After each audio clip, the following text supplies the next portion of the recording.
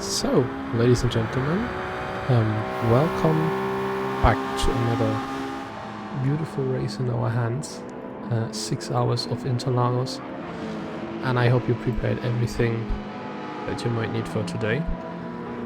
My name is Flipsy, and I am accompanied today by the one and only Funky. Hello.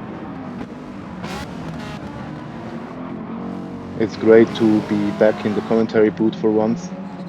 I will only be there for a backup driver because my internet is,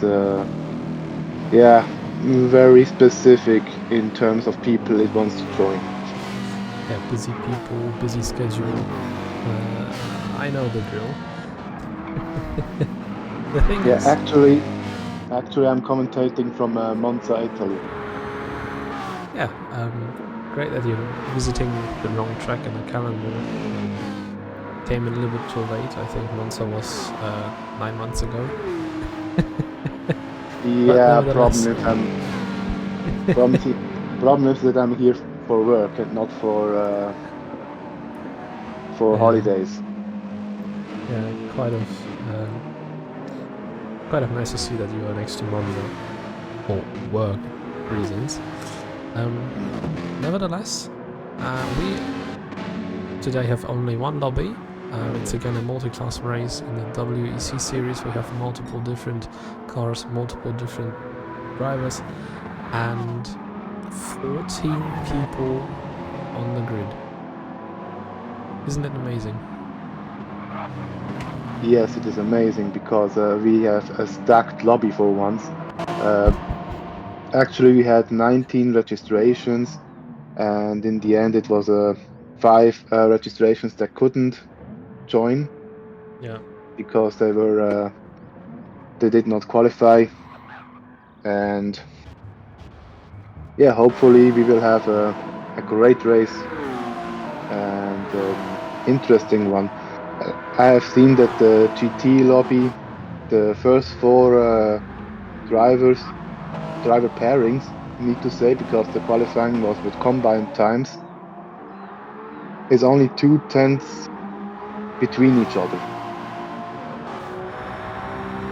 And we're talking about the 3-minute lap time, so it's if you take the average, it's only 1/10 between them. Yeah. The thing is, the grid is stacked pretty heavily. We have many different cars on the grid. We're going to see a lot of action, in my opinion, especially maybe a team that is not in a favor to win today. Nevertheless, the cars are on the grid. The lights go out. Charles will lead the field away, and the 6 hours of Interlagos have started now. DLL, the hypercar leading for now, Vulcan for WSR in P2, Schroeder in P3, Mighty Joe for BN Racing. Let us welcome them back on the grid in P4. Our player in 5th, already battling with Kyle, who is in 6th. Otaku. Seems like I have the livery bug in P7, Sakura for RRC, and the Ferrari in P8, Dagerd. Not his first race in this series, but the first race for DLL in P9, Noshel in P10, Chica in P11, where I have the livery bug as well. Haku in P12, where I have the livery bug as well. And Junior KP in P13, who's battling with Ku and takes the position in the beginning of Sector 2. And Ice Tigers for GTF in the BMW in P14. As you can see, we have 6 hypercars on the grid, as well as 8 GT cars on the grid. Schroeder nearly lost it into the end of Sector 2, but keeps the car on track, and Vulcan already pressuring Charles for the race lead. Star Yannick has written and won DNS due to being hospitalized. Yeah, this is sorry, I need to interrupt. These, Vulcan going for the inside. Charles now is trying to get the switch back in the Senna SS, but Vulcan, very nice maneuver indeed on the start finish straight. overtakes Charles and now leads the race. Charles again going for a counter maneuver. There was a little bit of contact against Vulcan. I don't know if it's fair play. Charles will give the position back to Vulcan. It doesn't look like that. So that's going to be interesting how this battle develops. A little bit unfair from Charles, giving a little bump to Vulcan. But yeah, we will wait and see what happens. Ooh, Mikey Joe nearly lost it again. Schroeder as well goes off the track. Comes back in P5. Already lost 2 positions.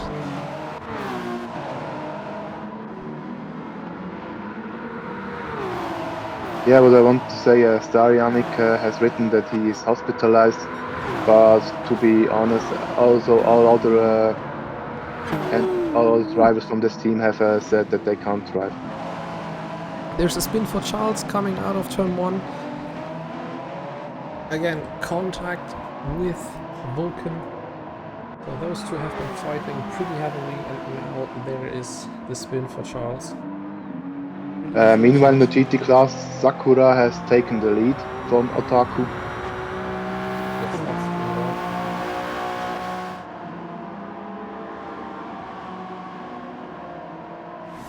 Let's try and see what happened here.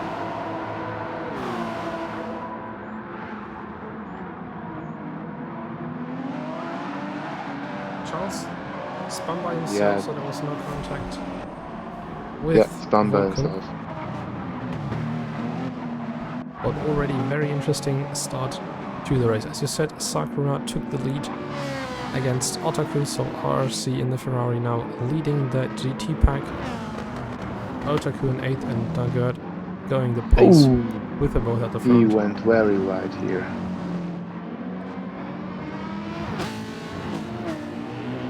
But it seems like he was within the limits. Yes. And we can see that the JRKP from the Spider GT racing team is also closing in. He was this team was the one that was which would be third in the grid, but they had a qualifying ban, so they got demoted back to last position. So going to be interesting to see where the Porsche ends up in the end of stint number 1. Charles now needs to fly because he needs to make some recovery work after the spin and fight he had with Vulcan. 12.5 seconds gap to P1. It's quite annoying to see that I have delivery back for 3 cars.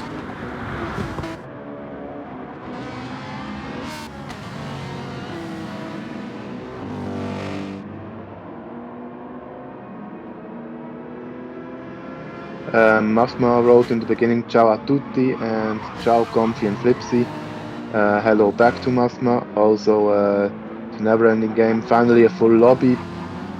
I say this now until traffic shenanigans happen. And he was right. Also Stick is greeting you. Hi Flipsy chat. Yes, from my side again, hello to all the members watching this race.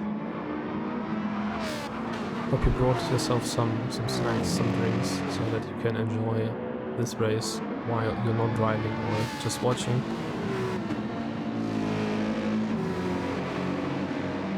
And also we are seeing a 3-way fight between the RRC Ferrari, the WSR Lexus and the DLL Porsche. These are the 3 cars that have won in this category in the last few races. WSR has won in Petit Le Mans and in Monza, and then the DLL team has won on the Nürburgring, with the RRC team winning at Le Mans. And we can see that these 3 are again pretty close to each other. They are also fighting for the championship win, especially WSR and RRC. And at the moment, RRC has the advantage, not only in the race but also in the standings, because the worst position of the Ferrari at the moment is only a P2. In So that's all quite other races consistent. where they did win, they were second. So that's very consistent from RRC. Coming back to hypercars, Charles already got past Schroeder and now is going to attack our player. How did Schroeder fell This back? won't be enough. How did Schroeder fell back this far? I don't know. Jerome and Plexus had a very decent qualifying, and now it's up to Schroeder to drive a double stint, so he will drive this and the next one. He has a lot of trouble with the car. We have seen him sliding pretty often. Or maybe he needs to get comfortable with the car first.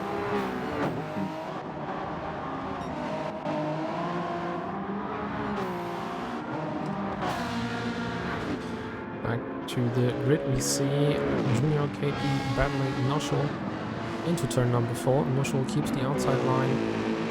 Junior pulls out and stays behind Noshel. But the Porsche really applying pressure to the Mercedes in front of him. Yeah, for Noshel and Megaal this will be a difficult race because both drivers don't particularly like the Interlagos racetrack. Also, the Mercedes is pretty weak on the straights, but it should be very good in the technical section. It has great traction and very good braking. So they should make up the gap in this section and then hopefully defend it for the straight. You quite mentioned the main key for Interlagos, in my opinion. It's keeping it very, very clean, because not only that you have a huge amount of tire wear, especially on the right side, but also even though if you mess up on the straights, Junior now going for a attack into turn number 1 and gets it done cleanly. The thing is that you now, if you have a more grippier car, which means that you are better in the corner sections instead of the straights, you can still make up some ground. If the Porsche is a faster car on the straights compared to the Mercedes, you're now going to see that Nuschel will make up some ground in the second sector, and that if Junior has a better car on the straights and less good in the corners, as you see now having already trouble, Nuschel might be able to stay within the slipstream and overtake him again. Yeah, the difference between the cars on the straights is about 4 or 5 kph between the fastest and the slowest, and I think the fastest cars on the straights don't even take part in this race, so it should be possible to overtake, but it will still be very difficult. That's true. Nuschel now 9/10 even behind the Porsche, so you see that the Porsche, even though Nuschel has got slipstream, is way faster on the straights. And Nuschel now has to worry about Chica, the BN Racing Lexus, to not get overtaken by BNR as well. I also think the first hypercars are coming to lap the GT cars. Yeah, that's true. Vulcan obviously being the first one to do so.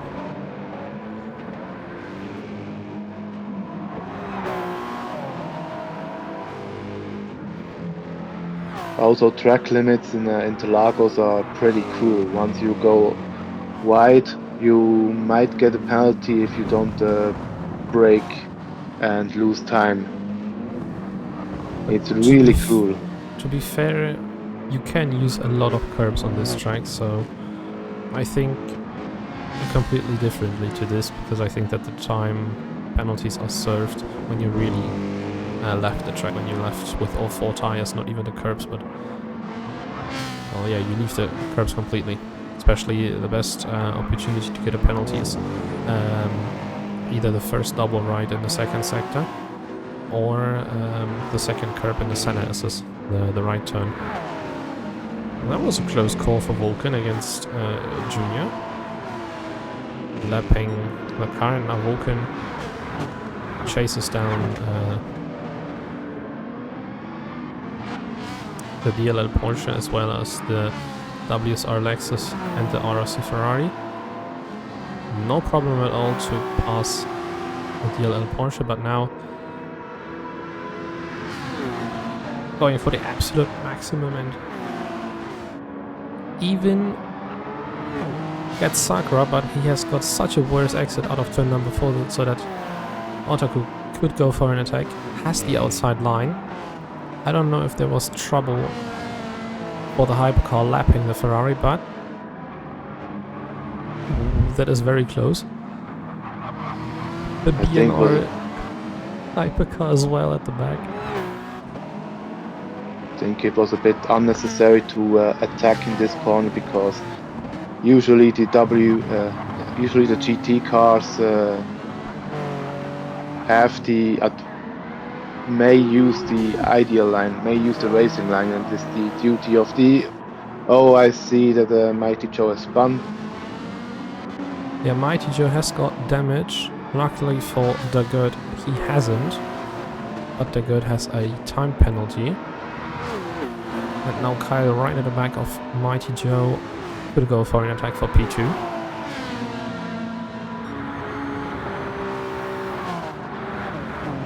Yeah, in the background also a GT battle between Otaku and Sakura. Otaku now has made a move in the second part of the Senna S, but Sakura seems for me has got the better exit out of the third part. Now is in the slipstream and could go for the attack, but he won't. Stays behind. And I don't really know if Dagerd had a mistake, but Junior got past him. Dagerd really dropping time right here. Also has been 4 seconds slower in the last lap.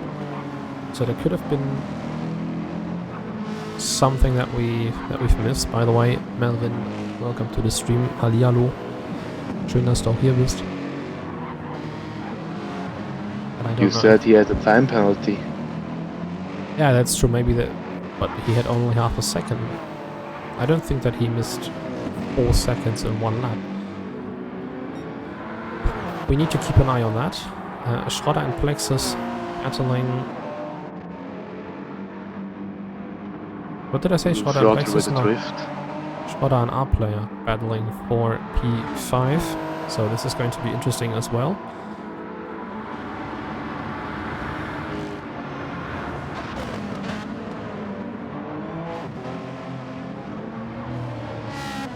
The RRC LMH team was lucky to make the race, because they would not have qualified, but because one Spider GT racing team couldn't drive because the drivers weren't available for the race, they moved up the spot, and now they can race with each other.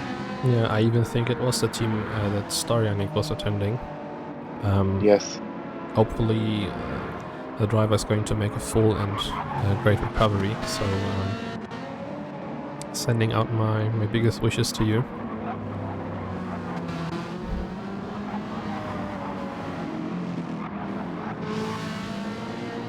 Now Junior with a 1 second penalty. He has been a naughty boy and went wide on one corner, or maybe also he used a shortcut, who knows.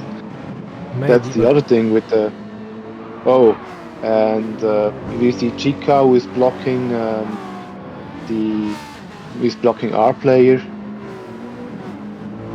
But the thing is, Chica isn't blocking our player really, because where does our player want to overtake in this spot? Now we've seen that Junior served his time penalty, already losing 2 positions, might even lose the position as well to Chica.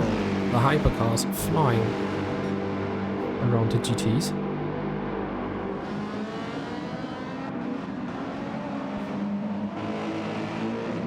And Chica even got past Junior as well.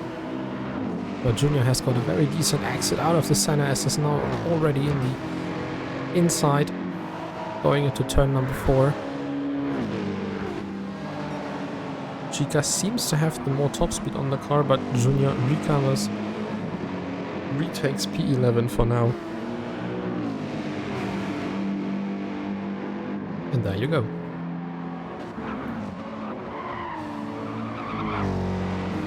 Nuschel on P10 now trying to recover what he has missed. And a little bit up front, Daguerre, our player, and Schroeder trying to get past them. And I don't know what Otaku did, but Sakura went past again. Schroeder using the maximum of the track to somehow go past Otaku, and now Sakura as well. It's really unusual to see so many cars racing here. So much happening right now that we don't know where to focus, to be honest. But great to see. Yeah, now Sakura has taken back the lead of the GT class with Otaku behind. Yeah, wait a second. Nuschel and Junior are fighting pretty heavily through the center S's. Oh, Junior pushes Nuschel out of the way. Now even Chica is behind them. Chica now goes for the inside of Nuschel into turn number 4. Late braking from both drivers. Nuschel again pushed out a little, so he loses this position as well. Ay, what is going on?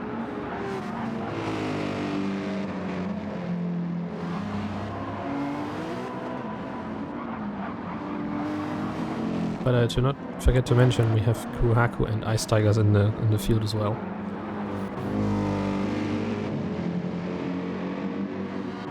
So this race so far has got a lot to a lot to offer. Indeed, yeah.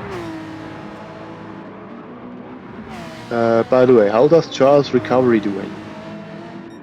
Charles currently in P4. Vulcan is consistently driving 121s, so he currently is leading the pack. Mighty Joe and Kyle are battling still for P2, and Charles could use it to somehow close in. But the thing is, and what I've seen is that Charles has got the best fuel management and tire management as well. So Charles somehow could go for longer stints or even shorter pit stops. Kyle now has managed to go past Mighty Joe, who still has rear damage.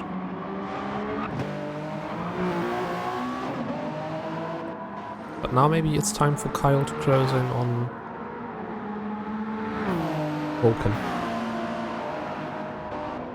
Also, we see that the sky is very cloudy at the moment. Oh, Schroeder with a spin. Also, sorry if all of this comes with a massive delay, because I have to watch the stream as well, and yeah, I'm getting all with a 3 or 4 second delay.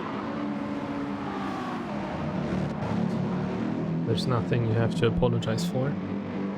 Maybe I could try to show you again on the stream, but it seems like it's not going to work. Maybe I can do a trick. Now you're not going to see OBS as well, right? Wait please.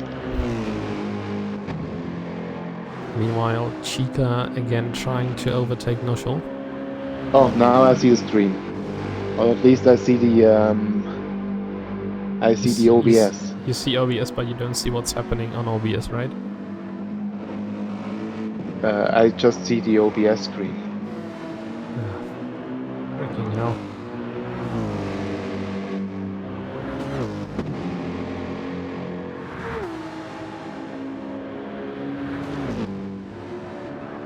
I'm trying something else, maybe it will load up, maybe not. But yeah, Chica has made the overtake against No Short Work, and you mentioned the sky, it's getting pretty dark compared to what we had at the start. I had a small talk yesterday with some people, and we kind of made jokes about Interlagos, never possible to rain around there. Not even trying to mention that in the last couple of races, it seems like in real life we always had rain around Interlagos. So today could be the day as well where we maybe see rain for the first freaking time since Le Mans. I doubt that. Because Interlagos does not have the rain option. Perfect. Yeah, Nushel now close to Chica. But as soon as he gets out of the slipstream, Chica is pulling away again.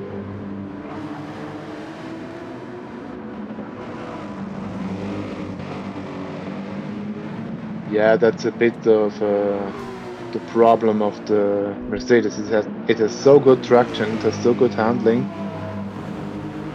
that it needs to be made slower so that it can fight with the others. Now Vulcan gets past Nushel, also gets past Chica. Okay, he's been very wide.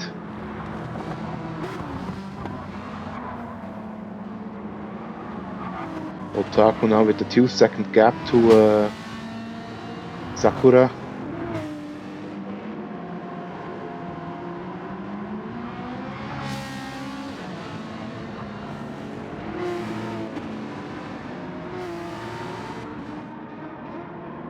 By the way, I just want to mention how much work the livery designers have put in the liveries once again. There's a message pinned to the channel where you can vote up for your most favorite livery of the day. You can even vote up for 3 different liveries for the hypercar class and the GT class as well. So you have 6 votes in general, but you need to use 2 different links, and yeah, can vote for the most, or for your 3 most favorite liveries of today's event once again.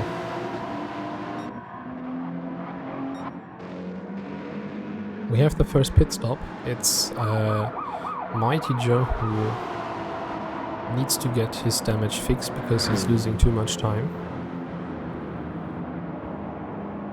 Very unfortunate for him as well.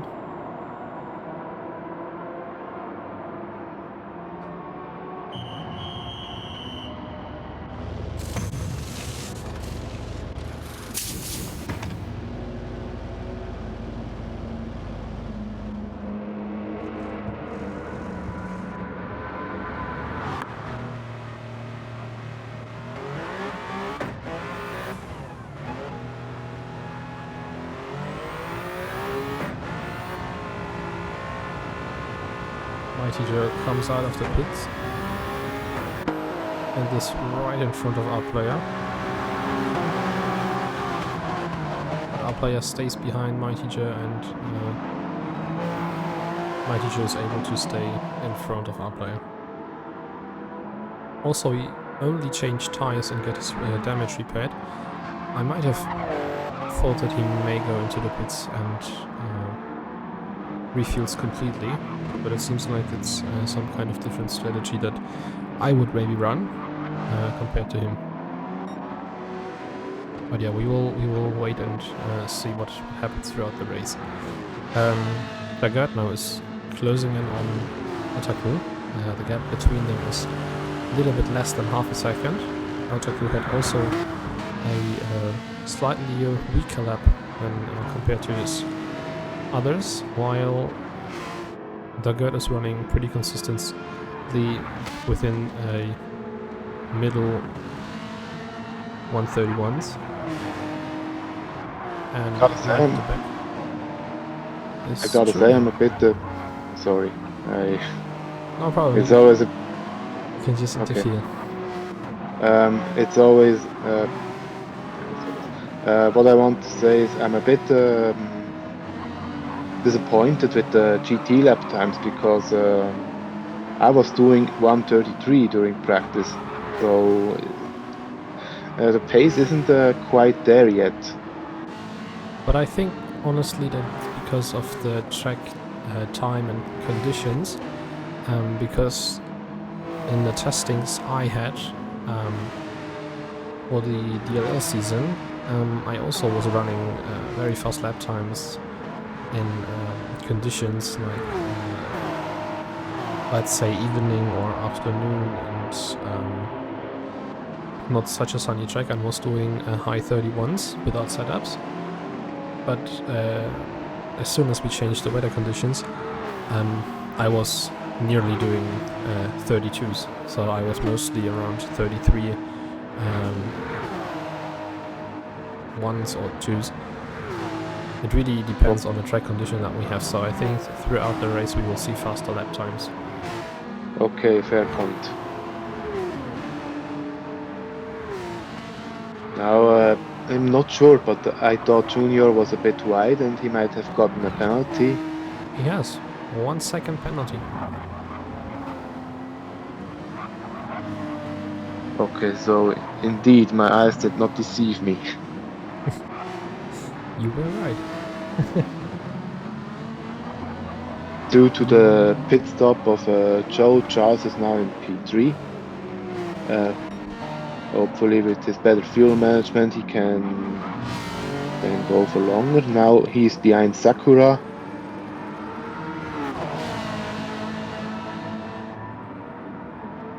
And he has a 23-second gap to Vulcan, but still has about half the fuel left. So if he continues like that, he will need to pit in don't know if in 25 minutes, and then it should be enough Could go for for him. a 1-stop. Yeah, he definitely could go for a 1-stop, and probably doesn't need to refuel much, only about 30 liters or something. Would be a much quicker pit stop, of course. We will wait and see. Coming out of turn 4, going to the second place in the GT grid. We have Otaku fighting against Daggett, and Daggett again closing in a little bit closer to Otaku, but it's not enough to even try and attack him. But it seems like that Otaku is under a lot of pressure from Daggett. Yes, but Otaku has better fuel consumption than Daggett and Sakura in front of him. So this should give him an advantage later in the stint. That's true as well, but we've seen this already in Road Atlanta, that the Lexus has got a huge fuel consumption benefit compared to all the other cars. And I don't think it's because Otaku is shifting differently. I really think it's because of the car itself. So Otaku might be able to use this benefit later in the race, as you said. Yeah, but to be fair, you can also abuse the Ferrari that it can go for this long. It's just for the Lexus, you don't really have to do something. That's the only difference. Maybe next year we need to put in the prototype so that the fuel advantage isn't there anymore. Maybe, but I don't think that the prototype is nearly as the same as this Lexus that is driving on track now. But we could try, and everything that's given will be tried out. The prototype is very different to the actual GT3 car, because at least in GT Sport it had more or less a hole in the tank, whereas the RCF was very good on fuel, and the performance is about the same. It's just the fuel tank that is might be bigger on the GT3 than the prototype.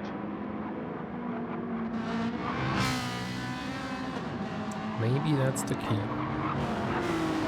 But only maybe. Maybe. Yeah, that's a thing that we need to look at next year. But I've heard that the preparations are already in the way, and at some point some stuff has been decided. But I think that's only rumors that I have. I think announcements or statements will come as soon as it's needed. They will come in due time, yeah.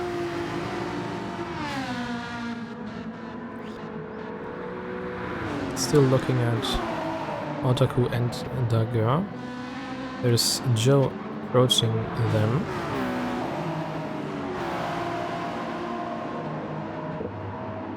And he went past pretty easily.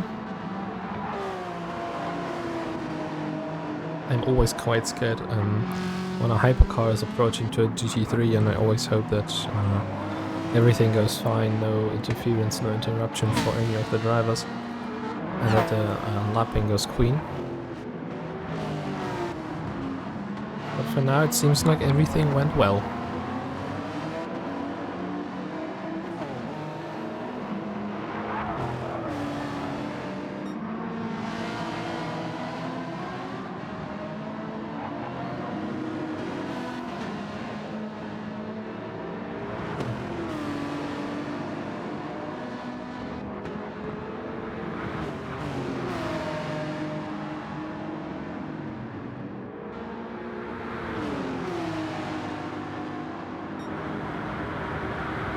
Most rainy track doesn't have the rain option. Yeah, unfortunately no American track has the rain option in this game. But it's especially missing for Interlagos, because this track is known to have very wet races. But obviously it's too difficult for PD to have the rain feature in every race, on every track. They only do one at a time.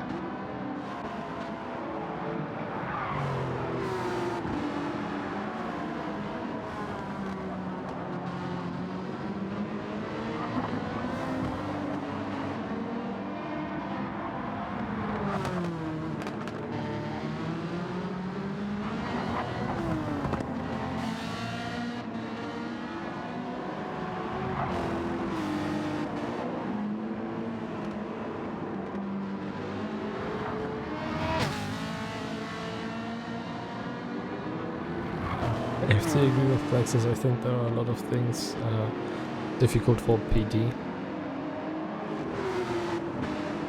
Not only mentioning that there is some stuff that came into the game that is still quite difficult.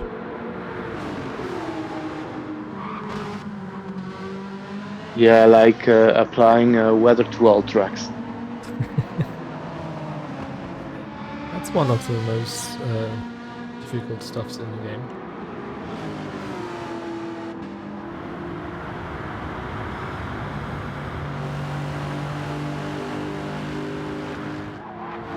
Maybe we should look at the LMH class again for a few minutes.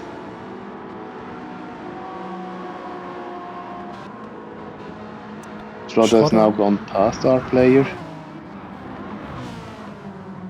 Now he needs to be patient, trying to go past the GT cars. And I think that guy could be annoyed by this, because Schroeder somehow wants to go past, but he's costing the guy a lot of time. But that one was again very hard driving from Schroeder, and this opens up for Dagur the opportunity to maybe go past on the straight. But looking at the fuel consumption, I think that Dagur will come into the pits in this lap. Or in the Meanwhile, next one. It's still a bit left in the tank. Yeah, in the next lap. He's going in the next lap. So we stay with Daggett. Maybe he's going to go for a maneuver into turn number 1. No, he pulls out. Stays behind Otaku for now.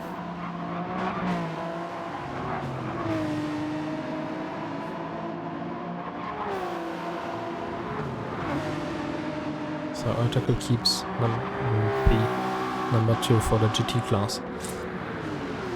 Vulcan in P1. It seemed like he had to drive the autopilot for a second. Interesting. Kyle in P2. Charles in P3. Has made up a little bit of ground to Kyle and Vulcan. Now he's got 21 seconds of a gap to P number 1 and 3.5 seconds to Kyle, but all the 3 cars in front need to pit, and Charles has got the best fuel management and tire management. Meanwhile, Vulcan has got the worst tire management at all. Meanwhile, Sakura has written me that the car is shit. That's great. Okay, he continues for one more lap. But yeah, I think most GT cars will soon go into the pits. This goes for... Oh, Charles has a spin out of first corner in the 3rd sector, but he keeps the car on track. No time penalty. Yeah, he is annoyed after the spin he had in the first corner. The battle with Vulcan, he is really annoyed. Oh man, that came out of nowhere like an RKO from Randy Orton. Yeah, but now Charles is still in P3. Only lost 5 seconds. So, not the worst way. Schroeder with a nice drift. Mighty Joe in P4 has been in the pits already to get his damage fixed and change tires, so he needs to go into the pits as well. It's wrong lap times, 1:21.2. Yeah, that's a strong lap time. Yeah, as I said, Schroeder will come into the pits in the next couple of laps. Same goes for our player. Otherwise, Sakura still in P1 for the GT class. Goes for one more lap. The car is not the best. Otaku in P8, and Daggett stays even out for another lap. But he will come in this lap the latest. Yeah. Nushil in P10. Kuhako in P11, and Chika was already in the pits. Same goes for Junior, who spins and has got rear damage. Haku now in the pits, and Ice Tigers was in the pits as well, the GTF driver and the BMW, and unfortunately has the last place on the grid. Charles now right behind him is going to lap him as well. Mega has written, the car is shit, leads in class. That's what I wanted to say, referring to Sakura leading the class. Yeah, the pit stops will be coming for the GT cars. They are extending as much as they can. When I was testing, I could do 45 minutes, 30 laps was possible. But it's difficult to drive fast and keep the fuel consumption down. It's a difficult sword. Ooh, Otaku had a time penalty, now lost the place to Daggett, but will retake it immediately because Daggett now goes into the pits and will change his tires and fuel up. Sakura has gone for another lap. I hope this will not bite him in the end. I don't think so. Haku comes out of the pits.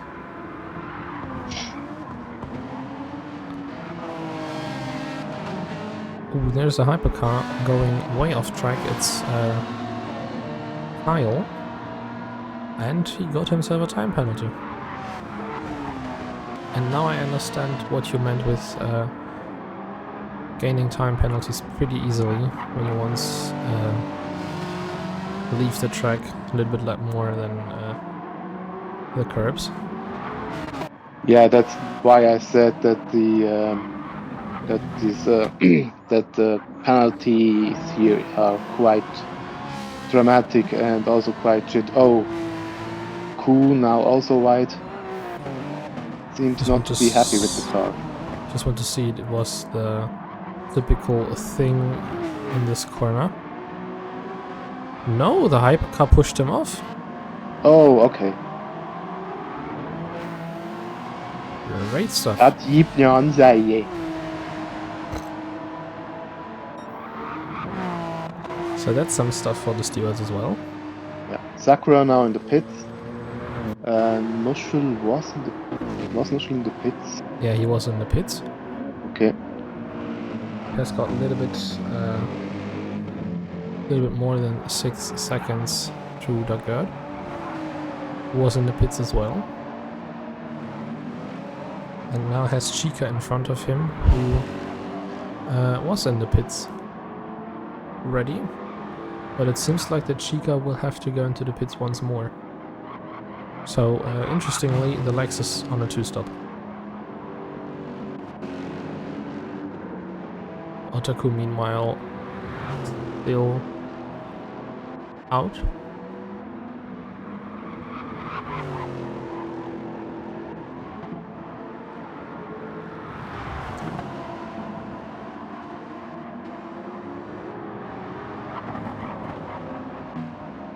Okay, Sakura's taking 60 liters. This should bring him to the end. I would have probably refueled for 65 liters just to be sure. But I'm extremely paranoid what this fuel consumption is about. So I think Sakura made the right call after all.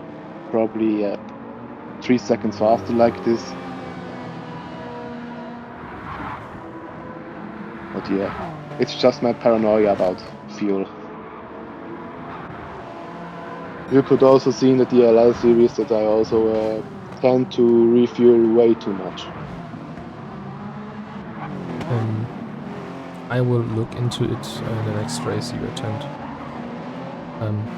Yeah, next week, the next Monday, I can't take place because I wouldn't come into the lobby anyway. That's unfortunate.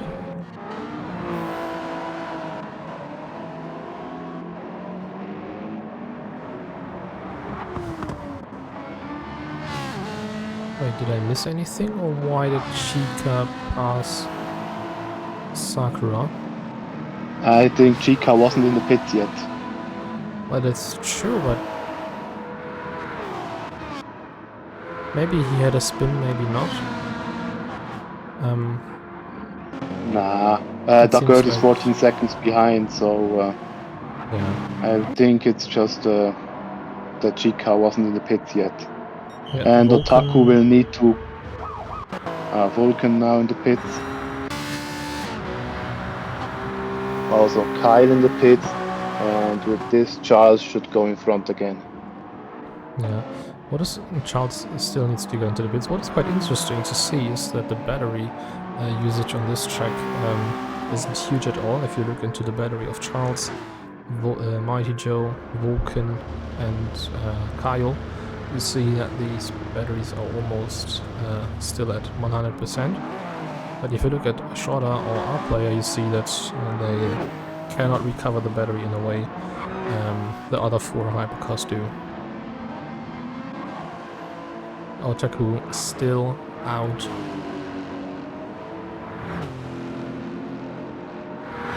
Same goes for Charles, where I think that he will stay out for another lap. Because it seems like he feels comfortable on the tires.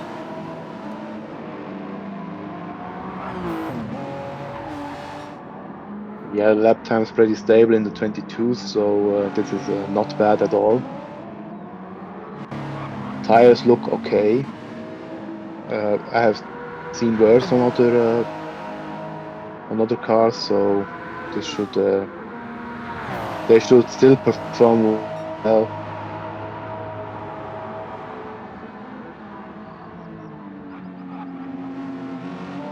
Yeah, it's a bit difficult to see because the fuel seems to deceive us a little bit. It's difficult to read how much fuel the cars still have in the tank.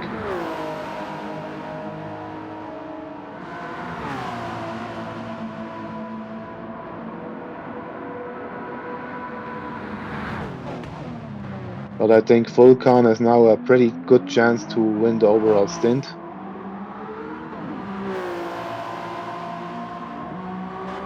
That would be a great achievement. Okay, Otaku has now gone into the pits with 0 liters left of fuel. That was managed perfectly. So he will win a bit of time against Chika and Sakura.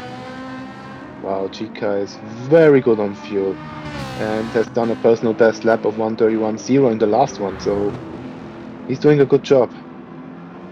But the thing is, I think that Chica was already in the pits. Okay, yeah, he might be on a 2-stop. Let's see how much Otaku refuels. 40 liters. 47. So Yeah, a little that's bit less, a but look, that's a 6 seconds shorter stop than Sakura did.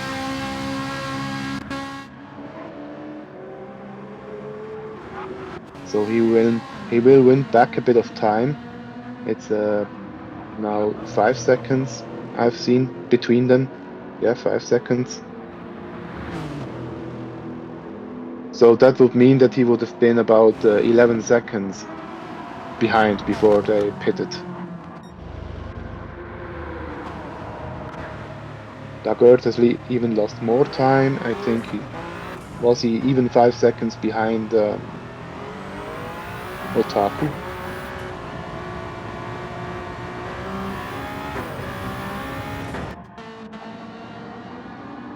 Charles comes out. has won a little bit. Okay. But look, Charles gained again a little bit of time. He is now a little bit more than 1 second behind Kyle and could attempt to try and go for P2 in this case. Meanwhile, Vulcan with a new best lap, a 1:20.8. As you said, battery seems not to be a problem for most LMH cars.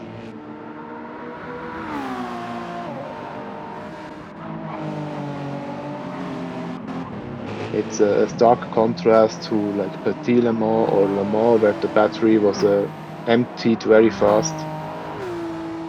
But the combination of Interlagos with only technical sections and very long straights, because you don't need any more hybrid energy once you reach 250 kph,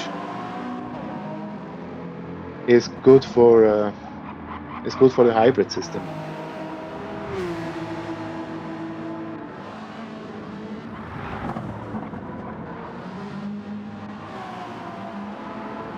Yeah, the gap between Otaku and Dagerd is now 8 seconds. So Otaku has won a lot of time in the pits. Yeah, that's true. And I think if I compare the lap times, it seems like Dagerd is the fastest car out of the three. He's the only one doing high 30s. And Noshel is doing mid 31s. Sakura is doing low 31s. And Yeah, to be fair, Sakura and Otaku just came out of the pit, so their tires will still be a bit cold. they need to warm it up first before they can extract the maximum pace out of the cars. That's true as well, but the guy now really flying in the Porsche, so he's trying to catch the cars ahead of him. Yeah, 1:30.6. This is a very good lap time.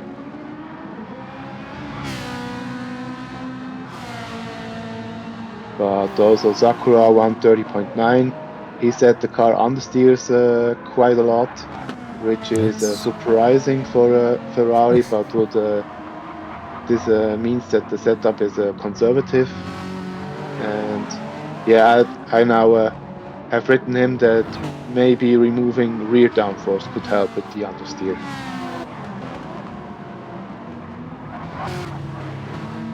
Interesting between Vulcan and Sakura now in the second sector. Vulcan goes for the inside and doesn't want to lose any time at all. But that was unfortunate for Sakura, who lost a little bit of time. So it seems like Vulcan isn't patient at all. He directly wants to go for the maximum and send it the fullest. But yeah, it's understandable. That's surprising to see from WSR, because most drivers of WSR were very conservative due to with the overtakes and always left space for GT cars. So maybe Vulcan didn't get the memo. Maybe not. Maybe he had training sessions with other drivers that are driving impatiently as well. Talking about the 24-hour race we had on Nürburgring Nordschleife. We need to see. But as a matter of fact, Vulcan being the fastest driver on the grid for now. In P1. Nearly 24 seconds in front of Kyle.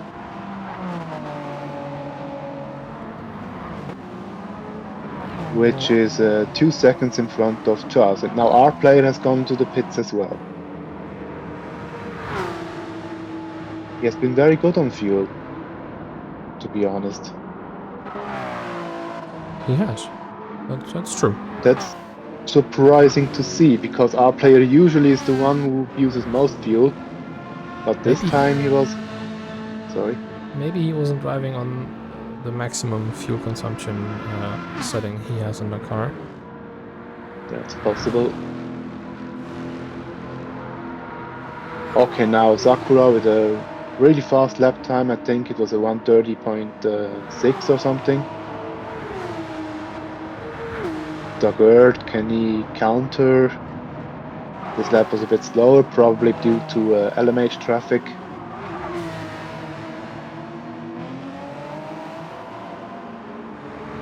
Gotta say, this library looks really fire. Looks really good. That library really is strong. Shoutouts to Tomsoft on this place. Really nice work he put in there. Definitely. Yes, a 1:30.5 from Sakura. This has been a very good lap time. So it seems like he took a little bit of downforce off the car. I don't know what he did.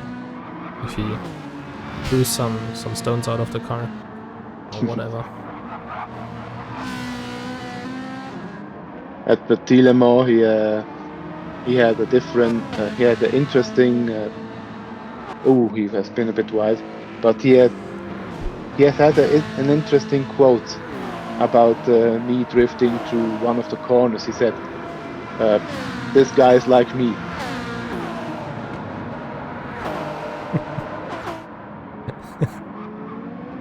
I wouldn't say he's like me. I would say that he's driving like like Crowhawk was. There has been a touch with Schroeder and Sakura. Gladly for Schroeder that it didn't end up in a luckily no damage for anybody. Wow, guys, come on. Whoa, whoa, whoa, whoa. This is too aggressive here now.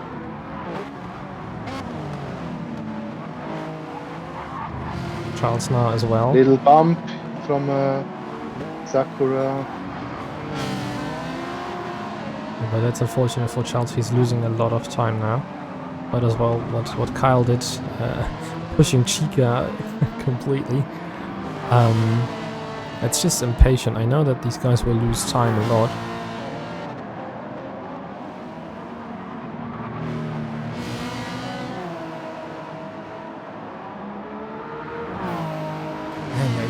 Bit of a misunderstanding from all of these guys, it seems. Now Chika against Sakura. For Chika, it doesn't really make sense to hold Sakura up, but we must see how this concludes. Chika needs to pit quite soon. Sakura goes for the overtake. Beautiful move. Beautiful leg. Beautiful leg, beautiful move. Everything that you need. But yeah, Chika seems to know that Sakura is on a different strategy and doesn't give him much of a fight. Our player behind has now gone out of the pits. How much did he refuel, I wonder? Wasn't much as it seems.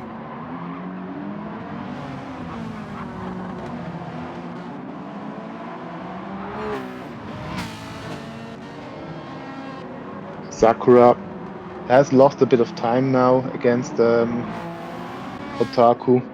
It's these 6 seconds, but should be enough now.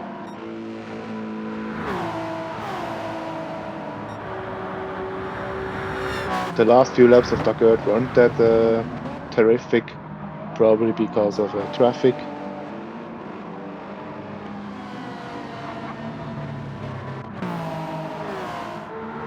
Vulcan now with a 30-second lead against Kyle.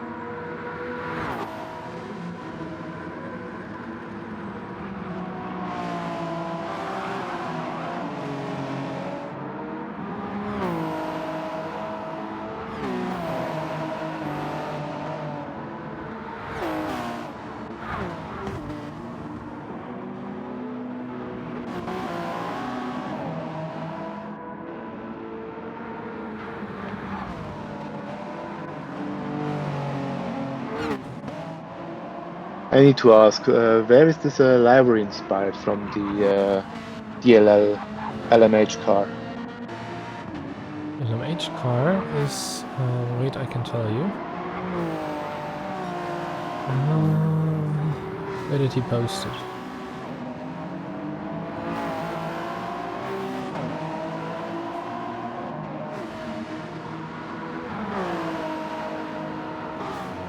So, the hypercar is leaned on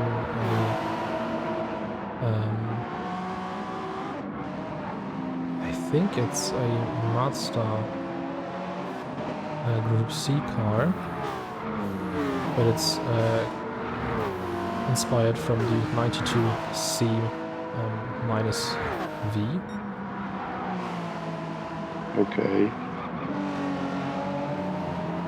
That's interesting. Seems to be... Now Chika has gone into the pits. He was on a 2-stop after all.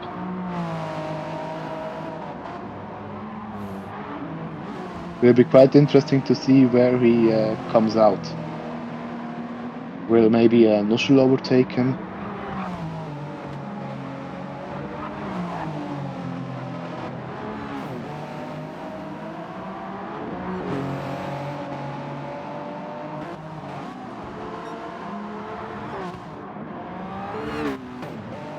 oh boy.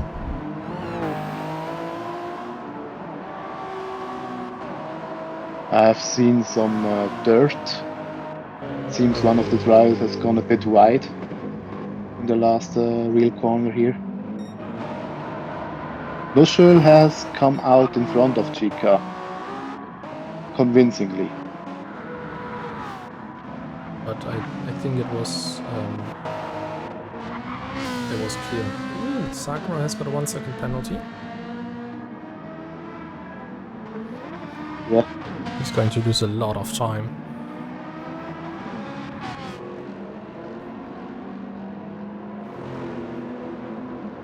But his last lap time was 1:30.5, a really good lap time. But of course, this now means that he loses about these 2 seconds to Otaku. And the lap time also shows that, the 1:32.8. But again, it's very easy to pick up a penalty on this circuit. So yeah, very difficult to stay on track and not get a penalty. You can even get penalties if you're going wide on the outside. You don't win any time. You don't win any time on this track, but you will still lose. You will still get a massive penalty if you're not braking. Yeah, that's true. Ice Tigers was able to pass Junior, who got lost in the GT field a little bit, because at the beginning of the race he was fighting for their higher positions, but now is finding himself back in the last place. And Ice Tigers, the BMW, is in front of him. Yeah, it's a bit sad that he loses this much time, because he was fast in qualifying, but it doesn't seem to be that he has the consistency.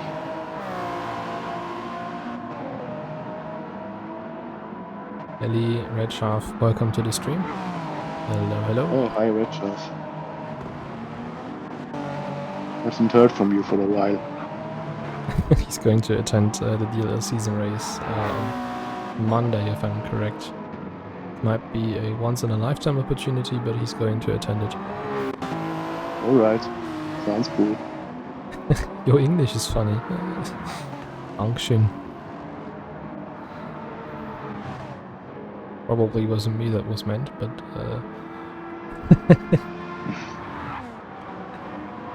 yeah, I could give you some insights about the liveries of the LMH car and the Ferrari, because I've made a few changes in the livery. Mainly the symbol, the RC symbol, has been replaced with a Bray Wyatt symbol, and also there's somewhere on the car there's the saying, "He's got the world in his hands." Maybe you can spot it. On which car? The LMH car, or is it the Ferrari? The LMH car and the Ferrari. So one thing I see is the skull at the front, but on the rear is something as well. I don't know if it's Yowie Wowie, but it is Yowie Wowie. That's great. Yeah, it's very sad what happened to Bray Wyatt. I think it was one of the most talented wrestlers in the whole world. It's still very, very sad, because the amount of creativity, the amount of work he has put in his character and his moveset and everything, he was one of a kind. He was very, very special. And what should I say? It's just tragic. It's really sad. Yeah, I thought so too, and also because of a bit of a Halloween theme, I thought that he should end up on the car. That's a nice tribute. Have you built in maybe a rabbit?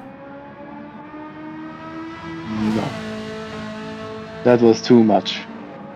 I didn't have any space left for this. But I see the kind of a horror face on the side of the Ferrari. And it reminds me of Halloween as well.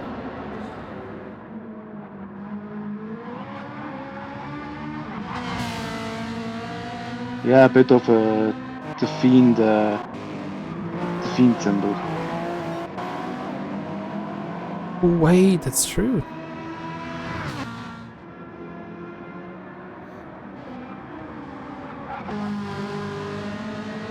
Yeah, it's completely.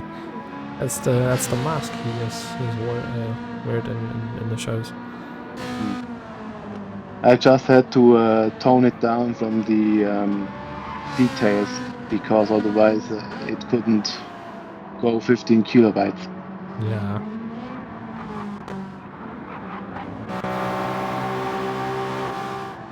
Still, the GT field is still very close together. Only 5 seconds between Sakura and Otaku there were. Yeah. And Mighty Joe has a lapped Rudder, I believe.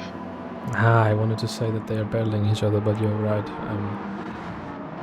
Mighty Joe has lapped Wada. Gunther's going to be really interesting. I'm just wondering how long they're going to wait to push him to the main title, and I think he's going to have a long title reign, and I just hope they're not going to mess him up like they did with Drew McIntyre. He's going to hold the title once or 2 times, and then it's going to be completely irrelevant. I think if we're talking about wrestling now, the feud they had on Raw with Rollins and Nakamura, Nakamura with his gimmick was so over that he should have won the title, which he didn't. I can understand why he lost though. It's because of the Seth Rollins gimmick and they didn't want to ruin it. But they buried Nakamura's new gimmick as well, and he was pushed so highly up. He should have won it, retained the title against Rollins, and maybe go for another epic battle. Maybe take Drew McIntyre into the position again to have a solid feud with him. Maybe even Gunther, but I think Gunther would have come way too early. Just because if you have the new Nakamura gimmick, you could have made the heel turn work in a very good way for somehow.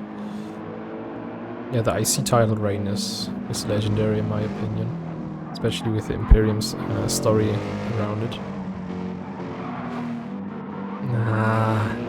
No, I don't want to see Gunther versus Lesnar because all the Lesnar matches he had, not talking about Gunther but Lesnar,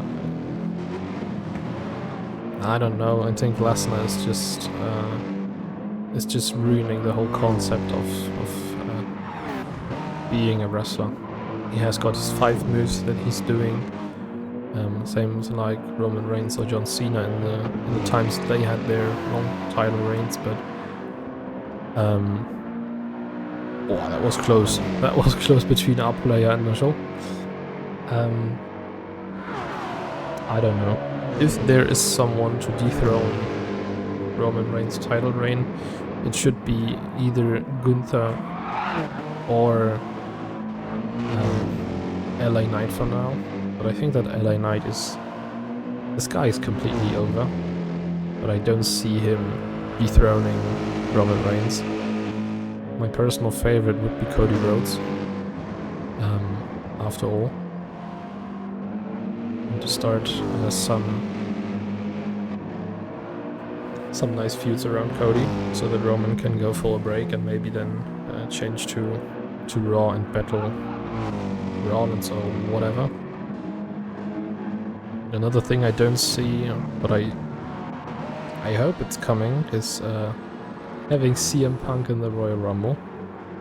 But this thing should be a once in a lifetime thing, because all the stuff that happened in AEW, CM Punk just shows that he isn't the best in the world at all. The time he had before mic drop stuff and all around was great, was amazing. But maybe CM Punk at NXT could be amazing. As well as The Undertaker is is there now as well. Maybe CM Punk could be someone who provides and gets talent over. Maybe this would be an idea, but I don't see him either at Raw or SmackDown. Do you have any interesting battles here on the track? Charles and Kyle are closing up to each other. Oh yeah. Otherwise, no, we don't. Kyle now has a lot of issues coming out of the last braking zone, but it seems like he won a bit of time again.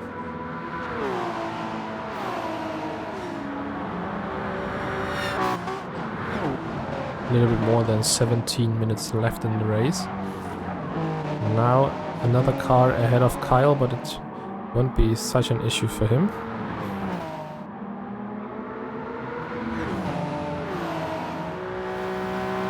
Yeah, he has hit the good timing to overtake, but I think Charles as well is a very good.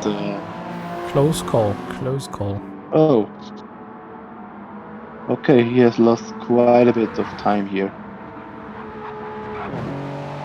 35 seconds to full count. Wow. This guy is flying. This guy's flying, yeah. 1:20.7 his fastest lap time, and he's still doing 1:21s.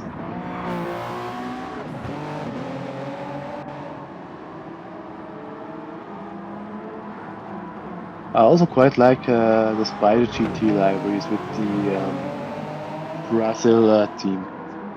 Yeah, the Brazil flag on the side is very nice. Special tribute to the track.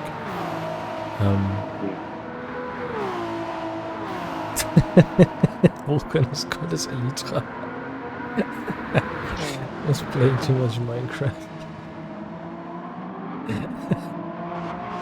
Oh, okay. That was a Minecraft reference because I didn't get it at all. Yeah, Elytra is some kind of a wing that you can adjust as your as wings, and then you can fly around the map if you jump from a higher point. Okay. And if you've got some fireworks, you can boost yourself so that you don't end up flying for any reasons. Charles now really close in on Kyle. So now it's going to be with interesting. Zero Haku the mix as well. Charles went for the better braking line. Oh, Kyle got lucky. Ku got taken out a bit. But I think he made room for them. The thing is, now watch Kyle's front lights. I think... Okay, wait, Charles now goes for the inside maneuver. There's contact between them. But Charles now goes past for now. There's a little bit of bump because you saw a lot of dust coming out. Charles now defends the inside line. Whoa! That's hard racing right here.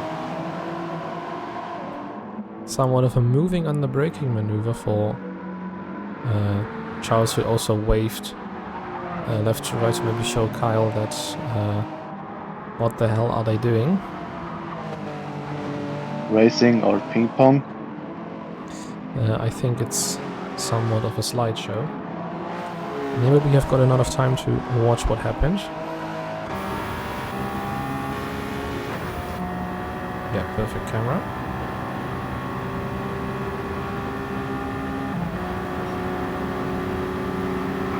You see a little bit of contact. Charles late braking maneuver. Kyle wanted to turn in and there was no point of turning in. Now, there is again contact. Kyle pushing Charles out of the center S's. And as they go into turn number 4. Charles braking from the inner line to the outside line because he thought he has got space. And that's it. Kyle has got a penalty. Maybe let's check what happened at the straight. Yeah, he stupidly cutted the inside of the green stuff, the entrance to the pit lane. Yeah, That's weird.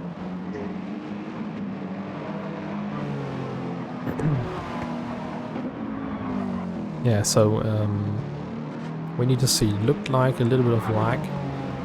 I don't think that there was much of an impact from Charles to Kyle. I don't know. Maybe that's something that the stewards need to take a look into. well, if it gets sent in, then he has to look at it. That's true.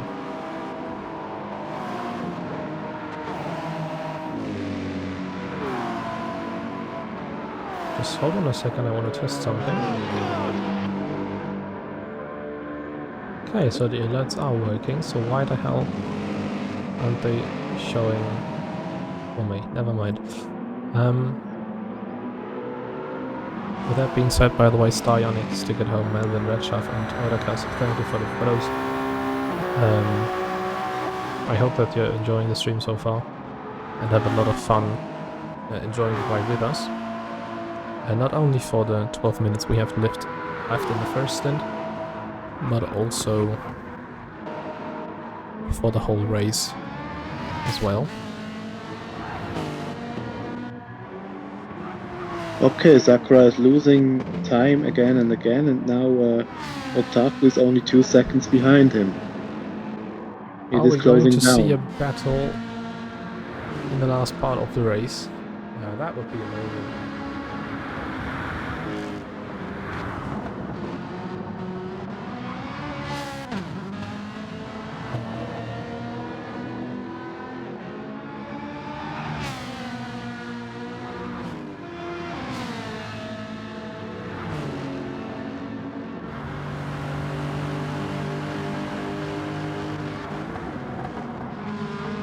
Yeah, once again shows that both the RC Ferrari and the WSR Lexus are like most of the season fighting with each other. Very close together, driver pairings very equal. Okay, yellow flags. Yeah, I have just yellow checking what flags. it was. But it seems like that the yellow flag went away already.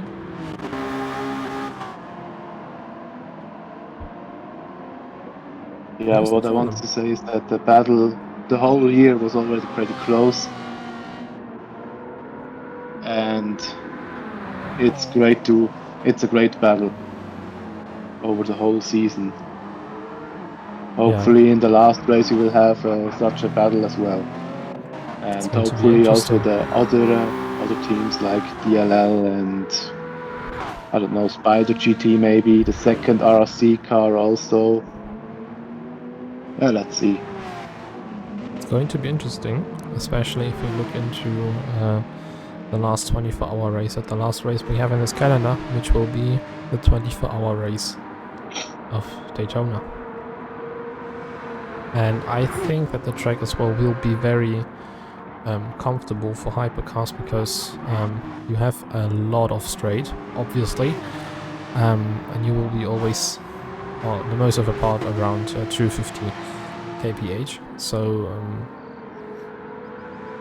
will be interesting though. And Redshaft, do me one favor, but never finish, or never end up being quiet because I like the way of you riding. Even though you might be better in talking than in riding. Just continue to do so. You're not annoying or anything else that you might think of.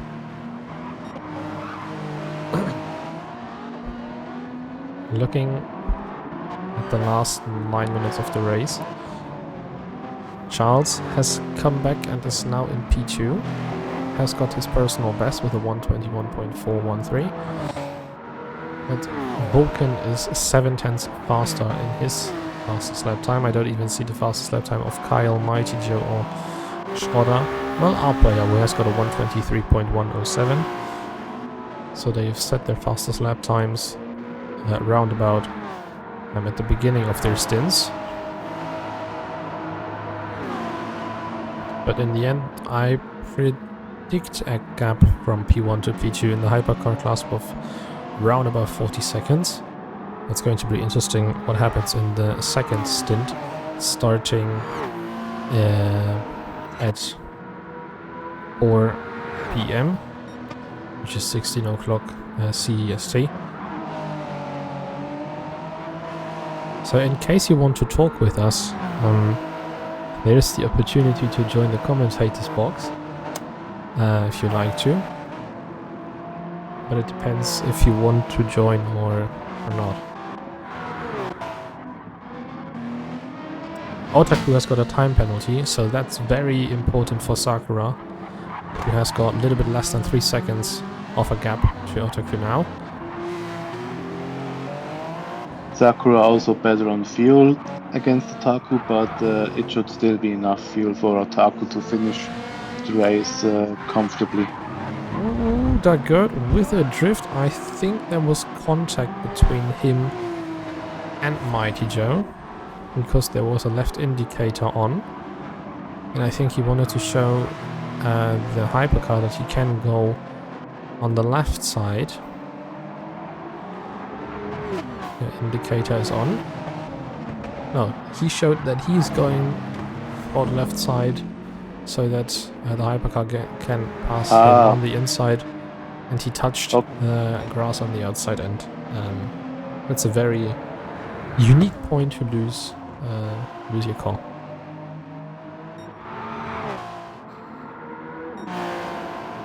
Yes, you can do replays in that game, but only if you have a keyboard.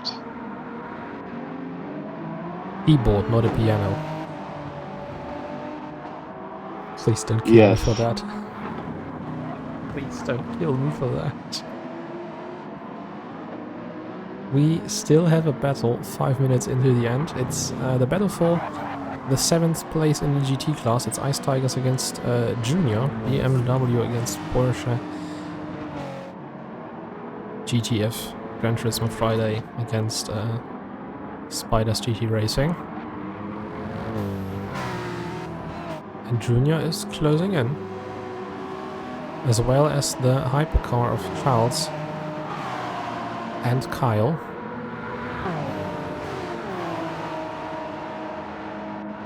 So this will be interesting as well, because Kyle seems to close in on Charles. Both hypercars go past them. And there's the thing that I mentioned of Kyle. I think he has, for some reason, attached his downshift pedal to his, how do you call it in English? Jesus, remind me. Lichthupe.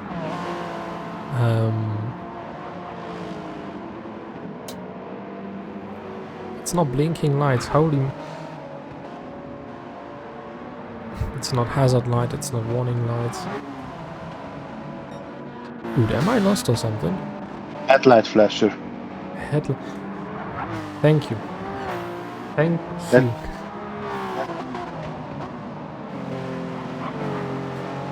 It's not the indicator. The indicator is showing either if you go left or right. I'm talking about the... yeah, see? Always he shifts down the gears, he's flashing his lights. Wait, hold on, I need to show you this. Wait.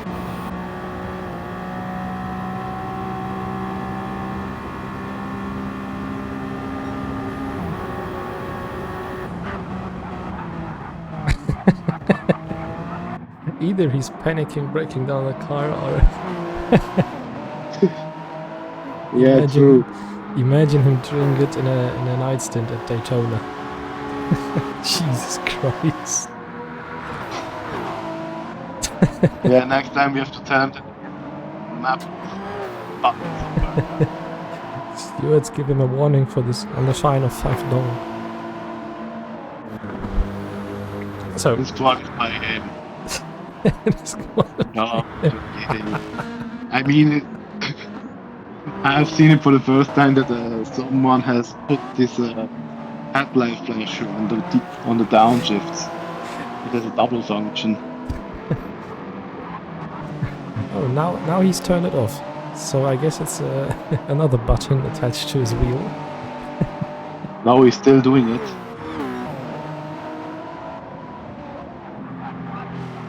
The thing is, imagine you want to show someone with your head flashing lights.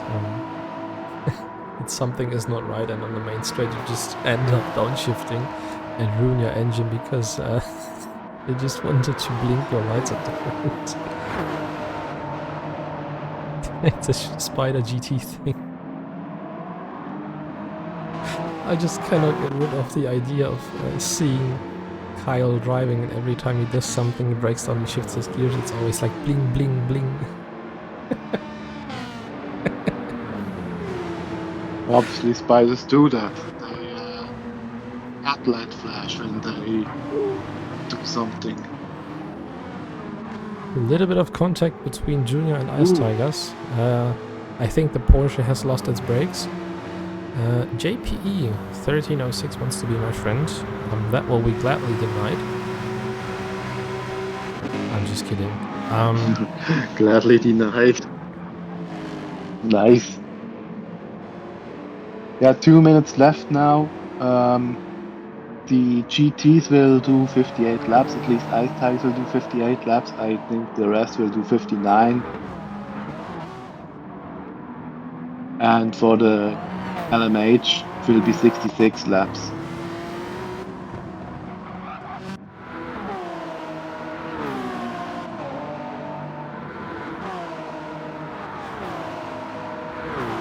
It's Duracell wants to be my friend as well. That will be gladly denied as well.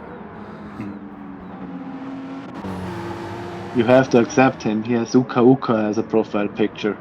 Oh, okay, that's a fair point. That's a fair point. Oh, Terahaku now also in the mix. 12th, 13th, and 14th. Within a second in the last lap.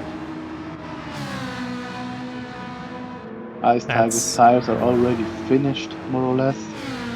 Who has lost both positions? Oh my god. I think he has damage, or he has to save fuel. Either of these two things. Wait, what the hell happened there? Ooh, contact between Sakura and Haku. So Sakura is lapping the first cars this time. And Junior and Ice Tigers are battling now for P12 overall. I just hope they're not holding Sakura up, because he's trying to make a gap to Otaku, of course. Okay, race is finished now. I think the first few people will go over the line. Yeah. Charles goes over the line, Kyle goes over the line, our player goes over the line, Nosho goes over the line, Chica as well. So to get the gaps in, I need to leave this battle right here. So Charles has a gap of 37.275. Kyle has got a gap of 38.816. Mighty Joe 50.275. Schroeder 2 minutes 57. Our player 3 minutes 10. Sakura has got a gap of 9 minutes 34. Goes over the line. Otaku 9 minutes 41. Bagard will have a gap of 3 minutes and 53, it seems like. 54, yeah, he will stay at 3:54. Noshel 10 minutes 10. Chica 10:13. Junior 10:56. And the other two cars I couldn't get in, but they were very close to each other. Yeah, Volkan wins this race very interesting racing suit. It's a scandal that WSR hasn't got a team racing suit. Let me just save the replay, and there you can see the results. Need to be screenshotted as well. So yeah, the next lobby is being prepared already, which means that we will have a short gap for now. I'll leave you alone with a little bit of music. Meanwhile, thank you for you, Confi, having spending a little bit time with me. It's a pleasure. We will see us again in the third and fourth stint, right? At least in the third stint, yeah. I think for the fourth stint, Simtic has applied for the co-commentating job, so You he can should join do both it. as well, so I don't mind if either one of you joins or both. I don't All mind. right. So yeah, let us I take a have now short to break. work on the document so that we have all set for the next stint. Yeah, that's true. Yeah, replay has been saved. That's great. Results are in as well. So let me end this. Let me send you to the pause screen. Let me leave you with a little bit of music, and then we'll see us in 25 minutes again. See you.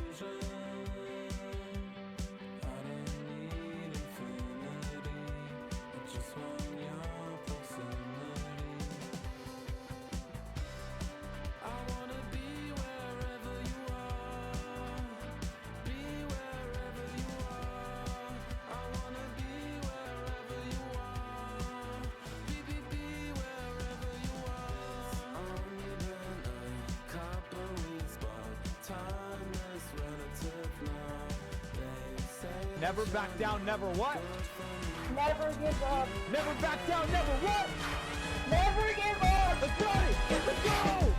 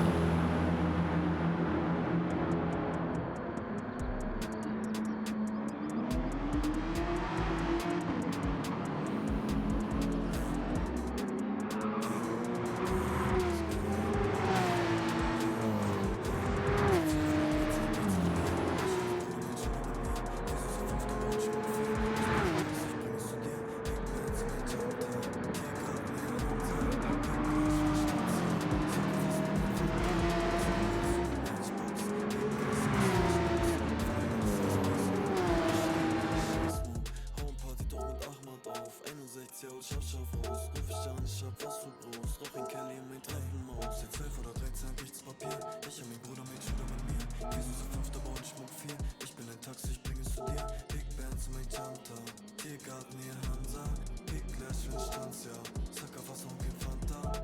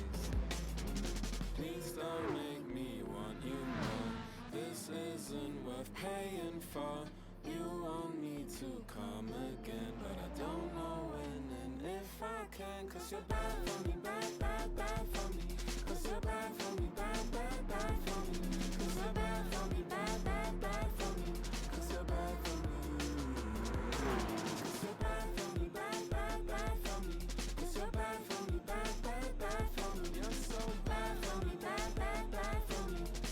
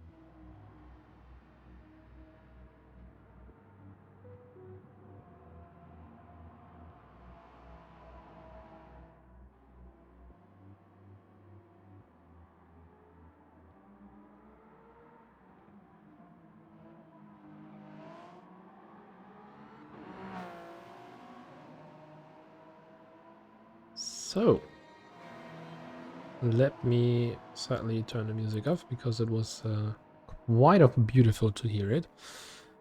Second stint will be underway shortly. Just need to take a quick look if everything seems to be alright. Plusman, Rotec, Duracell, Live, Schroeder, Masma, Comrade, Dennis, Stick at Home, Mega L Simtic, JPE, Schäfer, and Neuer Sommer are in the lobby. Otaku and Flipsy. Those are the two commentators. It's 4 p.m. It's 16 o'clock. Let's go. Second stint will be now underway. And as I said, Otaku is as well in the lobby. He is.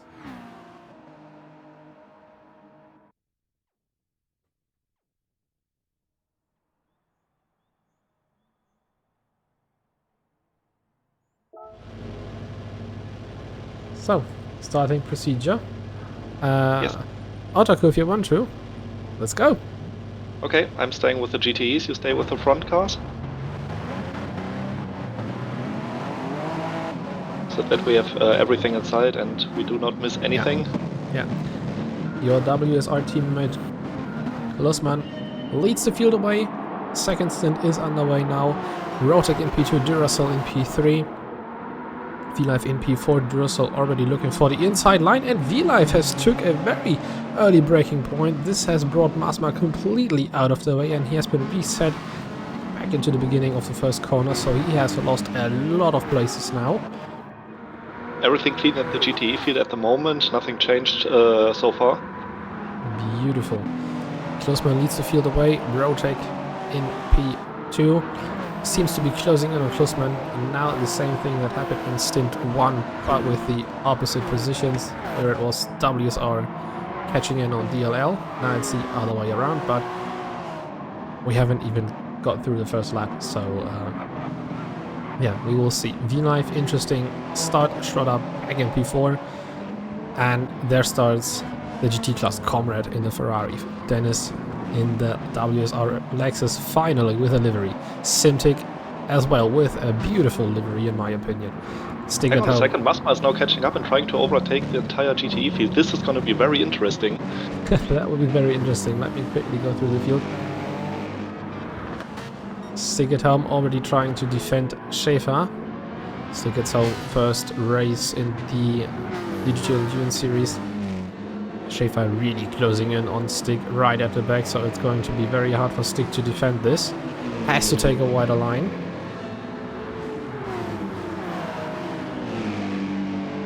Yeah, Stick at Home already lost one position to the Lexus in front of him, to Simtic. And P1 and GT also fighting. Dennis against Comrades, and Comrades defending the position quite well and maintaining the lead in the GT class. Masma went for a hilarious maneuver, overtook most of the GT cars into turn number 1.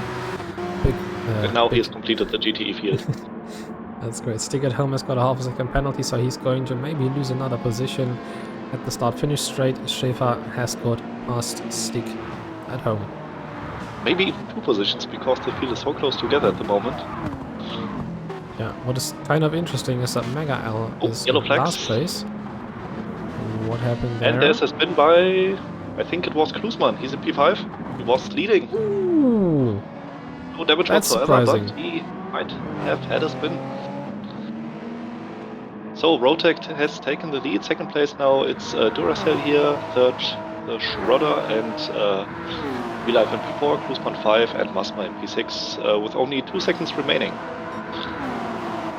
So that was a quick turn of events. Same like in first stint, DLL spun and WSR was away. Now it's WSR spinning and DLL is away. Schroeder lost the position to V-Live. DL Racing in the grid.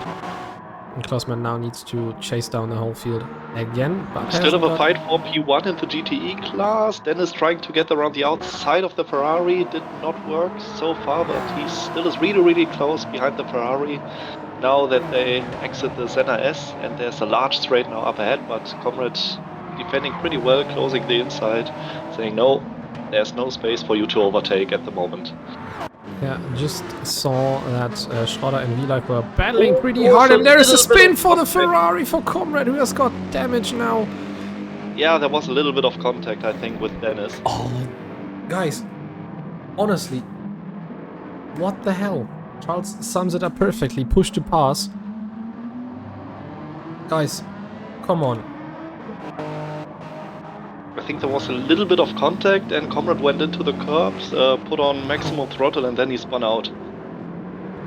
Yeah, he came out on the AstroTurf, or what Yes. it is. This part is very tricky. Dennis pushed him wide. That's clear. Something for the stewards again. Come on, guys. That's not necessary. That really Yes, I isn't think necessary. definitely something for the stewards. The bad thing is Dennis again having issues with other drivers. Yeah, Comrade will need to go into the pits and get this front damage fixed. That's very unlucky for the Ferrari. Meanwhile, We the need to see. hypercar class is already spreading out. The smallest gap is only 2 seconds large. So nothing happening. It's more the GTE class where things are kicking off at the moment. Yeah, Oh, still. there's this fight for the final podium position at the moment between the BMW, the Lexus. Oh, the Lexus going wide, almost doing the same mistake that the BMW behind, and half a second penalty for the Lexus. Meanwhile, Stick at Home also made a mistake. Half a second penalty also for the BMW of SAL Schäfer. So many things happening at the same time. That's just crazy. Yeah, JPE having his first race in this series, I think, gets spun by Schäfer. But he kept the car on track. That's the most important thing at the moment. Stick at Home took it safely and let JPE go.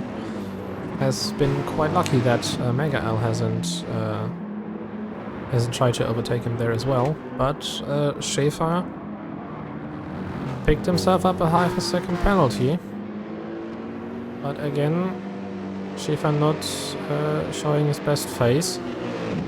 Okay, that was pretty lucky for JPE going through the car of Schäfer. I think Simtic had a penalty as well.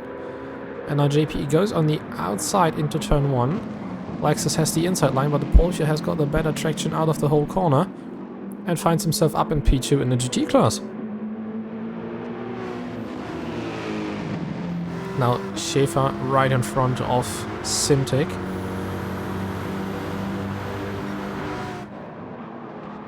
Oh, late braking maneuver from the BMW, and the Lexus nearly crashing into.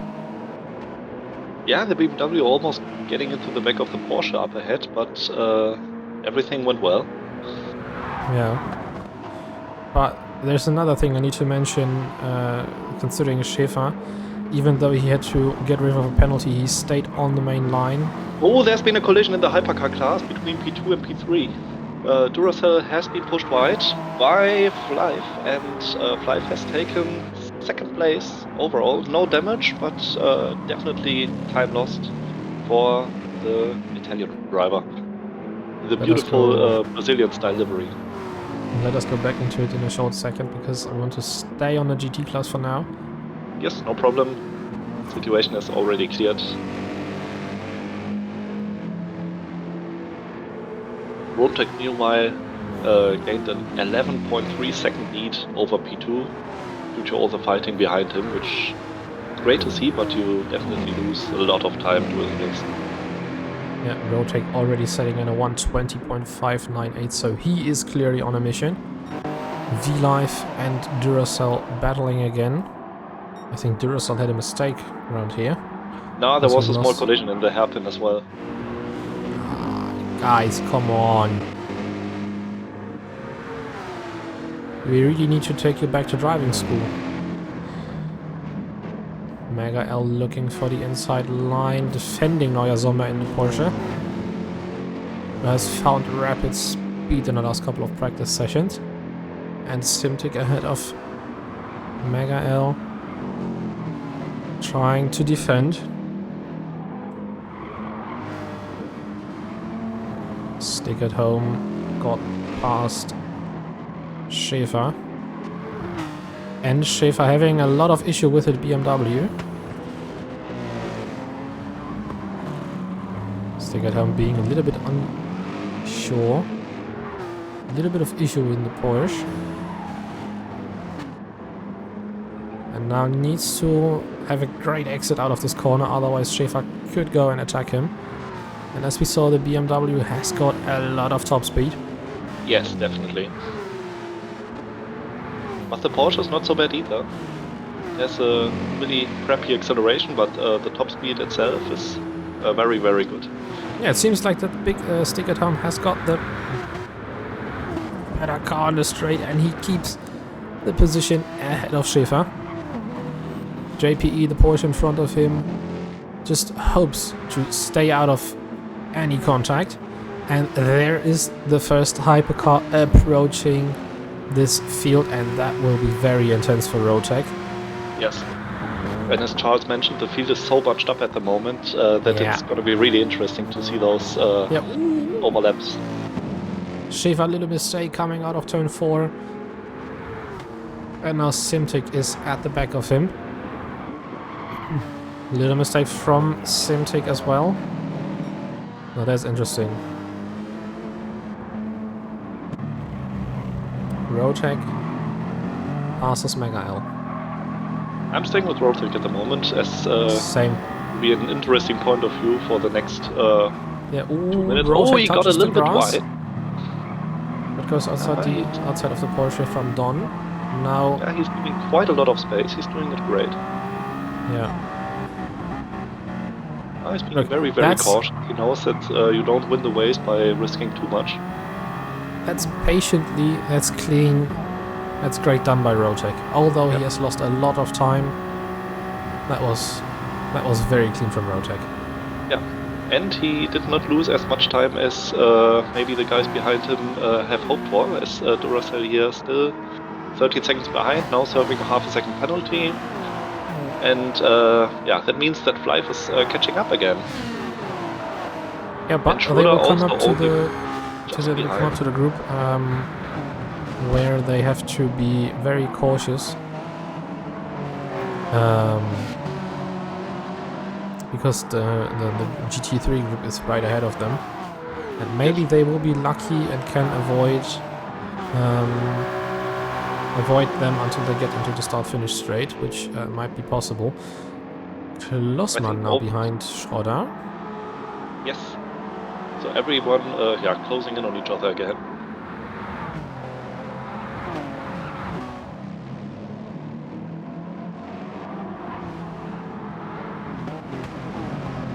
But I think he's playing the long game. Klossmann just behind. He knows overtaking now does not make any sense as the cars are too close. So you normally do another thing, saving fuel, saving your hybrid battery.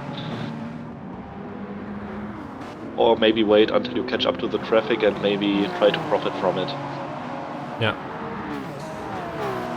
Now Schroeder feeling way more safe in this stint compared to the first one.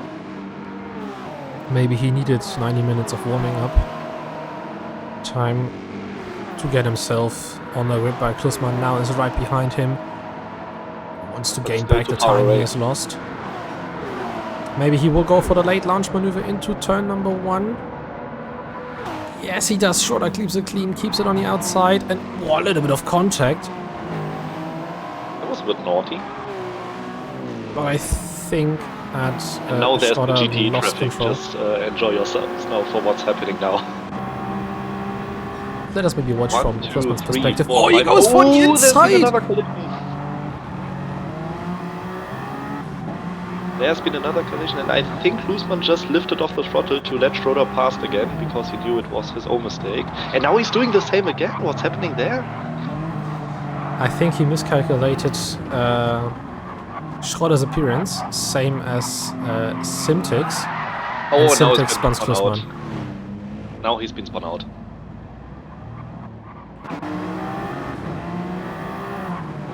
Oh, this will cost him a lot of time. 37 seconds. Oh, there's been another collision. There was a guy, and it was Comrade. Comrade collided and he's got damage as well, front bumper damage for colliding with the hypercar of WS Racing. Oh my goodness me, what's happening here?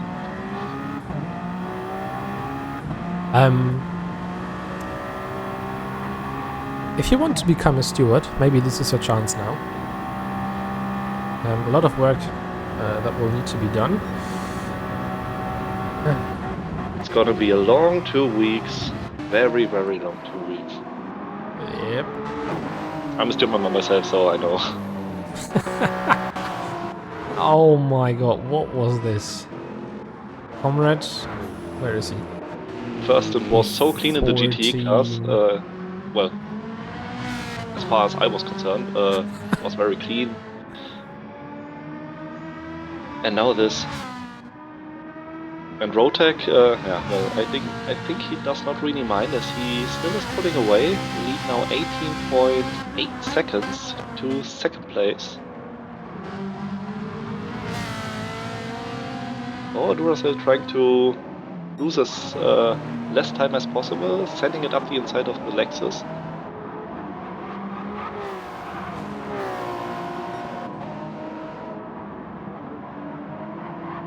Seems like Interlagos isn't the best track for overtaking, but nevertheless, there is one driver that showed us how to lap cars. There are many different others that didn't show us how to do it as well. Nevertheless, Rotec is in P1, leading the field away with nearly 20 seconds to Duracell. Duracell in P2 has got a little bit more than 2 seconds to V-Knife, who is in P3 for B and Racing. Schroeder and Masma battling for P4 are now overtaking F1 Dennis, who is leading the GTE class and has profited through the whole carnage a little bit. Schlossmann, who has been in the pits, getting his damage fixed, now 46 seconds behind Masma and 1 minute and 13 behind Rotec. A spin, damage, a pit stop. Very unlucky start for WSR. I think the situation, what happened in the second collision was that Conrad was hoping for that Klusman will be ghosted out, and it somehow didn't happen. And of course, it was not ideal that Klusman stayed on the racing line. Very difficult to decide. I hope that he does not have brake issues again as he normally has. Oh, there's GT class, and it's the third place car. It's Duracell, and he's got rear damage as well. He picked up the rear damage while reversing from a mistake he made. I wonder what he did, but let us quickly go to Masma, who recovered. How do you get rear damage while reversing? Ah, not really, no. Maybe he touched the wall.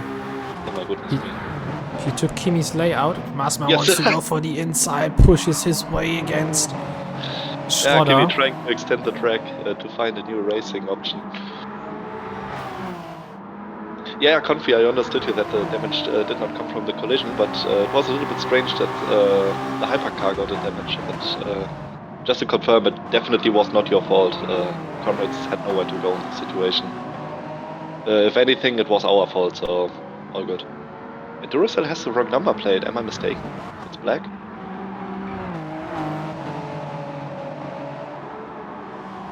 Okay, let me maybe wait for trying to see the replay. Of wondering what happened to Duracell. Going through the grid, it seems like... It only seems like that it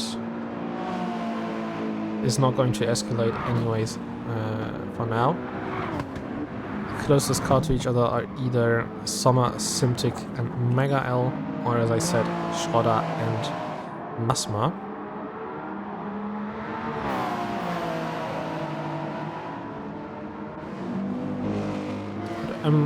Very interesting 18 minutes into the second stint. Yeah, just out of curiosity, was it a little bit more feisty than the first stint? Because I was just driving in my own area with 2 GTE cars, and then there came some hypercars and overlapped me. It was all clean. Was it all around me as well, very clean, or to summarize the beginning of the second stint? It was more action than in a complete first stint. Okay, so we did a good job. I would say everyone would roll there. You did a good job. You did a very good job. So there was some Yeah, stuff that tried. maybe could have been sent in compared to Charles. He was very unlucky, especially in the fight with Vulcan at the beginning. But all in all, I think the first stint was pretty okay. Yeah, as Comfy says, for Comrade it's very unfortunate. Driving the stint now has got damage now. Has got around about 25 minutes to go into the pits, and he's going to still drive with doing damage. solid lap times. He's still in the 31s, 32s, so the lap times are still really stable. You normally I did without damage low 31 lap times, so it might just work out and he will be faster as if he would switch to a two-stop strategy, because you lose about like 25-30 seconds without refueling in the pits, even though you drive more time on fresher tires. Yeah, but the thing is that I mentioned it in the first stint. I think the lap times are pretty heavily influenced by the track conditions that we have. The first one was late morning, now it's afternoon. Yeah, but it's also really cloudy, so the tire wear will not be that as high as if the sun would come out. That's what I realized during my 2 stints, even it was a little bit more sunny. Close call from Klusman. Yes, for Rotek as well. Passing Mega L and Neuer Sommer, and Mega L got past Neuer Sommer because Neuer Sommer had a penalty. That was within the limits. Oh my god. What I can say is what I realized while watching other cars is that many GTE cars cleared the racing line. So I think there still are many people that don't understand that it is so important that you keep your line, because if you don't do so, you really confuse LMH drivers, as they might not have a chance to do anything in the further situation. Yeah, that's the biggest thing talking about hypercar slapping GTEs. If you approach the car and you are way faster, you just want the car ahead to be predictable.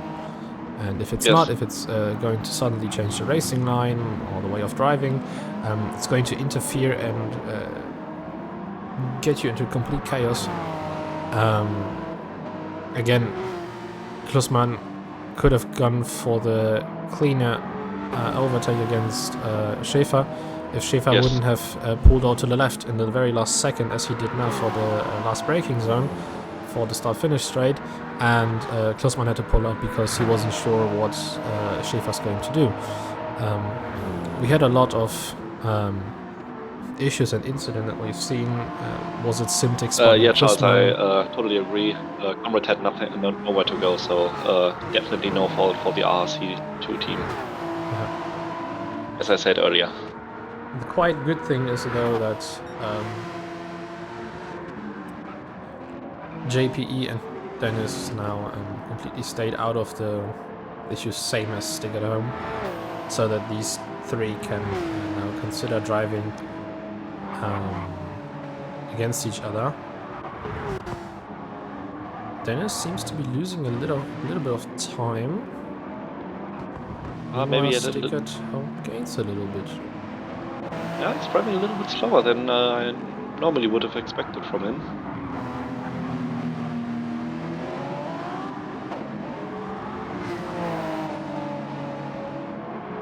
But he's still gaining on the Porsche behind, so you have to keep an eye. And also fuel consumption is a little bit better, but yeah, it's no secret that the Lexus is pretty good on fuel consumption. Yeah. But the Porsche is not that bad either. I think the Ferrari also only did 2 or 3 laps less than the Lexus, which is only on this track like 4 or 5 minutes. And what we realize is that our Lexus has much higher tire wear than the cars around us, so we lose a huge amount of lap time in the further stages of each stint. Just want to mention that Comrade is doing really great lap times for the fact that he's got damage. Yes, I already mentioned it, I think. So 31s are really good, 30s are amazing, but 32 with damage is really, really strong. And he's also saving a lot of fuel. He could easily go up to lap 30, I would say. To keep an eye on the fuel, he's now consumed like exactly half of what was in the tank at the start of the race. Yeah. But comparing it to the others, it's somewhat about the same amount of fuel consumption to all the others. By the way, it seems like it came down a little bit. Let us maybe talk about the liveries. Everyone who's watching the stream, you see a pinned message to the channel, and these two links take you to the most favorite livery of the day voting, where you can decide either for Hypercar Cross or for the GT class which 3 liveries you like the most. Every car is listed, even those that aren't racing, and you can decide whether you like the WSR Lexus. You can, I don't know, decide for this car, the RRC Hypercar. You can decide for the GTF BMW. You can decide for the RRC Mercedes. You can decide for the DLL Hypercar. You have 6 different options because you vote for 3 hypercars, and you can vote for 3 GTEs. And no, you cannot vote for a pink Renault. Should have done that in Road Atlanta. So, no, it was Watkins Glen, not Road Atlanta. Always mixing both of the tracks up. It's kind of weird. Is Otto louder than me? Good. That's good. Yes, you're now louder as well, so it should work a little bit better. I didn't change anything. So it was, maybe it's my fault because I joined and my sound settings are a little bit louder than yours. Even if I can always adjust it. I just Really looked at... interesting is, as I'm now keeping a look on the tire wear, Rotek is consuming a huge amount of tires. Meanwhile, Flive, even though that he has a gap of 26 seconds ahead of him, doing a much better job at managing his tires. Yeah, but to be honest, that's Rotek. He's known for having this high tire wear. Quite surprised that he's been able to do 5 lap stints on the Nordschleife regarding the tire wear that he has. But maybe he's just trying to push everything out of the car. Was there anything happening to Mega L? I think there was something, but I cannot tell you if there was anything. Because he started in P... what was it, P10? I think so, yes. Or no, I think it was P12. I think the car was a little bit further behind than it is Either normally. way, look at the maneuver from Mega L throughout the Senna SS against Simtic. But it's not completed. Oh, he's touched the grass a little bit. The Lexus is still alongside him, and I think he will do the overtake. Unless Megal decides to fight it, and he does so, and overtakes the Lexus back around the outside. Nice But maneuver. very clean driving from Simtic as well. Now they go up into the first double right-hander in the second sector. Mega goes through, little mistake, which opens up Simtic the opportunity to go for a maneuver again. Oh, and As he he left him with does. space. Very Switch good racing there. That's a back in prime again. example of how you race cleanly.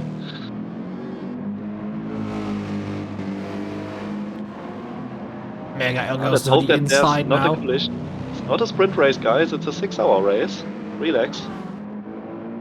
But even though they fight, it's kept pretty clean. It's kept very clean. I think both of them are having a lot of fun at the moment. Now, maybe the switchback by the AMG Mercedes is, like the Lexus is closing the inside, but that's not happening. So the AMG back in front. And now blue flags again, which might ruin this beautiful fight, or maybe even I don't think so. make it a little bit more interesting. Ooh, a little bit of there's a lag for Porsche up Simtic. behind. Where did the Porsche come from? Summer goes for the inside, goes past Simtic. That was a huge lag for Simtic. And Simtic ends up losing both positions after a very clean fight against Mega Eleanor Sommer. Wow. And the Porsche is not done yet, I tell you. I think he will overtake the AMG in this lap as well if he keeps driving like this. Oh, that was very beautiful to see. Yes. But do you see how much time it cost? The AMG did the 134 just because fighting compared to the other lap times which he did, and yeah, just shows you how costly such fights are, even though they are very interesting to watch.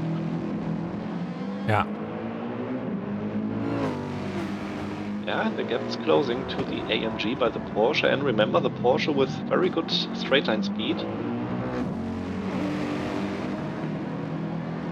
Wind Great is to also an see. interesting fact. Now that the winds come from the east, it's more like, Yeah. close to the optimum. So now they're gaining a big push for the start-finish straight. So if you consider following or going for a maneuver on a start-finish straight, you will have, if you have a great exit, you can fly around. Or what about the start-finish straight? Dennis As well might as now after turn lose 4. the lead as he's got a 1.5 second penalty, and the next car behind is only 3.7 seconds behind. Oh, he's losing time again due to Schröder now coming through. But maybe we will have a loss of the lead in the GTE class in the next 30 seconds. Maybe. Simtek is in the pits, so nearly 30 minutes into the stint, so I think Simtek is going for a 2-stop. Yes. Not the best choice with a Lexus, to be honest, because the car is very, very good on fuel, but let's see if it works out or not. Yeah, but I think it's kind of a setup issue they have, because just take a look at the gears they are driving. I would stay for a second with Dennis for a moment. Confi says that actually out of all cars, Lexus has at best top speed. I didn't think so. Lexus was... Yeah, it depends on the setup as well, because That's true. we have a lot of wing on the car, so it slows us down a little bit. I think maximum speed we did on the start-finish straight was like 245, 247, something like this.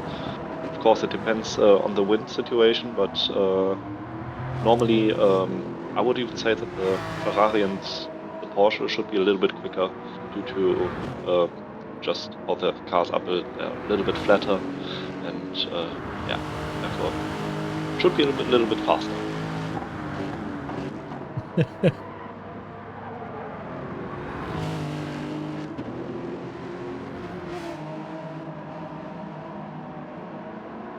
Why the hell? And Neuer Sommer has gotten the AMG as we expected. Big chance. I will play it for you again. Never back down, never what? Never give up. Never back down, never what? Never give up. Let's go! Let's go! So comrade, never back down.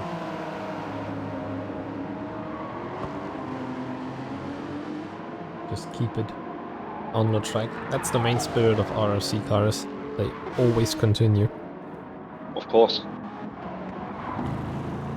Just remember the gap is at the moment like 30 seconds only to the front car in the GTE class, so that after 2 hours means just about nothing.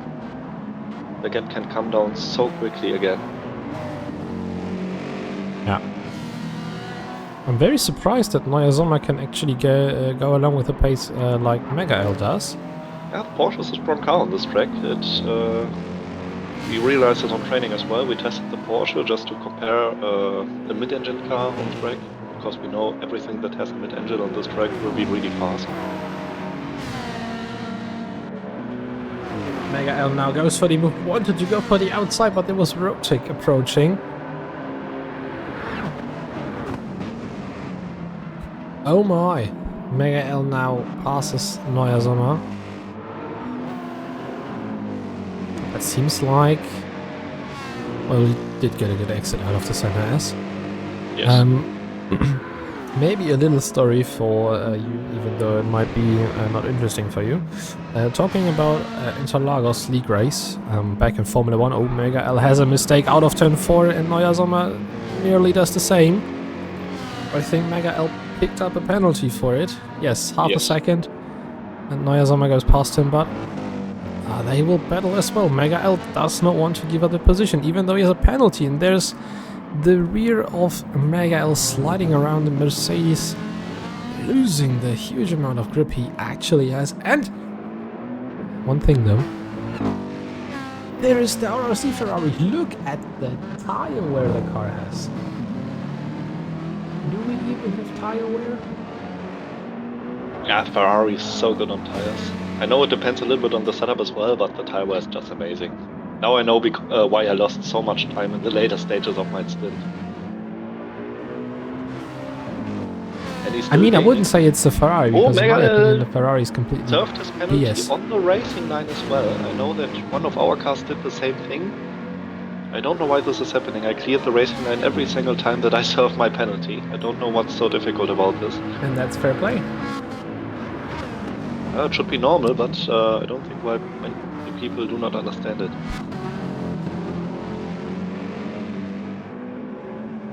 I mean, Comrade has got front damage.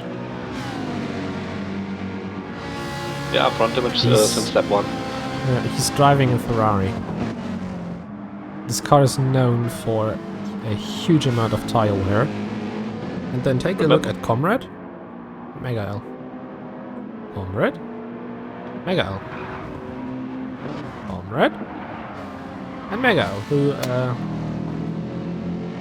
seems to have a lot of issue with the Mercedes. Could it be? That's interesting what's happening right there. I was wanting to refer to the league experience incident I had back in Formula 1. It was the 2018 edition. It was a rainy race, but the issue was that we were driving on slick tires, and out of nowhere the rain started falling pretty heavily, and I was on the start-finish straight. And I already had aquaplaning on the tires, and I wanted to cut the pit lane entry the same as Hamilton did on the Hockenheim ring. And I didn't see that the car behind me, which already had full wets on, was approaching way faster than I was. And I slammed the brakes to somehow get into the pit. And he crashed into me. That his front left tire flew off the car, and he completely ran into the right wall. I got a 30-second penalty for this maneuver. But I learned never brake ahead of a pit zone, even if it's necessary. If you did the mistake, then just continue to drive on. But that's the biggest Interlagos experience I have. Oh, there's an amazing fight now at the moment between Comrade and Neuer Sommer, and Comrade might get the position around the outside. Oh, yes, he did. This guy is driving with damage.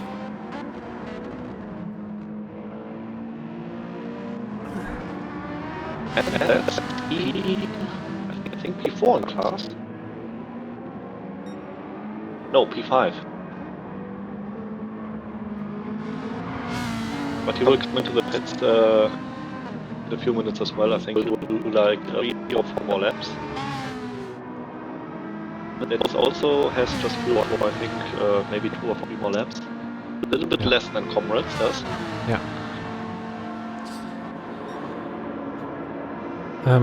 One thing. Okay, Neuer Sommer now tries to retake. And he does so. Is Otaku's voice still lagging? Because I think it fixed it. Weird. Because for me it sounds pretty good. There's no issues at all.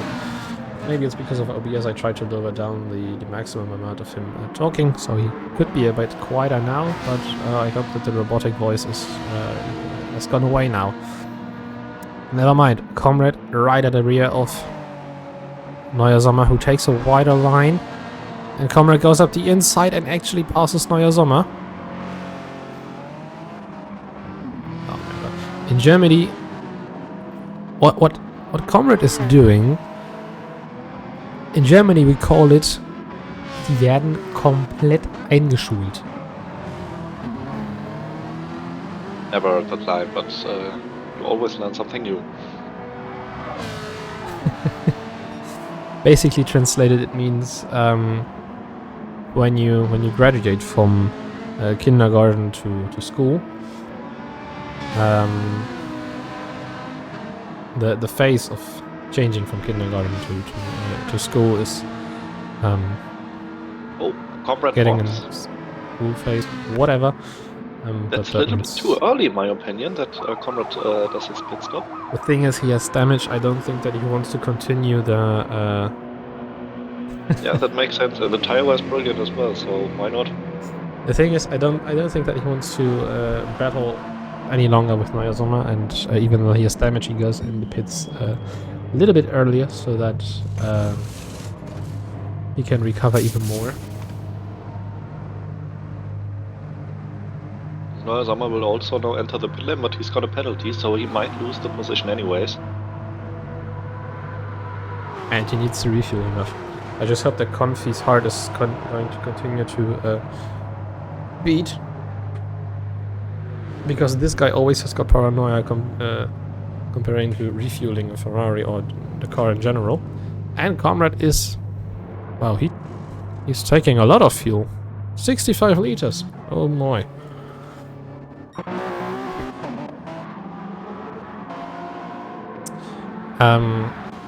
Looking at the field, Sommer has a penalty. I think we can maybe take a quick look at what happened with Duracell if I kept it right. Yes, there's the rear damage. there's Confi's paranoia. I would have taken 70, but it should be enough. Now take a look again. He spun, wanted to reverse, and bonk, there's the damage. Yes, seems like this. Gonna be back in a minute. I'm just doing a quick oil change, let's call it like this. Go ahead. I think all cars should do an oil change after the race. I'm Because gonna do it myself. Because I noticed that my hypercar had very horrible fuel. Hell, Okay, gonna be back in oil. 2 minutes. Sure. Until article returns, let us maybe go quickly through the liveries.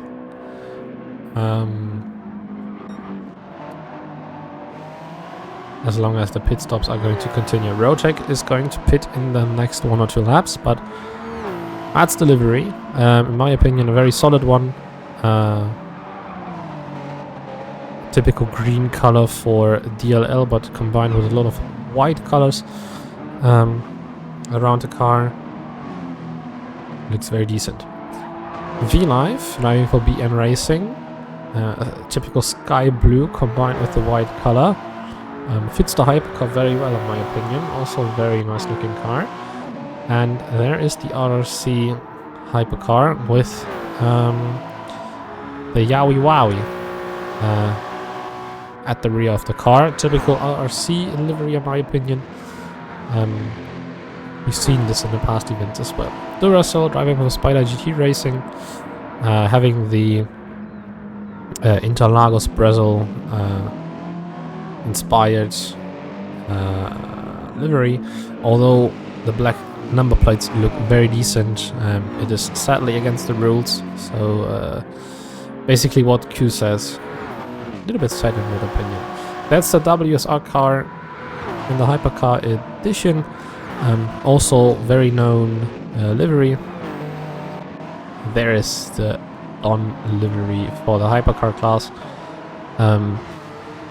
It's the Mazda 787B replica, but it fits the hypercar very well as well. Mega L leading the GT class because he's one of the cars who wasn't in the pits for now, having the slightly edited Mercedes livery that has been done by Nushel, I think. Looks very decent. I like the pink in the black. I've also seen the little logo on So box. yeah, Plexus is right. Box. The pit stops are ahead. I don't know if it's message with the little symbol on it. I think it's pink, it's not purple. Nevertheless, there's the WSR Lexus, also known in the cars already. Dennis was in the pits. Yes. There I just is had a quick the- chat with him, and he swore to me that there was no contact with the Ferrari. I don't quite believe him. Maybe it was a lag, but we will anyway have a look later on at the situation after the race. We will see if there was contact. see. Maybe The stewards are penalize going him. to look at anyway, and that's very much okay. The sad thing is though with Dennis, he is a very fast driver, but throughout the last couple of races, I saw him having a little bit more of bad maneuvers. I don't want to. I must confess, I haven't seen anything of the Nürburgring because I didn't watch the race and didn't park on it. There were some maneuvers in the Nürburgring, to be honest, but never mind. JPE, again, the Brazil livery. Yeah, he's catching up. He's catching up with the Lexus. He's gaining. And Rotek coming into the pits, and I think it will be his only pit stop. Yeah, that's for sure. And there is the DLL Porsche. There's something red where there's been a tire before. Honestly, the DLL Porsche could be my favorite livery of all. Not just because it's my team, but I think that Tom Soft really did a great job. I also like the detail with the red wings, especially the rear wing on the side or at the bumpers. The color mix-up looks decent as well. Honestly, I really like the livery. I also like the livery of Simtek, who's battling with Schäfer, and who made a big mistake. Completely went off the line. I think that he touched the grass on the outside, braking into the corner. But as you see, I really like the livery because in the blue you see some kind of details. Rotek came out in second, 8 seconds behind V-Live and a little bit ahead of Schroeder. Yeah, but Vlive still has to make his pit stop as he's almost out of fuel. That's true. Most important thing is that Rotek still has maintained his gap of around 26 seconds, and I think he will pull away now once again, as Duracell will enter the pits now as well. So it's gonna be interesting. Klusman also 5 or 6 laps away from his pit stop, but just behind the third place car. But of course, now 35 seconds behind the leading car. Ah no, leading car is Flive, so it's gonna be interesting when Flive comes out. I would guess that he will rejoin the track in P5. That far behind? Okay. Yes, you lose most like 35 seconds to P5, and you lose way more than that if you refuel the car. Yeah. Rotek now needs to be careful going past Stick, but did it without any interference. And he has got a lot of time to rest off the field. It's going to be interesting what the gap at the end will be to Klusman. Now it's 27 seconds, but Klusman will have to enter the pits one more time. So I think it would be a huge achievement if Klusman goes to the 50-second line at the end of the race to sum up the incidents he had, to maybe do a little bit of Ergebniskosmetik, we say it in German, which is to clean out the results even though he had a bad start. Can I just mention that Comrades and Dennis' lap times of the last lap they both did are only 6 thousandths apart? Can we just mention that for 1 second? 6 thousandths. The last lap of both of them. I've got a better one. Sakura, Oh my god. better known as Marco, also driving a Ferrari, did a 1:30.5 something. And 3 laps later, he improved his personal best by 1,000 of a second. Fascinating. Imagine having that Yeah. consistency. That would be amazing. Every 1,000 matters. That's true. As Charles would say, 1/10 or 100 of a second. Still hate you for that on the Nordschleife, but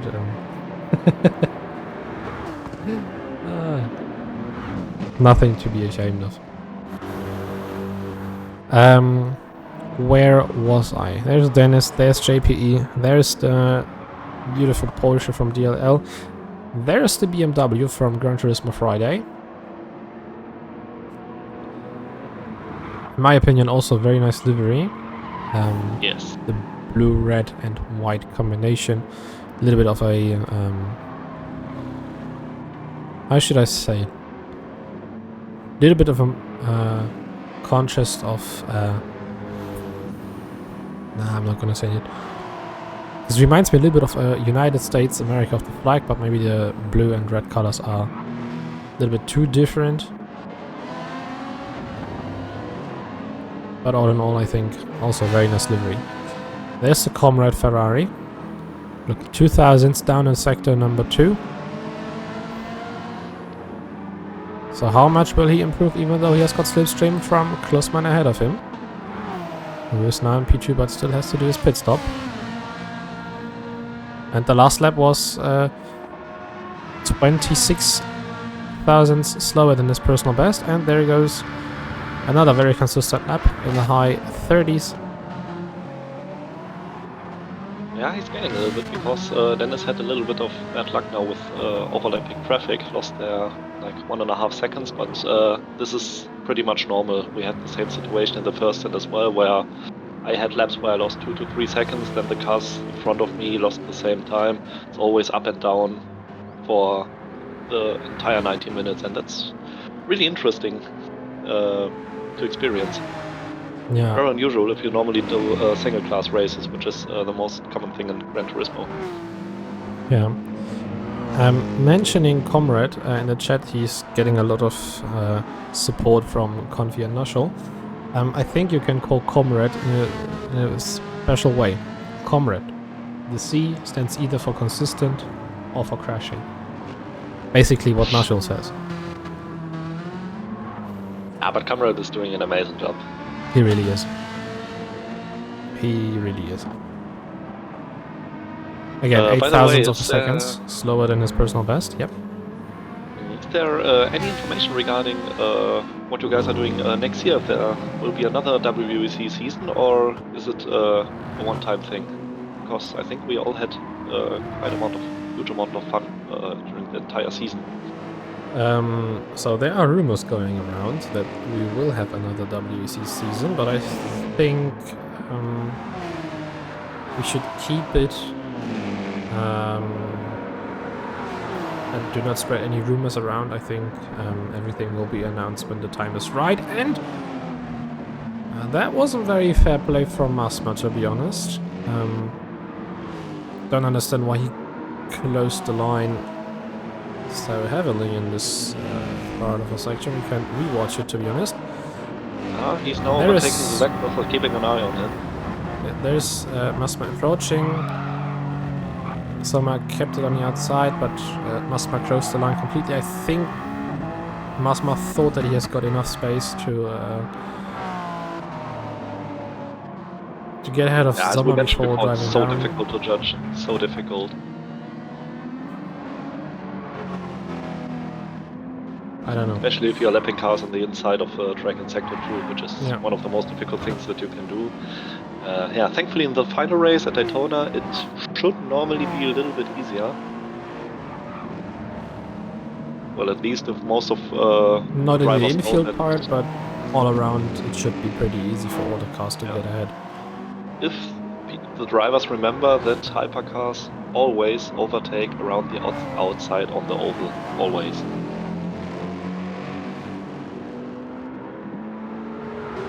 It's like a gentleman's agreement, if I'm not mistaken. We have some NASCAR fans in our team. who confirmed this to me. They also watched Daytona and so on. I guess this might be a introduction for Weltmann Motorsport, who sadly are not racing today because they didn't qualify. They had put in some liveries in the past that were inspired by American teams, either in football, NBA, or I don't think if they even did ice hockey, but they might have. Nevertheless, they... Summer Spun. Donkey Road said Summer Spun. And yeah, he's a little bit far behind. He's now behind Megal. But he didn't lose much time. Maybe it was 3 seconds or so. Yeah, they did. Yes. I think they had Patriots. Kuaku confirmed that he spun in turn 1. Yeah, but as I say, he didn't lose up too much. Although I can say that Summer pretty improved in his pace overall. But I think that he needs to work on his consistency. Especially talking about the DLS season that we have. He has been improving his pace pretty decently. But when it always mattered, he did some mistakes. Wasn't that just the American flag with the white eagle? No, that was from Eric's. That was the Eric's Lexus. Weltmann Motorsport did other things. They had a... I think it was... Was it Watkins Glen? I think they had a Patriots... Hold on, was it a Porsche or was it a other car? I don't know. Either way, they had American-inspired cars. Well, since William isn't driving, their liveries have changed, same as the cars that they choose changed. The last Guzman should time... now be in his in-lap. I think the fuel will not be sufficient for another lap after this one. Yeah, so this lap will be the time he goes into the pits. But Weltmann Motorsport, since William isn't driving, they always consider to change the complete liveries and the cars they choose. So Comrade is closing in on Schäfer, only half a second missing, almost, a little bit more. And now they're both fighting with equal weapons, unless this time before where Comrade had damage. He's really doing a great job in closing in. Only 20 seconds missing to first place.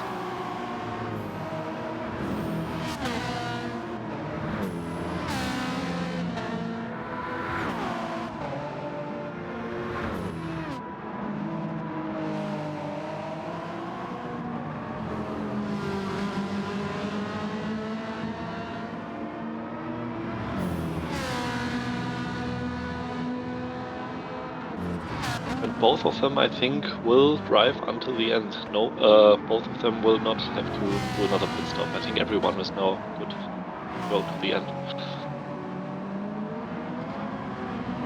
Except one hypercar in the front.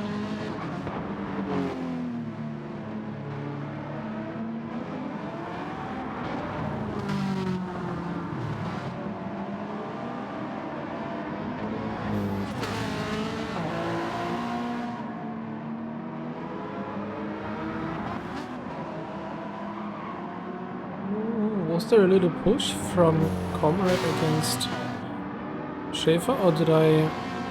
I don't think so. At least I haven't seen anything. It looked weird to me for Schäfer entering the last corner and even gaining out of it. Must be half a second penalty. Let me quickly check. Oh, the that pitch. was a brave attempt of unlapping. Duracell sent it on the inside of Comrade. Really sent it at the inside. Simtic goes into the pits. Is there Yes. anything... Ah, right, Semtic went for the two-stop, I remember. There Yeah, was a he's out small of the- push, but there was nothing... Nothing to major. talk about. Klusman goes into the pits, and maybe that was lag, but I think he crossed the white line on the entry. Let's hope that it didn't happen. Just keep an eye on the kilometers that he made. 16,065.2 kilometers, most of them just for testing. No one comes even close to those numbers. The closest one is Masma with 9,271. That's a lie. Stick has 11,000 on the Porsche.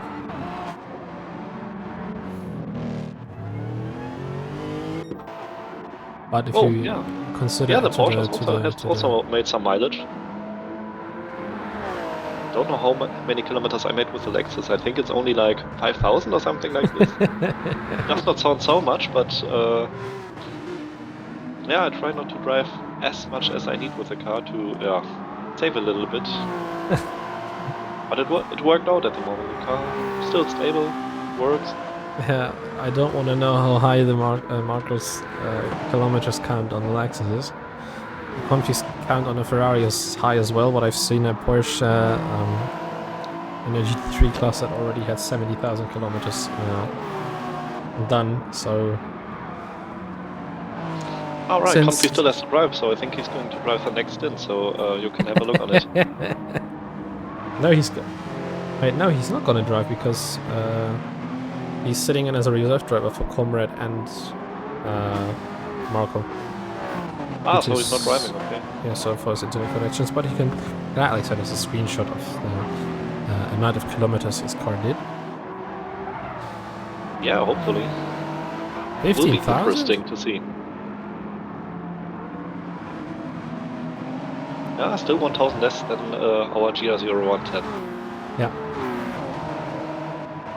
And So, I think it's not gonna take so long until Comrade will get 10th place overall. Just a matter of time at the moment. 10th place means I think 4th place in the GT class, if I'm not mistaken. sorry for interrupting. Klusman goes for the outside line in the center as in turn number 1, but V-Live keeps the car ahead. I was shocked for a second because I thought that Klusman is going to take out the Porsche from Spider GT Racing because he fastly switched from left to right, trying to somehow get past. Oh, there was contact with the Lexus ahead. Oh, and another contact with the line. Oh my goodness, what's happening here? And Dennis has damage. Oh, this will cost us dearly. This will throw us far away, I know this. Yeah, I will have to pit for damage, I think. That's that damage. Was a little bit over-optimistic by both hypercars. Yeah. Interesting. That's gonna be a long talk in the stint break.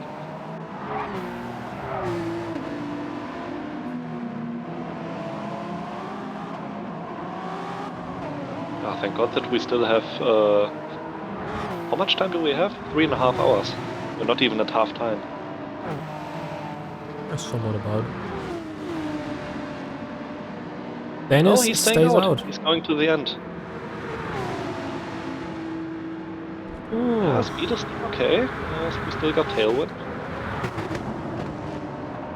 But this ends up in JPE Spider GT Racing gaining its first leading kilometers. Yes. And now it's going to be interesting to see how the Lexus still works, if it has several severe damage or if he can continue. 20 laps to go for him, I think, so he might just stay out till the end.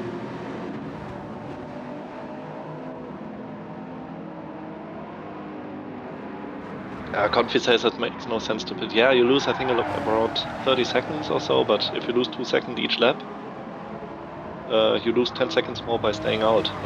So it's not always that easy. It depends on how severe the damage is. And just in this moment, Comrade overtook SAL Schäfer.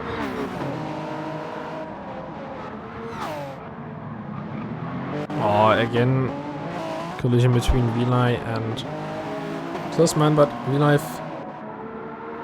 pulls out, lets Klusman drive, and there's a next battle between Duracell and Vili.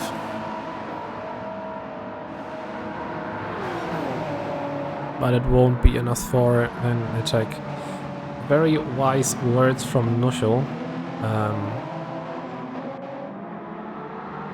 With the half race gone, there's still half race to go.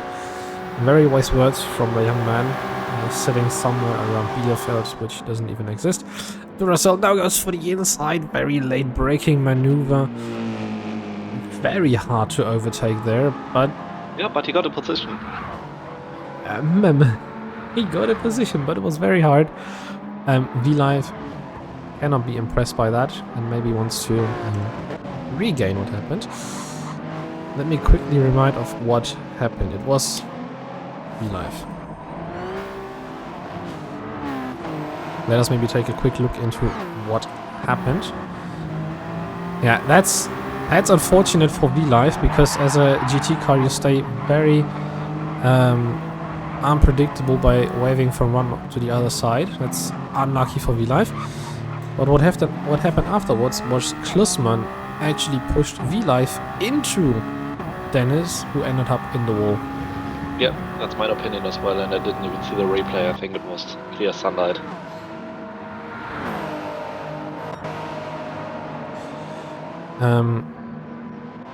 But Dennis still doing a good lap time, so 132.1 was his last lap, so he might just stay out until the end.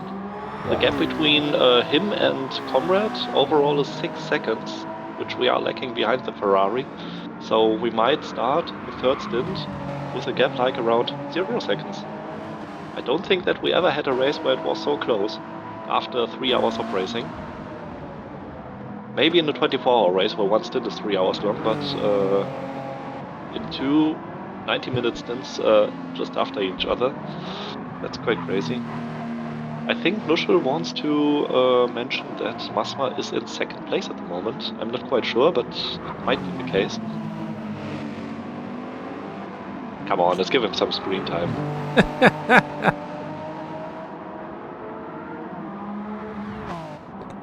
But I think the gap to Rotek is too large. I don't think that he will close it down, and Rotek is still doing great lap times.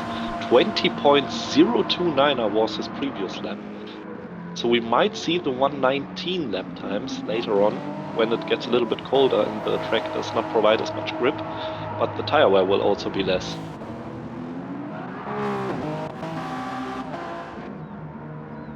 I don't know where Masma is. Where is he? I haven't seen him during all the race. Where is he? Have you seen him? No.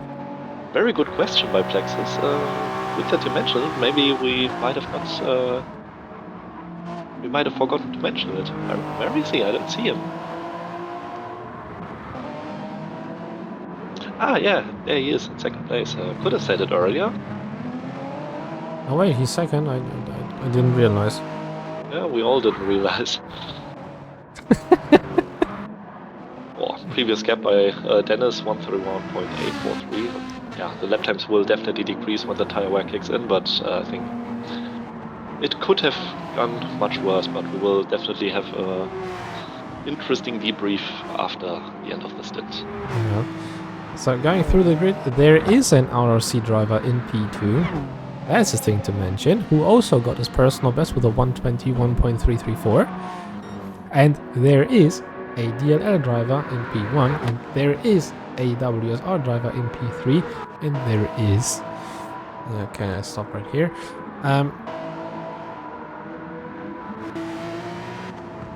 Nevertheless, let me quickly go through the grid, but I think there are no battles for now, if you consider hypercars and GTEs as well. Kind of interesting is that Dennis isn't losing much time with the damage. He still loses time, that's for sure, but I think he got really lucky. It could have gone much worse, much worse. The way he got pushed into the wall, that's true. That could have also been engine damage. Not only that, but also just front bumper damage, which is a little bit stronger. As in Gran Turismo 7, you don't always see how severe the damage is. You only realize it by lap times. It could be that the indication shows you damage, but you maybe lose only 1/10. But it can also be 1 second with That's the same true. digits. That's true. But I think the collision was not so strong with the wall, maybe because there was a tire barrier or something like this. I don't know how relevant it is. What is relevant is that Comrade is closing the gap to Stick at Home. It's only 8 seconds. Maybe he will close the gap until the end of the stint. And Stick at Home also closing the gap to Dennis with his Porsche. At the moment, his lap Look times are at a the little bit lap faster. time that Comrade has set. So the thing is, 29er? are we going to see Comrade beating the 129s, or are we going to see Rotec beating the 119s? Because the lap time 1 minute 30.045. Comrade Yeah, really has got 29s are a lead definitely now. possible. 29ers are possible. We did it in training, but was one of the drivers who unfortunately does not drive with us. Sorry, didn't know that the flags this hard. Didn't know you were so chill. But that's a nice picture. We saw the two fastest drivers from each class driving next to each other, and everything went pretty easily. Masma has got a little bit less than 18-second gap to Klusman. Russell on P4, V-Life in P5. And this could be also very interesting because I think there could be a battle between these two. Skoda in P6, JPE, Spider GT Racing in P1, and is still with damage. Somehow managing to be in P8. Stick at Home, first race in the Digital Endurance Series in P9. And there is a hypercar approaching. It is Rotec. But again, Rotec stays very calmly. Goes now for the inside stick. Shows his right indicator showing that you can pass on the inside. Nice. That's how it's done. And there's a fast Ferrari. And there's Schäfer's ROC also not hypercar. so far behind. He's still keeping the gap within 4 seconds. So if we will have a fight between the Ferrari and the Porsche up ahead, and maybe the Lexus as well, all four will be probably together at the end of the stint. It is possible.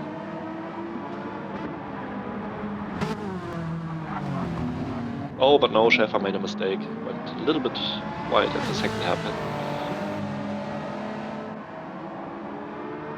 I think Simtic made a mistake by pitting 2 times, but because the pace is not that bad, it's quite good, to be honest. Oh, But I think okay.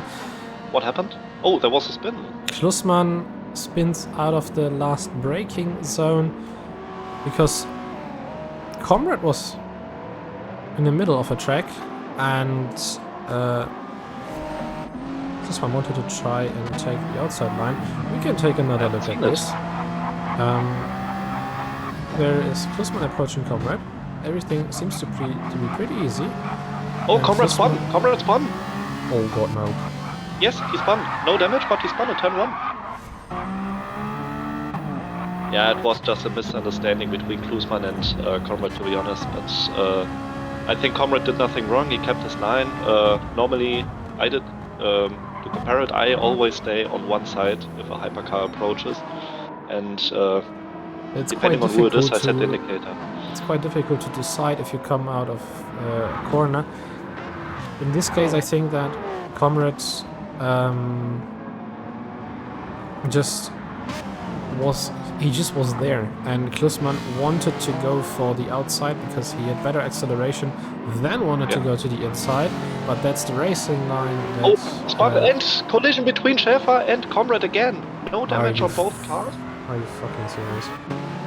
Yeah, small collision. I think it was nothing major. Yeah, both cars continue. But look at the time that Comrade lost. He lost 8 seconds. Yeah, not only with the spin, but also with bumps that he took. There's the next hypercar hypercar approaching. Yeah. Yeah, but Comrade is driving the same line. He's staying more or less in the middle of the track, which is okay. The racing line leads you a little bit outside. That's a normal racing line, to be fair. Yeah. You so can what stay happened a little here? bit more on the inside because it helps and you do not lose as much time. But I think it was just a racing incident, to be honest, between both cars. Yeah, that's basically what I could say as well. We just replayed what happened between Comrade and Schaefer. Schaefer just touched the outside grass coming out of the downhill left-hander before going to the double right-hander in the second sector again. And Comrade just didn't notice this happening and thought maybe he has got a lot of time to pass Schaefer while Schaefer is on the grass. This wasn't the case. Schaefer came back on track and Comrade went straight into him. I just want also to mention that we are still leading the championship with our hypercars, so there is still the possibility for, I think, DLL and maybe Helix, if they do one more race, to still catch up until Daytona.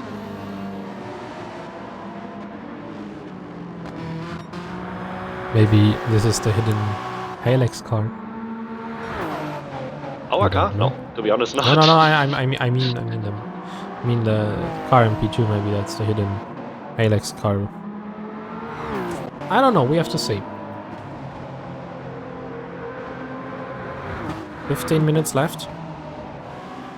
Guzman has got 1 minute and 48 seconds gap to Rotec. It's in 49.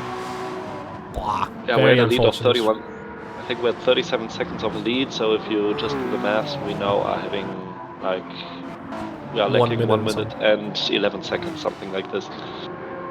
Still not that huge amount, but of course, huge amount of time that we lost, but still 3 hours to go. Anything can happen. We saw this stint, we saw the previous stint. I think the final 3 hours will be as interesting as the 3 hours we just had. That's to true be honest, as well. let's hope so. Until the end, it's going to be very interesting. You are going to drive the next stint, right? Yes, I'm driving the next stint, and Dennis will carry the car home. So hopefully I will have a clean stint and gain a little bit. We should now have the lead in the GTE class, even though it's close. Yeah, depending on if there was a lag or a collision, we might get a penalty, so I will have to open up the gap, but I know for a fact that was it Marco driving the Ferrari before, because the gamer tag was not familiar? TSR he changed his Sakura gamer tag. is Marco, because he changed from Distinct to TSR. Okay. Yeah, Marco will be very, very quick. He showed it in his first stint, but it was really, really good battling with him. I don't know if you saw the overtake I made around the outside, and then he overtook me back at the infield. Was great racing, no contact between us, and hope for another race like this, and yeah, and then hopefully a clean finish. If it is a win, of course, it would be great. Oh, there was a mistake by Stick at Home. Yes, he spun. He went into the grass.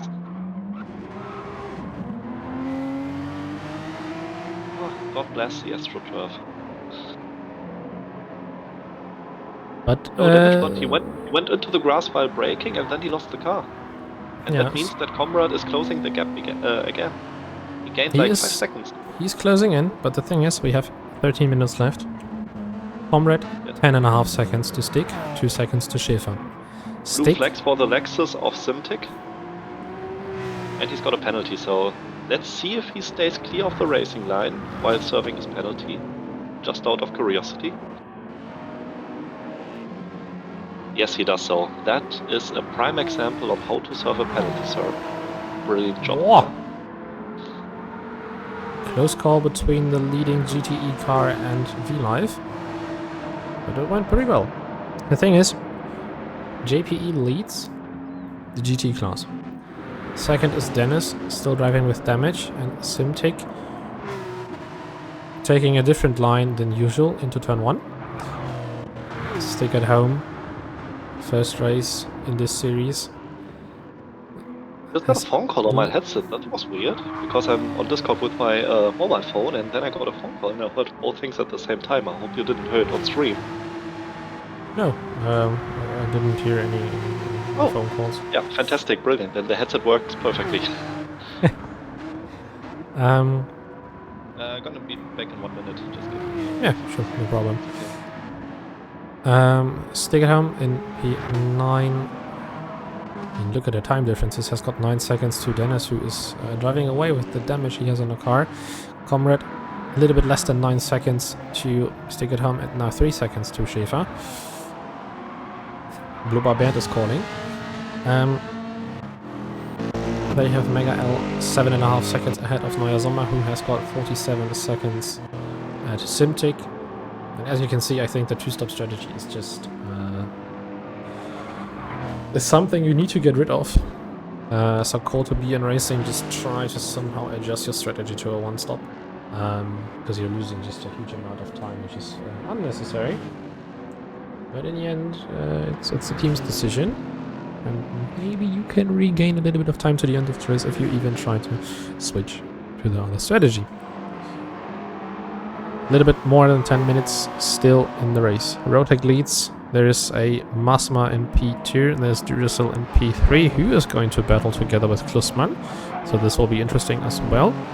V-Life in P5, having his own race, 12.5 seconds and a little bit less than 24 seconds to Schroeder, who is the last hypercar in the hypercar class.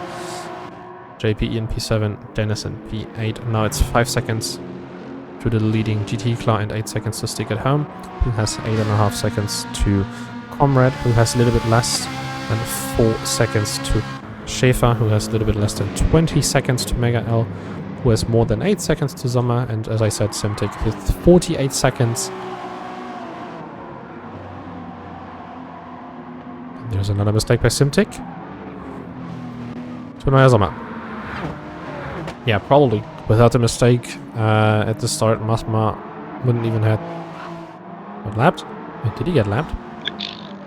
Oh wow, he's going to get lapped. Okay, that's something I didn't notice. Never mind. There's a battle between... because I've muted myself on Discord. I hear you completely. And you're a robot. Oh, you should hear me perfect.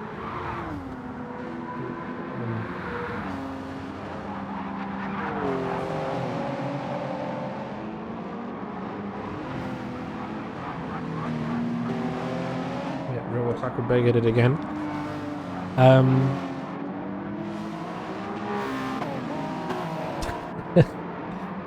Klusman got past Duracell. And now they have the Don Porsche ahead of him. Klusman needs to be patiently there.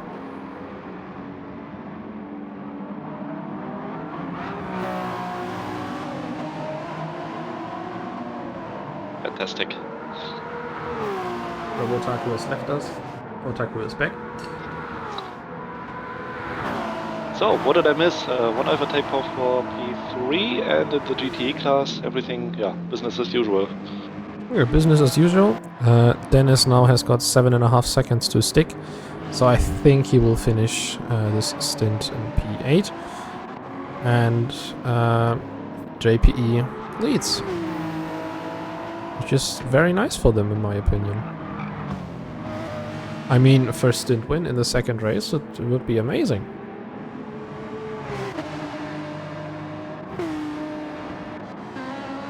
Comrade catching Stick. But I don't think this will be enough to get the position, and small mistake by Comrade. And with that being said, this is the typical streamer's curse.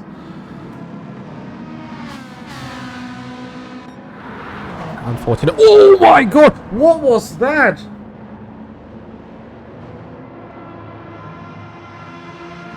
Oh. What happened there? Engine damage? Has there been a collision? I haven't seen one. Can you just clip what happened? Instant Holy replay, please. Jesus. He didn't break at all in the grass, he was completely shoved off the track. Whoever That's is on the another track, situation. please clip it. Please clip it what happened. First look. Masma's Yeah, on... there was the overtake. What? I think it was a lag, to be honest. Can we see the situation from the perspective of the Porsche once again, please?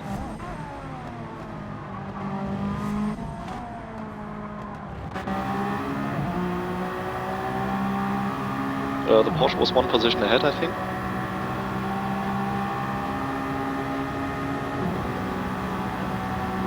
Hold on a goddamn second, what happened? rear view, please. God. Oh no, it was a collision by... It was a and mistake by Rotec takes- Charles. Or did he have a brake failure? Oh my words. So to sum up what happened, Rotec and Oh no, Rotec, sorry, not Charles. Masma were passing the two GT3 cars, which were Stick and Simtic, and Rotec didn't calculate the fact that he was on the inside, didn't calculate the slipstream he had, and completely shoved Masma into the wall. This 'Cause he could was get- straight have back. a huge penalty as a result. That could be a huge penalty. Additionally, he slightly touched Stick at home coming back on track. Yeah, but I think Stick at home has no damage. He got lucky. We could have had a Masma was fatality in doing this great. situation. Yes, Masma Masma was was in doing a great, brilliant but position, and now he's what fallen back happened for there? P4. And now he might even lose P5 as Flife is now just behind. Masma was in the Masma- pits, but I don't think Masma was going to lose this position against VLife because Masma was doing very, very well. I think he will do anything to save his position. I would do it in this situation, to be honest. Yeah. I need to see that again. Holy moly, what happened? But it was just a misjudgment, right?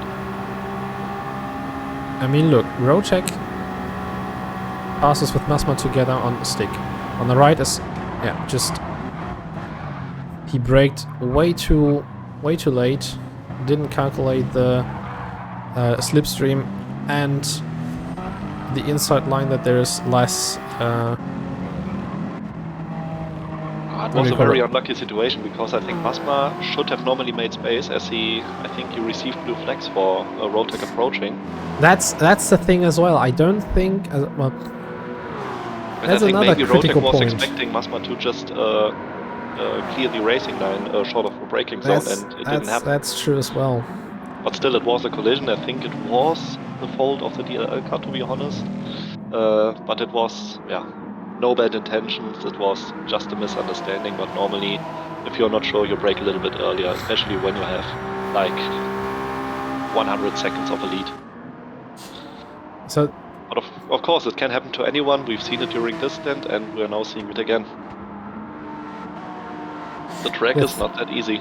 yeah, the thing is, and Bobsy says it without saying anything, Masma's fault isn't at all there in the collision. The No, thing is, that's Masma has to clear the way for Rotec. He has to clear it. Blue flags do not count for GT cars getting passed by LMH cars, but it counts for the cars within the class. So if a hypercar passes a hypercar, the hypercar being lapped needs to make space. The same goes for the GT class. The problem is, they were overtaking the GT cars, which is no problem. I mean, it's not an issue at all. The problem is that Rotec braked way too late. He needs to brake early because he didn't count in the slipstream, he didn't count in the shorter track he was on the inside compared to the outside line, so he completely overshoot turn 1. And even if Masma wouldn't been there, Rotec would have completely missed the corner.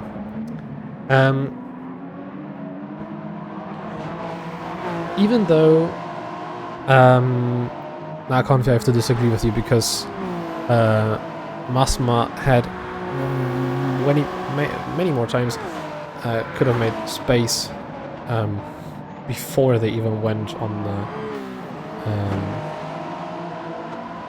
the start-finish straight. He didn't rejoin because he was trying to get how do you call it, an overview of what's happening. Why are the GT cars? Maybe he hasn't used the radar, which he could. I mean, you cannot look into the mirrors if you're not driving cockpit or anything. The problem is, that's a kind of very difficult situation for Rotec. Now, there is a mistake shoving Masma into the wall, but you have to say Masma could have cleared up the space more often. He had many different situations where he could have. Rotec had to brake way earlier. Nushel, it's always the thi- easy the- to say afterward, but in the situation Yeah. you don't think of all those things at the same Yeah. time. The So thing I is, think, Nushel, the thing is,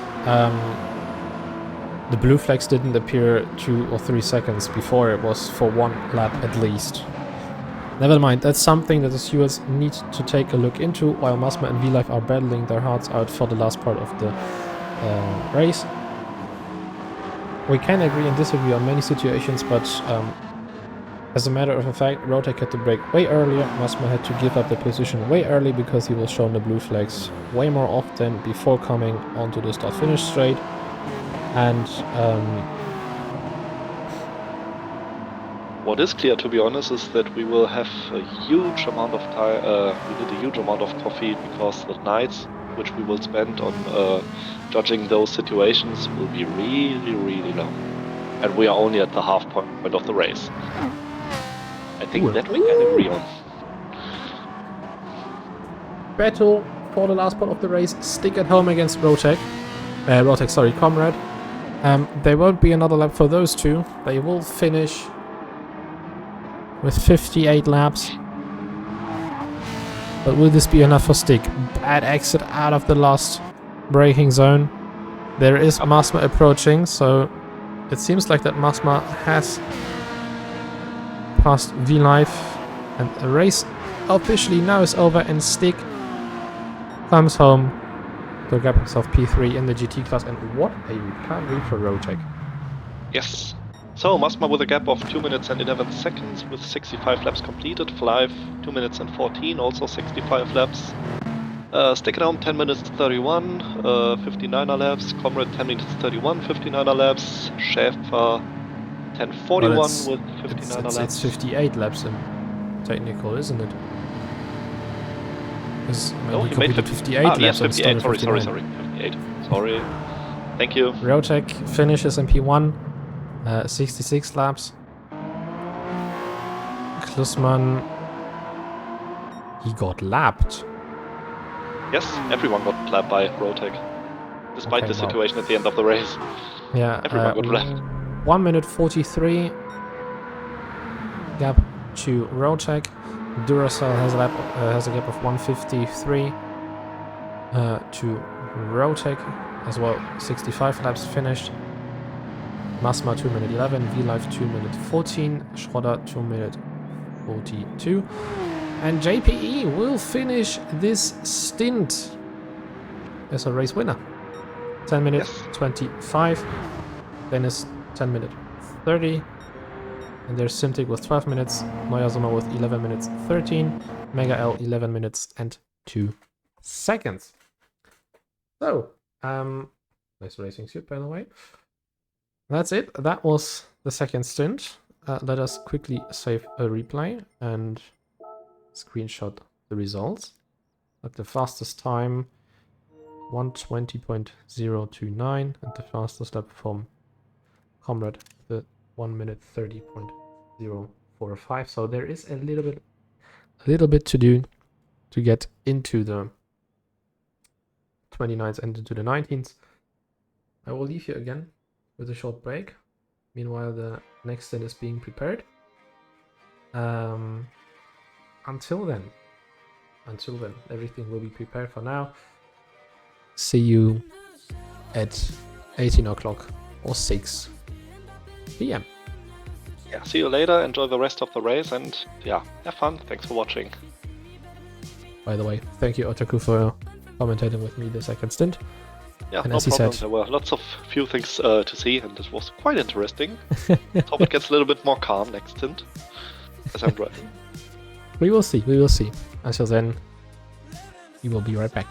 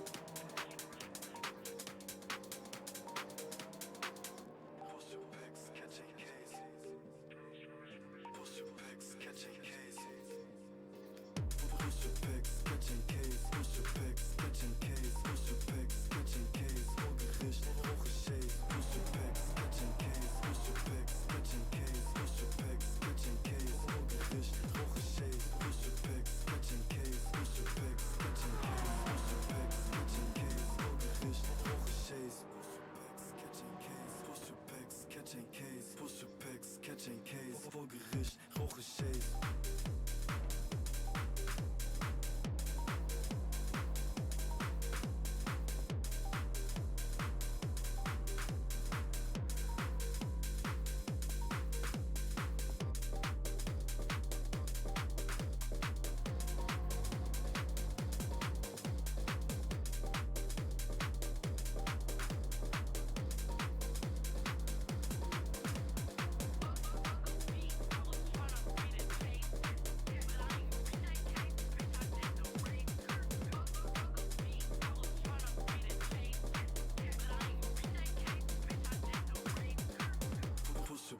Catching case, push your picks, catching case, push your picks, catching case, vor Gericht, rauche Shades, push your picks, catching case, push your picks, catching case, push your picks, catching case, vor Gericht, rauche Shades.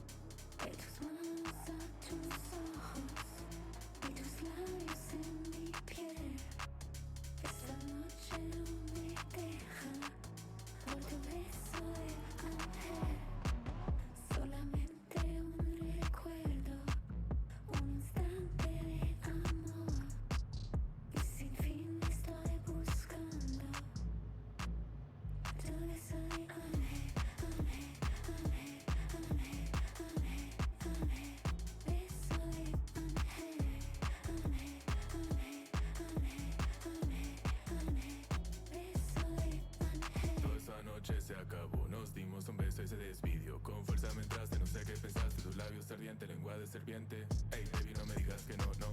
No me digas que esto se acabó. Yo tengo un deseo, tu beso, tu cuerpo y tu amor. De tus manos a tus ojos y tus labios en mi piel.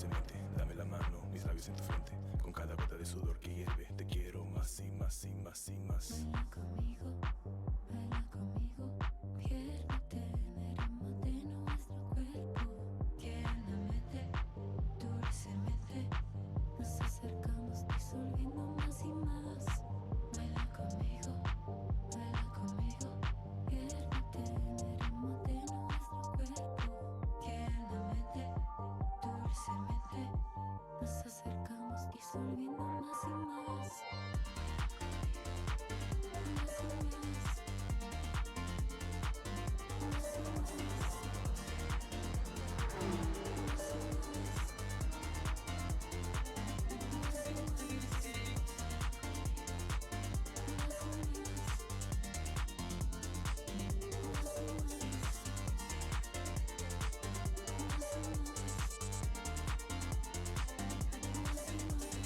Mírame, encuéntrame, dame la vuelta, bésame. En el cielo está la luna alumbrando tu figura y tus ojos van brillando, solo quiero tenerte. Suavemente, lentamente, paso a paso se pone más caliente. El aire hierve, todo se disuelve. Yo quiero más y más y más y más. Miérate, disuélvete, date la vuelta, préndete. Tu cintura ya ilumina el cielo del mío. Yo como un imán me vas hablándome de toda la gente. Diernamente, tu voz en mente, dame la mano, mis labios en tu frente. Con cada gota de sudor que hierve, te quiero más y más y más y más. Baila conmigo, piérdete, arímate en nuestro cuerpo. Tiernamente, dulcemente, nos acercamos disolviendo más y más. Baila conmigo,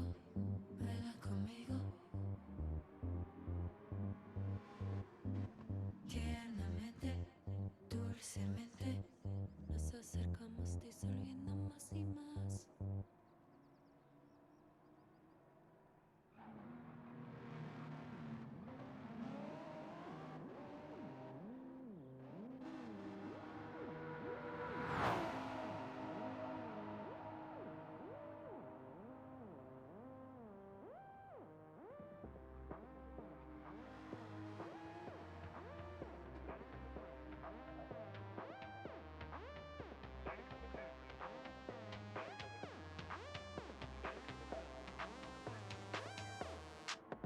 Ladies in the club, I see you. All around the world, I'm with you. Ladies on the floor, we're gonna rip this thing out of control tonight. Everywhere I go, I want you. Baby, don't stop, I need you. Come on, give it up, I'm gonna show you all the things I like.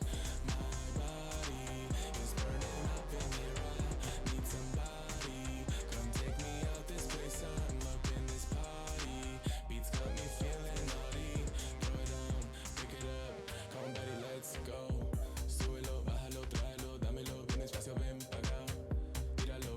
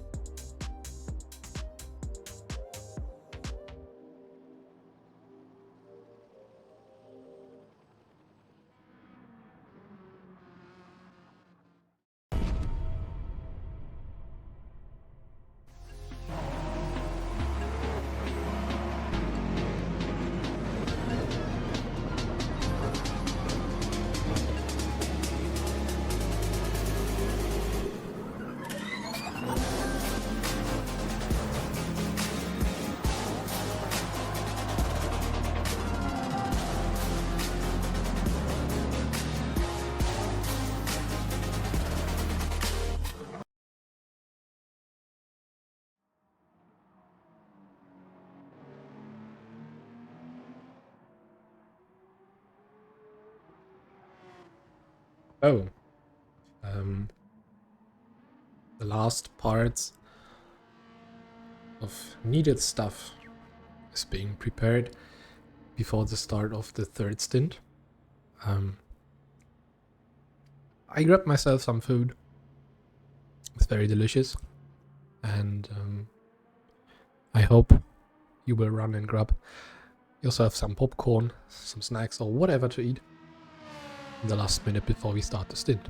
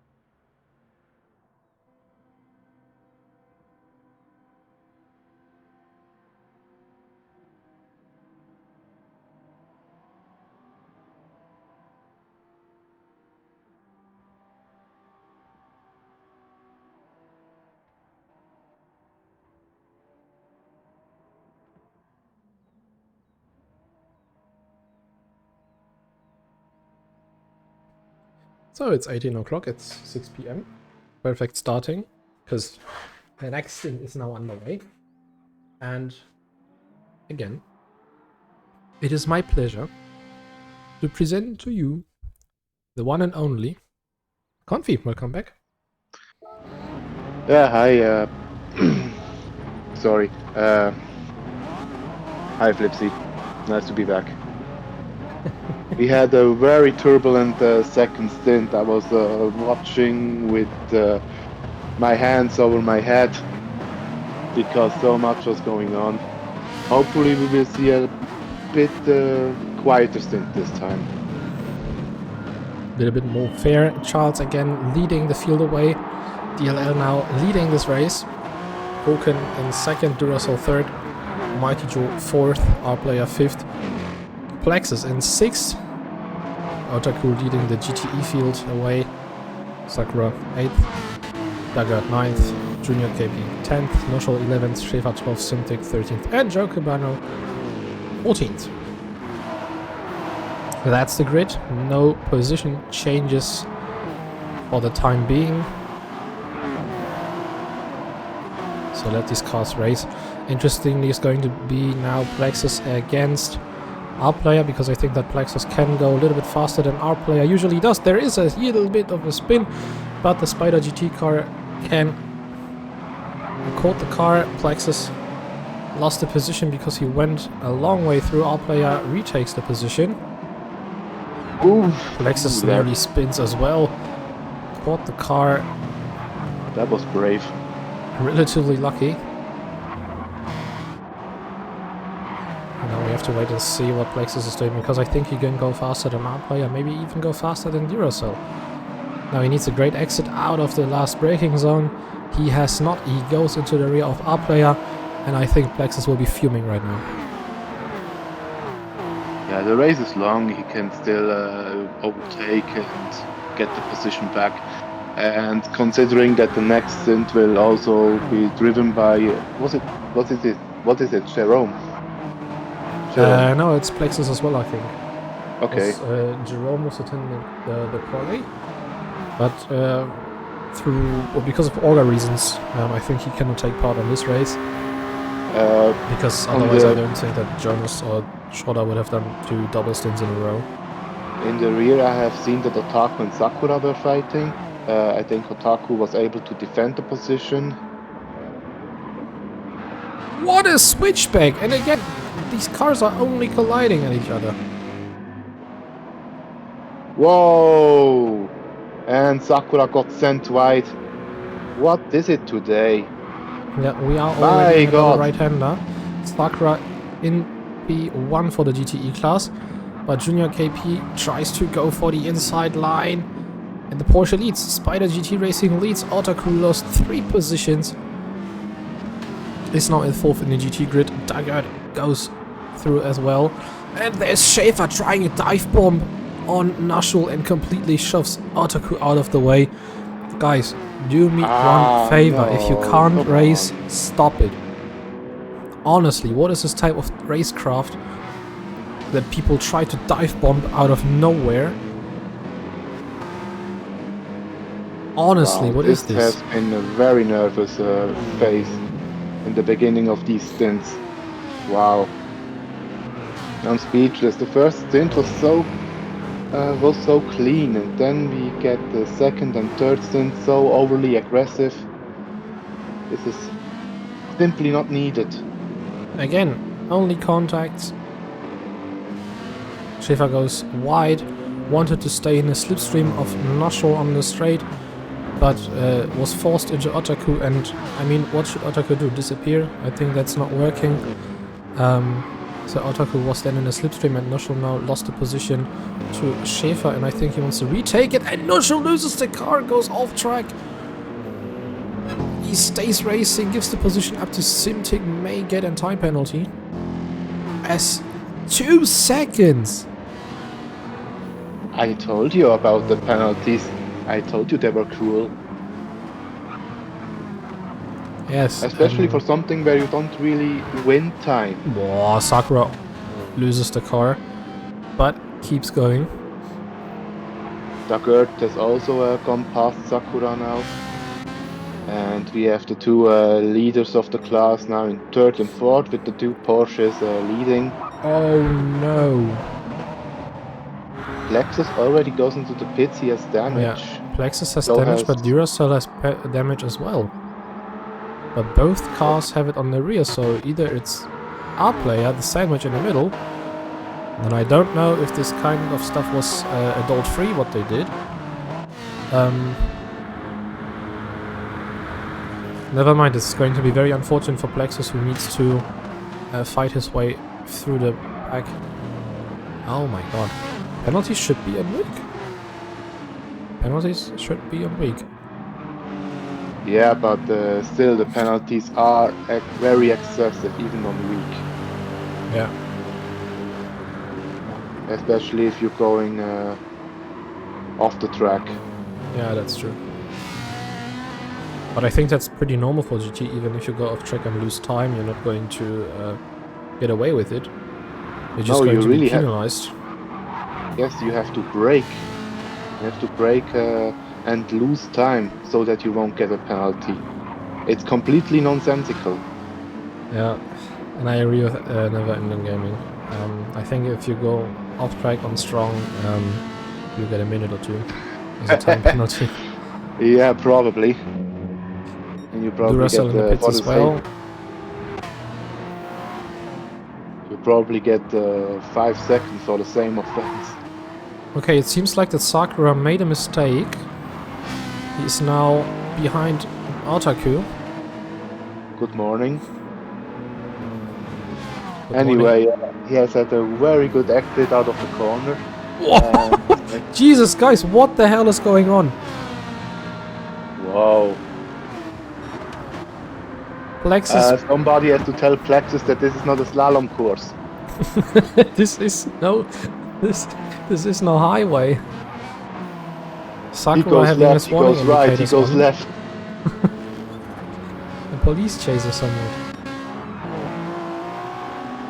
But look at the 1 lap difference that Duracell had. He came out ahead of the whole pack. Meanwhile, Plexus needs to fight his way through. So if Plexus would have stayed 1 lap longer outside, he wouldn't have this kind of an issue. It seems like Don has hired some Ferrari strategists. Yeah, it seems like it. And now Junior and Plexus fighting it completely out, and Junior completely blocks Plexus off.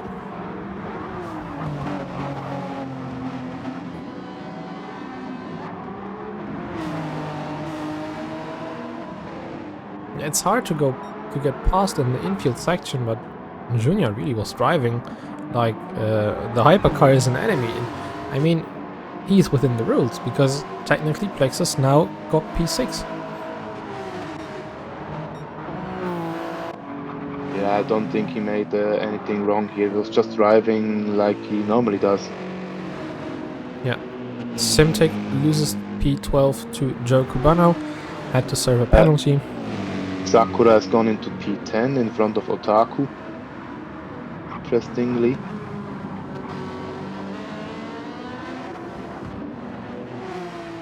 And we have Schäfer in a P9 or P3 in class, which is kind of interesting because Schäfer isn't really the fastest out of the pack, but he's very good in overtaking and making his way through the field, it seems.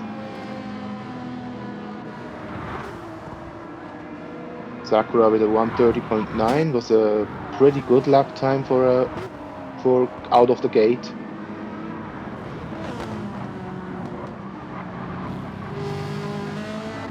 Stay within the track, please. I'm curious if Sakura will do at 129. Yeah, if he continues like this, and if he says that he reduced downforce at the back and feels more comfortable with the car, then it could work. But we could also see Comrade doing a 129 maybe, or even Dennis. All of them are so fast. The field is so close. It's nice to see, but these fights sometimes are just out of the room somehow. Yeah, it's a 130.5. It's already as fast as in his first stint. So, as you said, the conditions could play a difference with the lap time.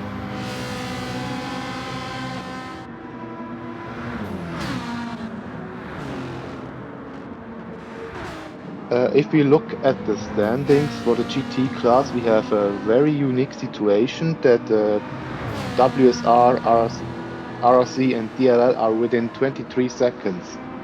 So they are very close to each other. Otaku and Sakura are only 4 seconds apart.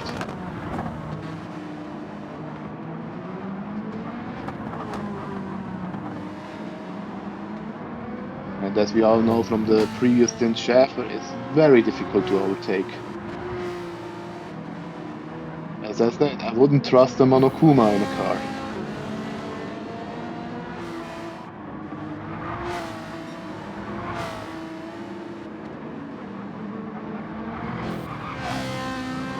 Both Porsches going away.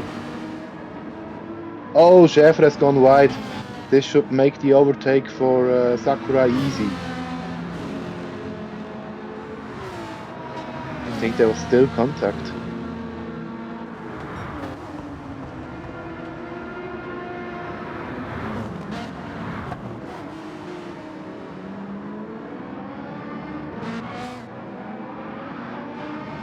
And Sakura now in P9.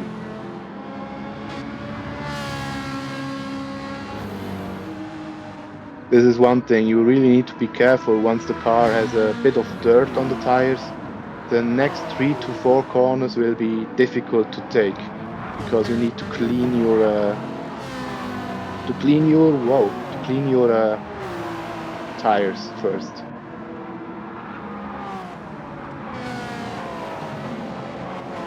And now Sakura has gone wide a bit and has to fight again against Schäfer. And Schäfer got shoved completely out of the way. Otaku now with the advantage can profit from that. Wow, that feels so aggressive.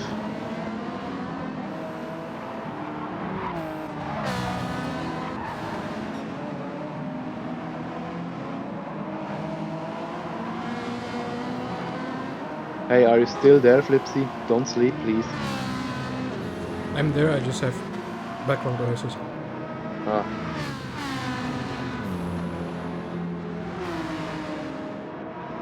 I don't know about this race here, but it's so aggressive.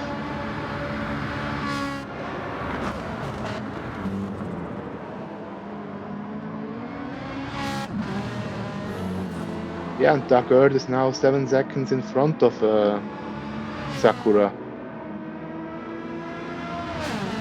That will be interesting to see if there will be, if the gap will close down or if it will stay the same.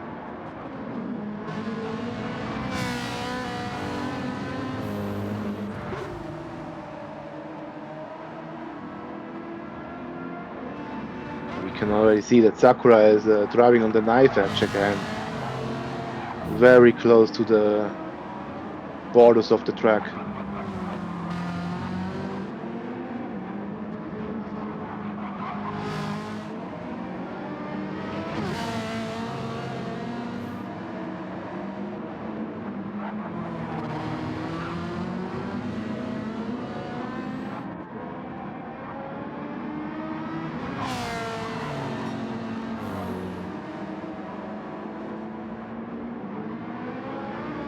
Maybe you can change to the LMH class.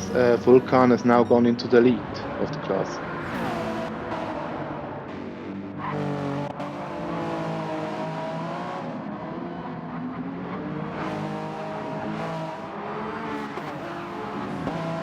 Duracell and Plexus only a second apart from each other. Plexus again with a wild drift. Lap times are pretty good, 121.4.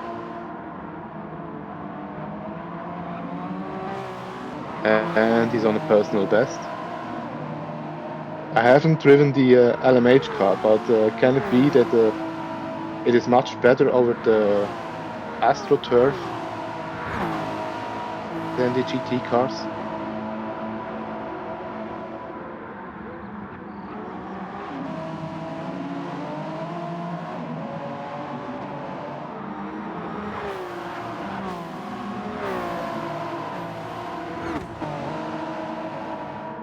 So, I'm back.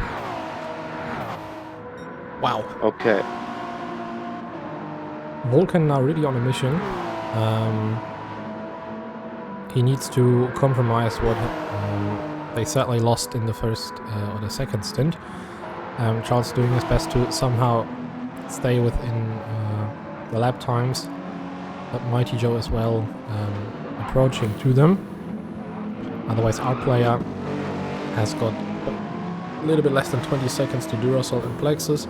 That's because both of them already had been in the pits, and Plexus and Duracell close to each other, so there's going to be a battle. Same goes for Junior, KP and Dagger.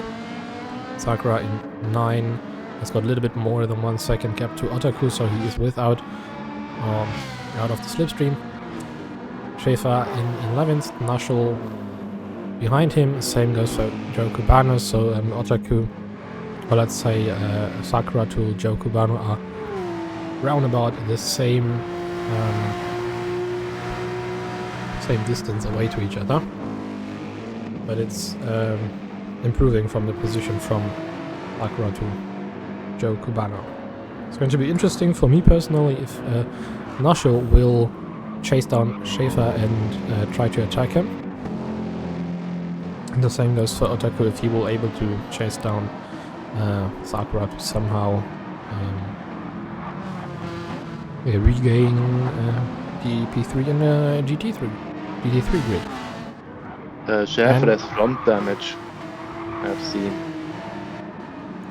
So this should, yes, he has front damage, interesting.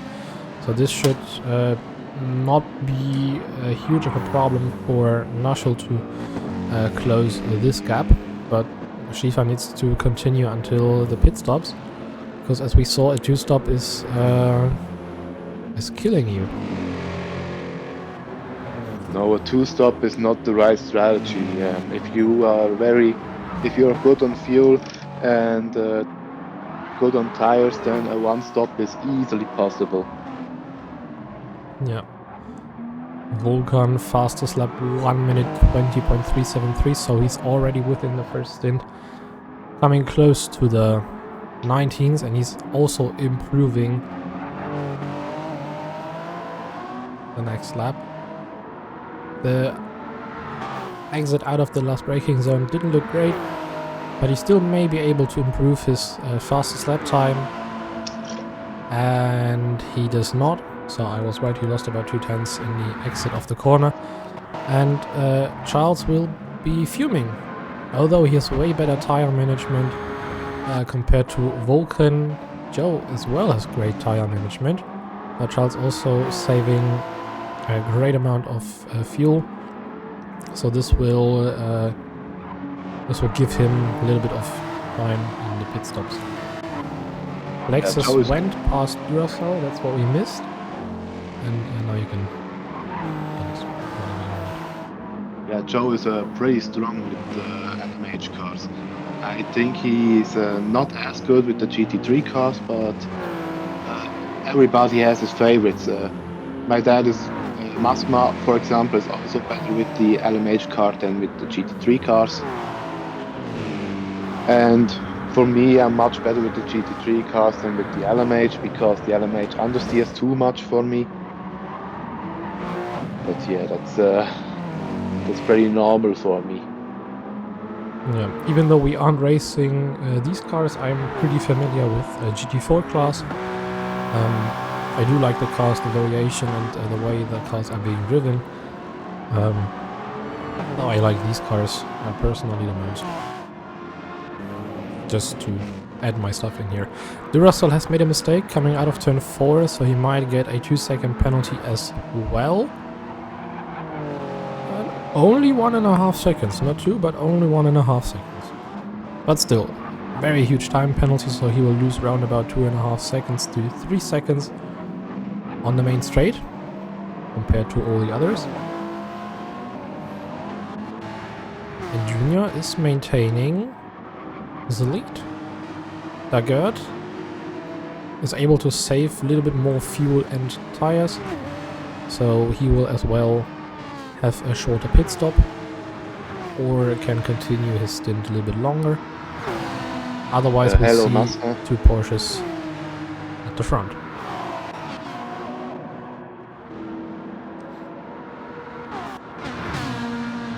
But the thing is that look at Sakura's lap times. Wow, 1:30.1. He's at the same pace like Comrade. Yeah, but Sakura and Vulcan are doing those lap times in the first stint. I think we aren't far away from the 119s and 129s. Yeah, possibly. Masma says that he thinks that it was also his mistake, considering the incident he had with Rotec. To be honest, Masma, I think it's something that the steward should decide. But all in all, you cannot say that that it wasn't Rotec's mistake for braking way too late. But the other honest side is that you might have let him through way earlier. You know what I mean? I mean, that's maybe a kind of in perspective. Masma is saying it as well. That he might have let him go. But still the incident happened. Maybe it will something, maybe it will be considered for the stewards. Otaku has lost a lot of time. Now 5.5 seconds. What has happened to him? Okay, maybe he was just out of the corner. No, he had a time penalty of 1 second, had to serve it. Oh, I didn't see that. It's good that I have a replay option. Yeah, you're also 3 seconds in front of me, so That's it's true, difficult for me. Yeah, about the incident, I think it will be sent in and then will be watched by the steward. Until then, we cannot say if there is who made the mistake or who's at fault. We can look at it then at the end of the race. But for now, let's not talk about this and concentrate ourselves for the race now.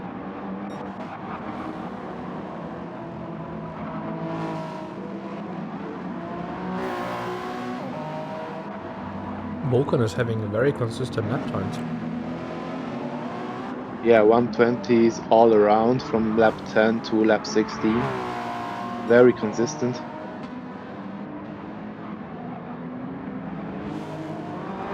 But could also be because he had less traffic in these laps, because lap 8 and 9 were slower, maybe because of traffic. And I think for the hypercars, all 8 to 9 laps, they are going to see some GT cars.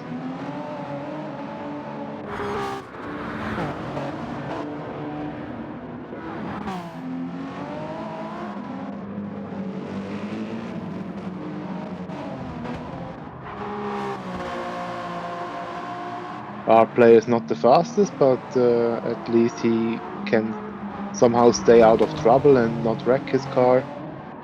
Plexus now with the faster pace should come closer to our player, and Duracell range pace from him.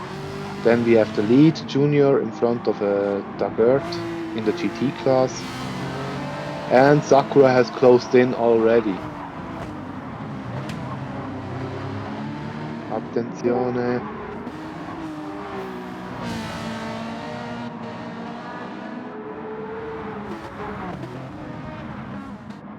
I mean, if you look at Sakura's lap times. Wow. Yeah, 130s, they are very consistent and extremely fast. Yeah. Like we know that from Sakura. Also, do you know who Major is? Who? Major, who is with us in the chat here. Not anymore.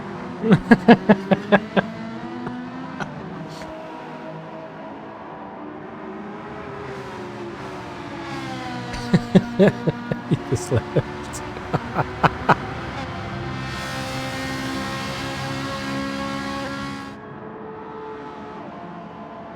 I don't know. Yeah, maybe because you are in main voice. Maybe we should move to the live stream voice.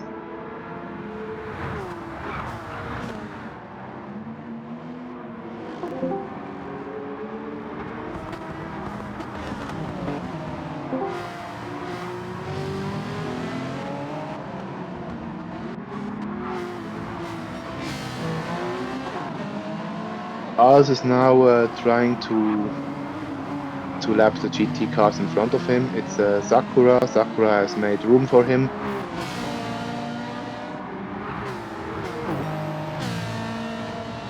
The two Porsches in front.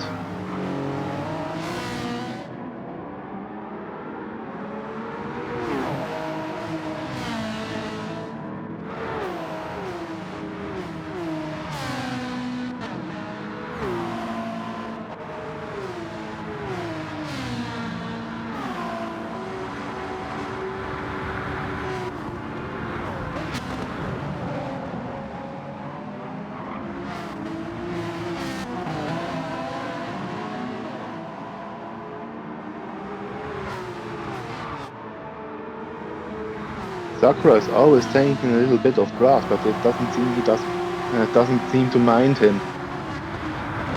Which is quite interesting, to be honest. Because maybe he's using all of a track that isn't calculated as grass, but it's only shown graphically. And maybe he has got a little bit of luck, fortune for that. Nevertheless, Sakura is closing in on Dagert, and to be honest, if I would be in a situation of Dagert, I would let Sakura by, because I know that he's going a pace that I cannot maintain with. And maybe hope that Sakura's going to attack Junior and maybe get some profits out of it. Because of these two battle then in front, instead of Dagert and Junior, maybe a situation opens up where Dagert could pass him, because Junior and Dagert are somehow going the same pace.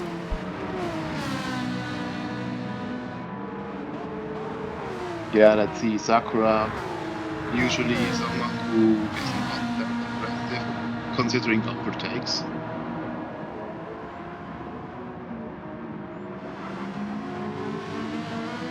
Seems like that Sakura can brake so late with the Ferrari.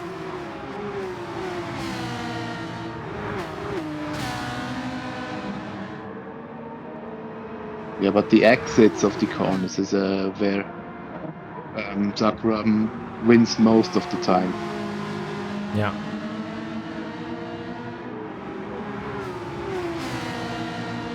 Again, closing down pretty heavily. Both Ooh, Dagger and mistake by Sakura. Dagger. And Sakura goes for the inside line and is ahead. Beautiful move by Sakura. Little mistake by Dagger and he just completely sends it on the inside.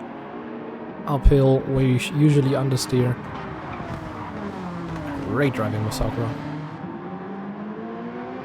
You don't understeer there with the Ferrari. You oversteer. Yeah, it seems like he really got rid of the rear downforce. Yeah, that would help him not only this way. It will not only give him more oversteer or less understeer. It will also help on the straights. He will lose. He will gain 1 or 2 kph on the straights because of this.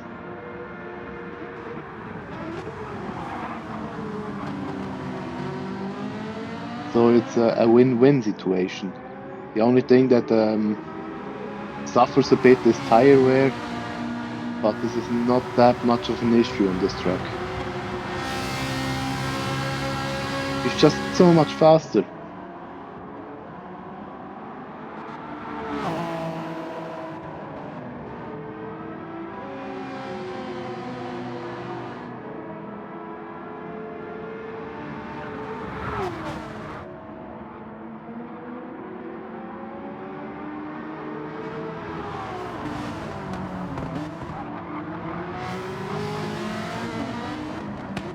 While we were talking about understeer, have you seen the track banners here? No. You have to look at them and see how many understeer sponsoring are on this track. Really? Yes. Oh, Joe is in the no. pits. Ooh, he has damage. This can only mean that he's touched something. What we And also Schäfer didn't see, still Black has Ghost is- damage.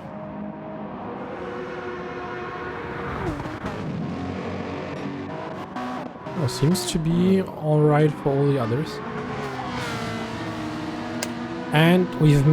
No, we didn't miss. Sakura went past Dagger earlier. But now Sakura is trying to close down on Junior. And this is what I meant for Dagger. He has a little bit of a gap to both of them so that he can react in case anything happens. But he could use, or try to use Sakura as a car to somehow go past Junior. Meanwhile, Dust Velo joined the chat. Hello, hello. Welcome to the stream, my friend. Yeah, I'm commentating with DLL Flipsy, or to be more correct, DLL Flipsy. Sakura has spun! No!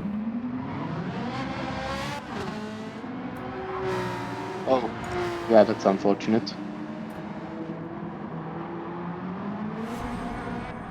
Luckily no damage, so he can continue.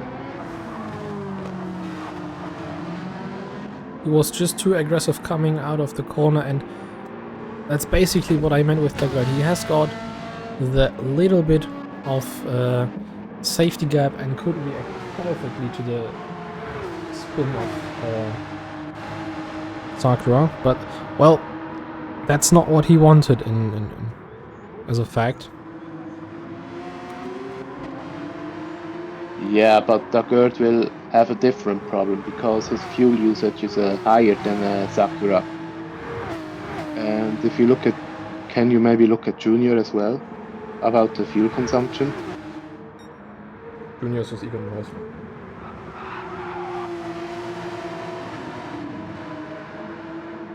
Oh, okay, yeah, they need to pit quite soon.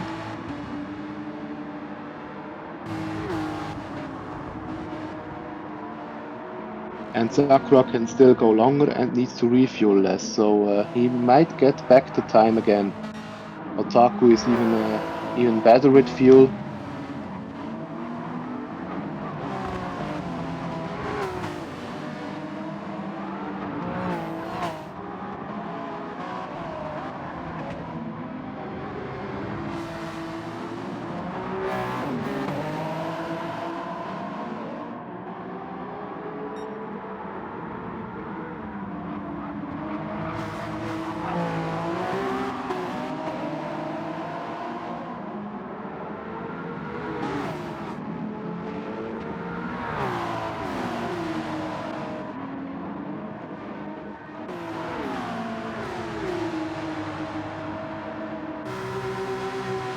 Bird now only half a second behind Junior.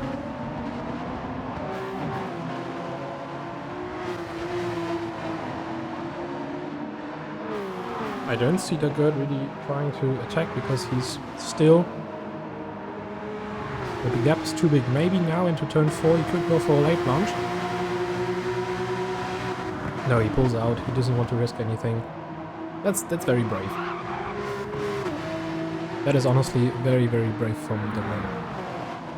It's brave to not attack. Yeah, I mean for a battle that seems to be unnecessary because they both lead away. Dagerd is not really losing behind Junior. So the way that Dagerd approaches could be that he's putting Junior under way more pressure than Junior wants to, and even waiting for a mistake or trying to attack in the next straight could be profitable, because now I think Junior will still go into the pits, but as of now Dagerd could stay in the slipstream and into this NS. He could have tried to attack him, but you see, Junior goes into the pits. Calculated it perfectly.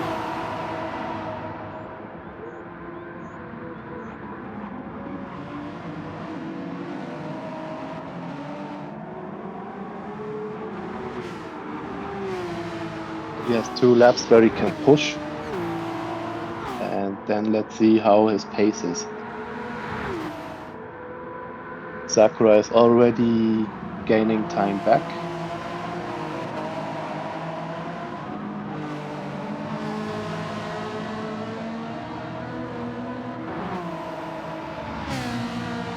And is putting on the gap to Otaku again. Otaku 12.5 seconds in front of Nushel. And Nushel, he did a very quiet race at the moment. Very quiet, but effective. He's trying his best. 6 seconds ahead of Joe Cubano, who also has a very impressive stint.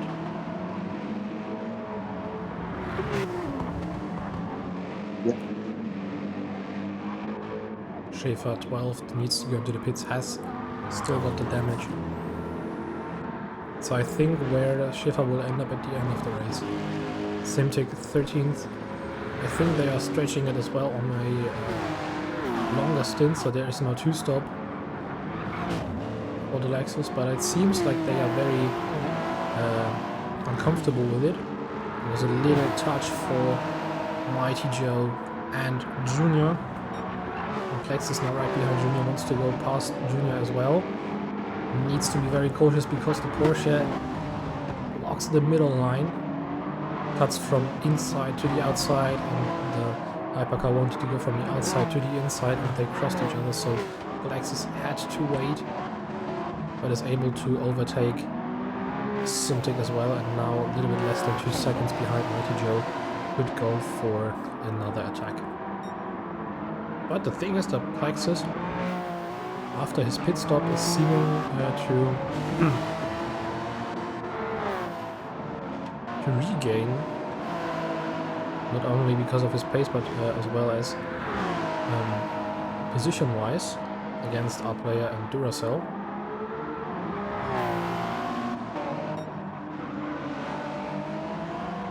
And I don't think that Plexus can catch up to Mighty Joe after he pits once more. But he will make up a lot of ground compared to the Spider hypercar and the RRC hypercar. Charles in P2. A little bit more than 15 seconds to Vulcan. And now laps Sakura and has less than 50 seconds to Mighty Joe. And Charles as well needs to pit. But look at the fuel consumption and the tire wear that Charles has. And compare it with Vulcan. It's unbelievable. And Vulcan has a little mistake. Ooh, that was nice. He's pushing too much, I think. He's pushing too much. Yeah, I think for 45 minutes stint, it's okay to push that. Front You're tire very wear quiet, isn't that good, it's better. so front tire wear isn't that good, so we might lose a bit of pace here, especially in the technical section, the infield. But of course, in the straights, he won't lose any time. And if you look at Charles, his tires are much better. Fuel, he has a bit more fuel, so he needs to stand less long in the pits, which is also an advantage. But in the end, I think the advantage of Vulcan is too big, as if Charles could make a difference here. Yeah. We will see. We will see. Consistent driving always pays off, as I heard. Yes, Dagert is now in the pits. Sakura has gone past.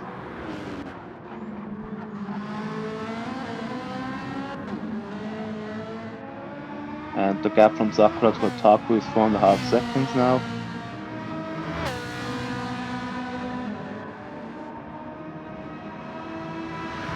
Yeah, this battle is very interesting because it's so close between these two drivers. Between those two teams.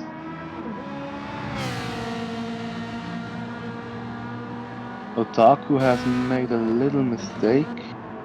He has been off about 3/10, which he won back because of Sakura going a little bit wide here.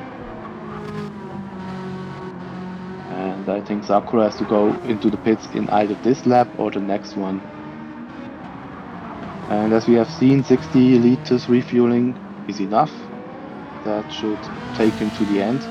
Duracell now in the pits, P5.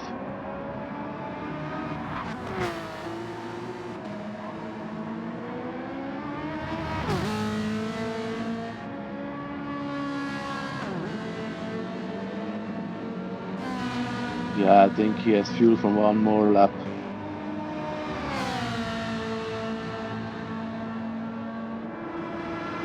By the way, just to mention, you guys can still vote for the 2 most favorite liveries of the day. You can vote up for 3 different liveries within the class. You can vote for the hypercars or for the GT cars. Links are attached to the message in the stream, so be sure to check that out as well. In case you want to, of course.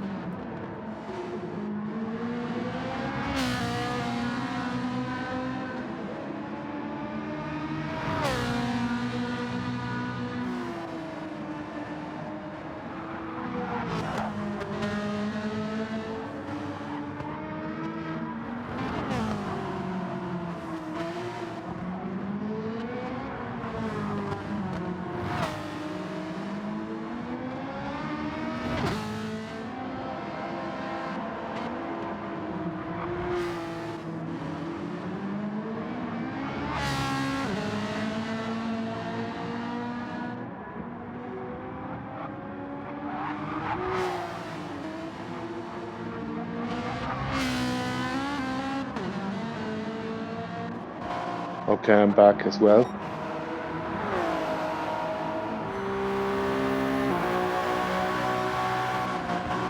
Were there any changes in the 2 or 3 minutes where I was away?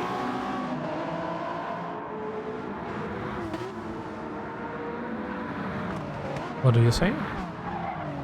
Were there any changes in the 2 or 3 minutes I was away? No, there happened. Well, in my opinion, nothing happened. Besides that Duracell was in the pits. And is now in the Sakura is last not time on. car. Yeah, Sakura's still out, Otaku as well. Joe was in the pits, Schaefer was in the pits, Stint in the pits now. I hope for Junior was in the Sakura that pits. the fuel is lasting that long for this lap. Yeah. Wow, Otaku goes off track a little bit. Same as Schaefer. But it seems to be enough. It seems to be enough. Schäfer should stay behind because he's lapped. Yeah. He shouldn't attack.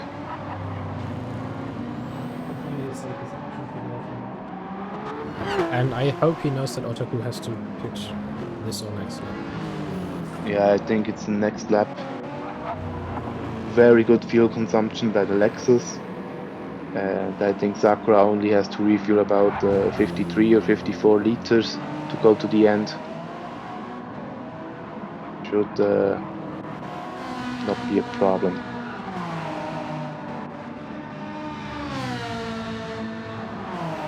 I think he calculated it perfectly. Yes, absolutely perfectly calculated. Yeah, now just refuel about 53 or 54 liters and then this should be enough. Otaku, as expected, goes for another lap. And now let's see what Daggert can do, because he, of course, was longer in the pits. He has lost a bit of time due to that. He is 55 seconds behind Sakura, who is still standing and refueling. Whereas Daggert comes to the full throttle section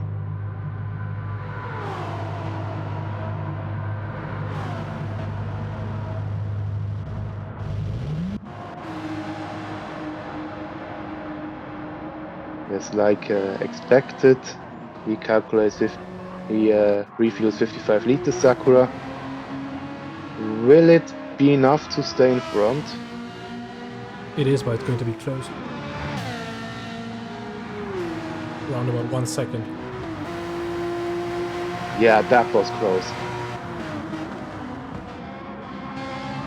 So Sakura now more or less in the net lead of the class. Otaku still needs to pit. Of course, he has to refuel less. But if he can come out in front of Daggert, will be difficult. Also, against Sakura will probably not be enough. But to be fair, I don't think that Otaku will come out ahead of them.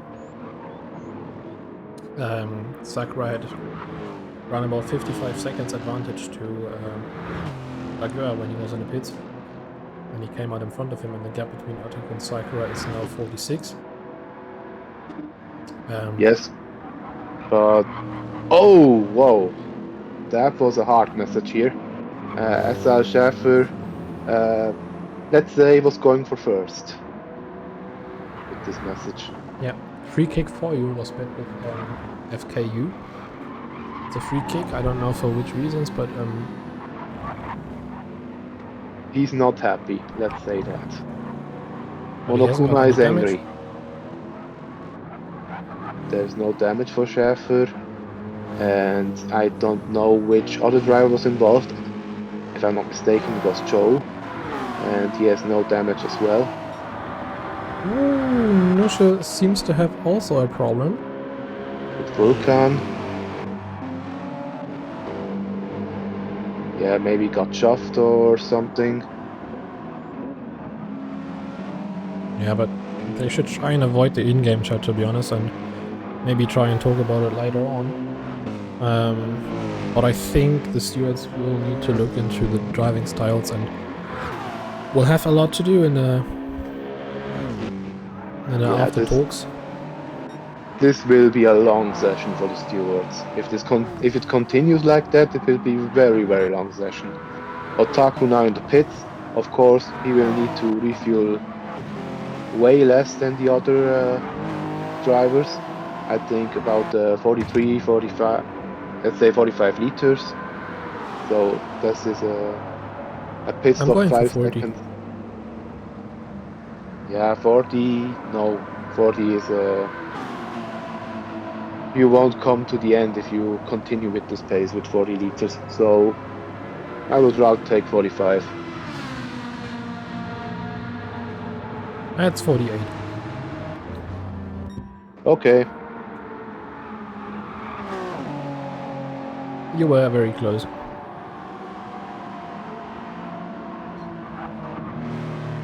Yeah, and with this, Sakura and Dagbert are now in front of Otaku. But I think Otaku should have closed the gap down a bit from these 7 seconds he had to, what is it now? 5 seconds maybe? Ooh, our player with a little bit of an issue. Wow, But he was caught it. able to save it. He needs to pit in this or in the next lap. That's interesting between Sakura and Simtic. Yeah, I think Simtek was making room. Simtek is And known Charles to is in be a pits fair now. driver.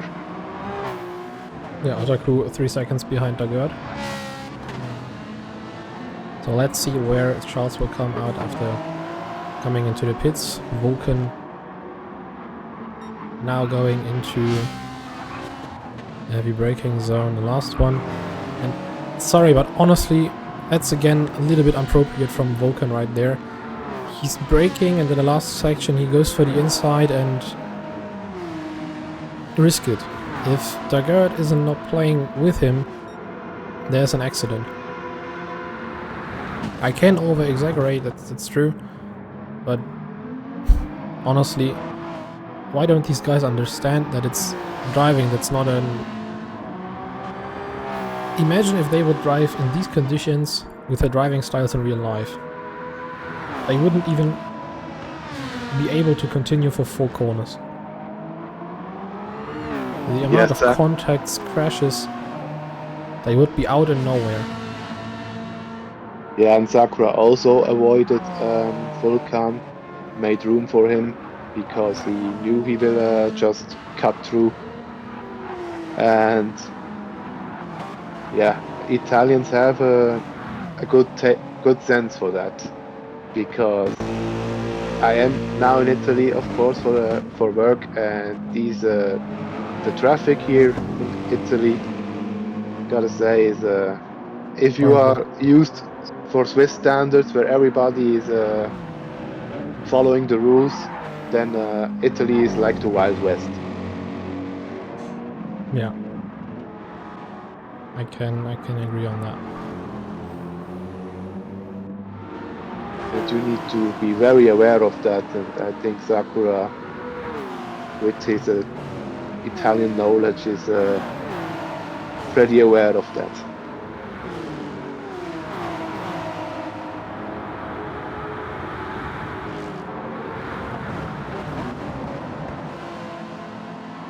The background, we see Charles.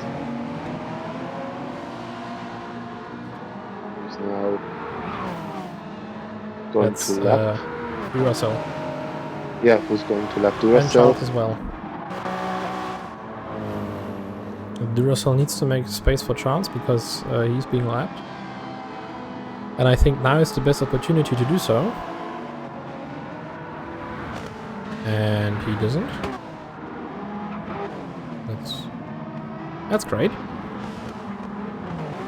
Maybe we should Sakura. reiterate the blue flag again and should explain how to follow it, because it isn't Maybe really they working. should read the rules at all. That's the thing. Because the way of driving standard is being shown today once more is somewhat of a sprint race and no endurance race.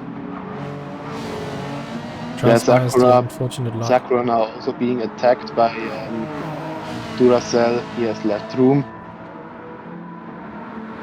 Charles waited patiently, and now it's again the best opportunity for Duracell to make space.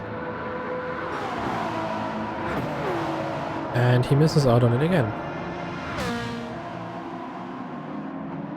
Charles will be fuming in his VR headset, Not only that, I think he will be.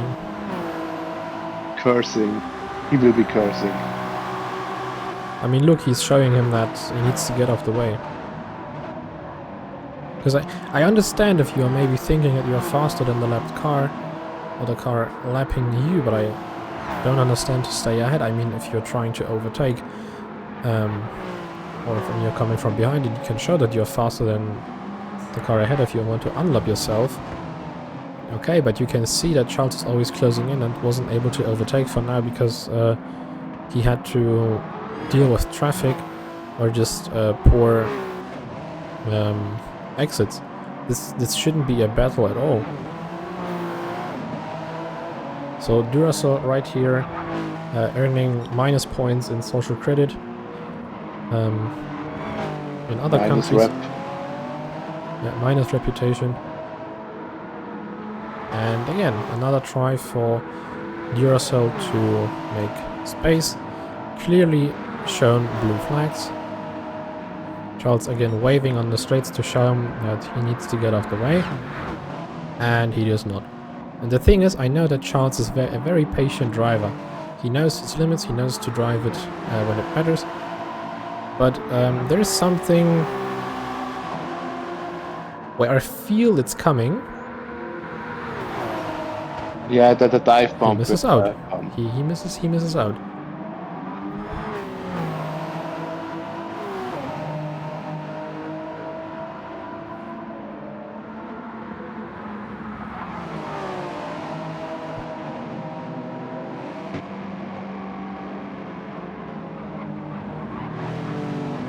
And again, Russell staying on this racing line.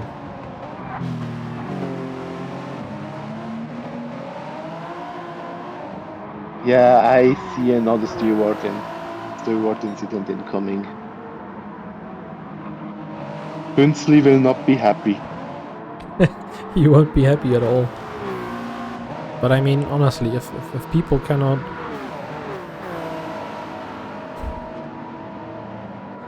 I mean, Charles should stop waving on the streets because he's not going to be able to overtake. He's just losing time compared to Joe, who is second for now.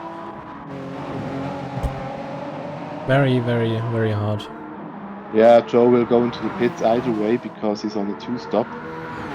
Yeah, but still, Charles has got 20 seconds to walk on. He has got the race to win, and Duracell is just like, you know what?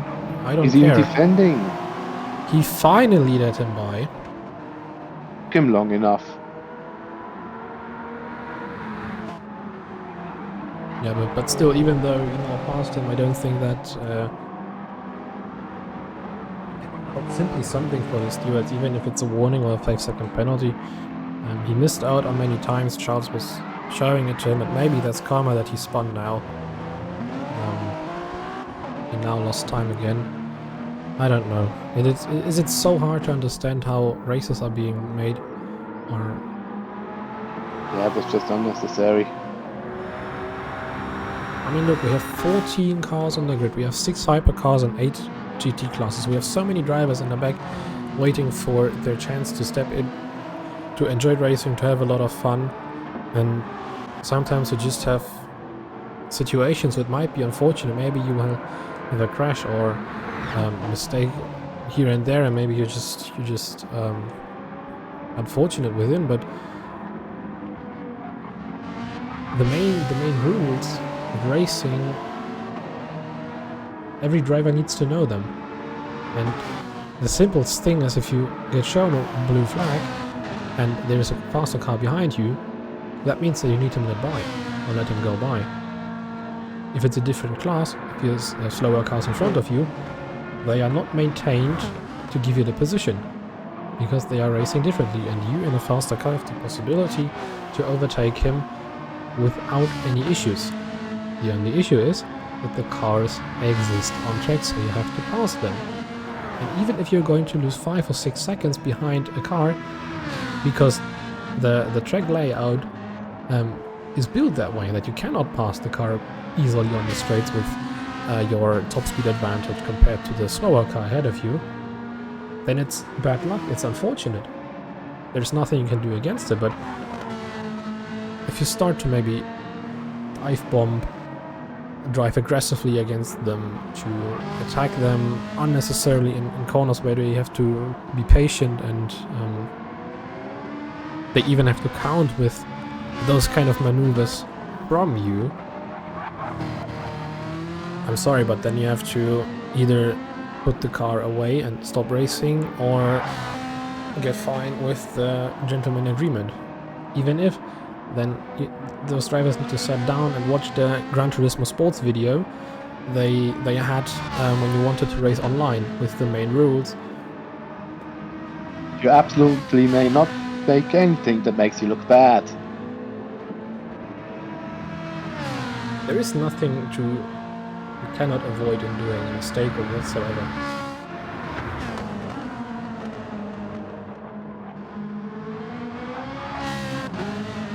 Yeah, but let's continue with the stream here. Let's continue with the race. In the GT class, we have Sakura in the lead, 4.5 seconds in front of Dagerd, and if we look at the LMH class again, 22 seconds for Charles. Yellow flag on sector 1, who is it? Oh! It's Otreku! Lost the car coming off the second part of the Senna S. Ay. Luckily no damage, so he can continue, but he lost another place to Junior. And now, of course, a bit of weaving to clean the tires, because he will have problems for the next few corners.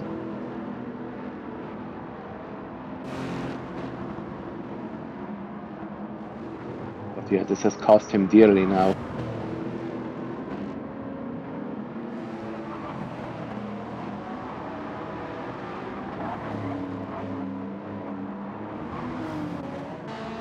Ten seconds in front of Nuschel, who is quietly driving a good race here.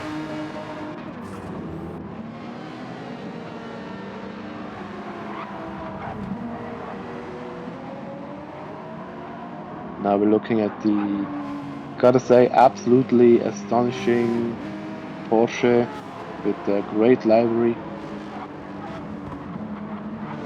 I think it's an old, I forgot the team name. Do you have it? Translated, it is those without names. No, not the, I mean the reference livery. Ah. I don't know, to be honest.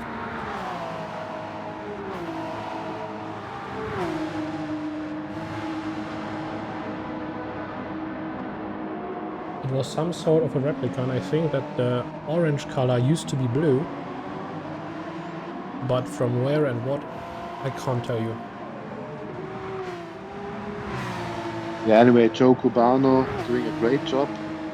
And Joe has gone into the pits for his second stop. The thing is, although Nashel is having a pretty bad race and isn't very familiar with the track at all, I just want to tell you the development that Joe has made. Just compare it with the first race he had in Monza with now. Same goes for Kuhaku or Neuer Sommer. They really improved their driving. Yes, they have improved a lot, especially in a one-lap pace, but also in consistency. They are driving better now than at the beginning of the season, and it's great to see the progress.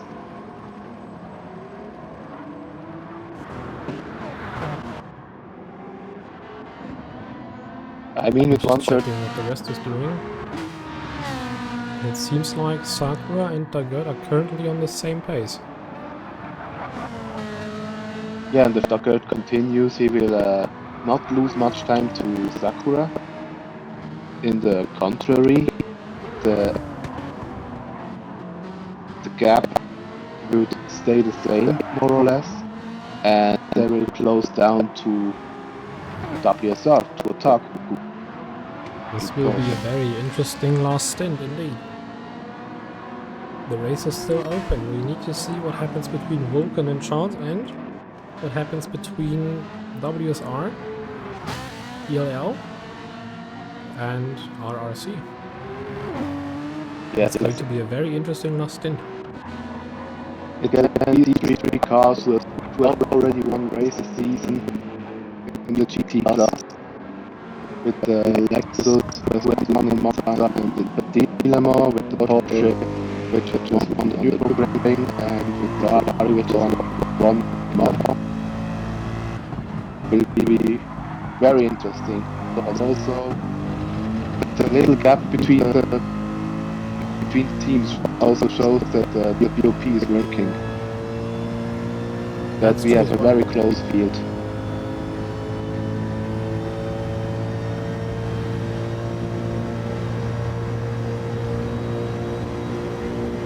I think it's certainly a better BOP than the GT BOP that is used on every track, with every condition, with every multiplier.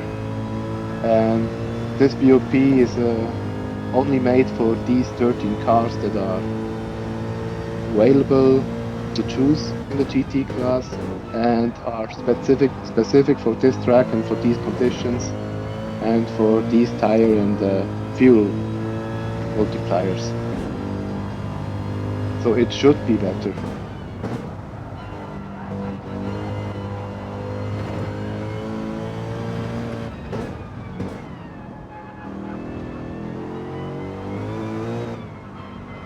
See the onboard of a Nuschel with the awful sounding AMG car. Sorry that I have to say this, I really don't like the engine sound of this car.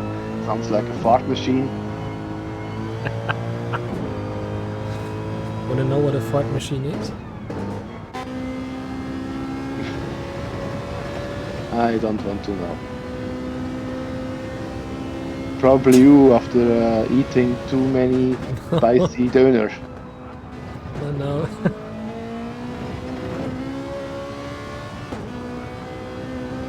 Every upshift from the Ferrari.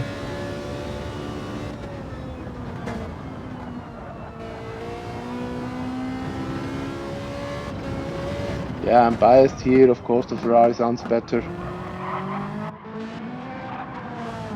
But yeah, the engine sound is not a factor. I choose my cars.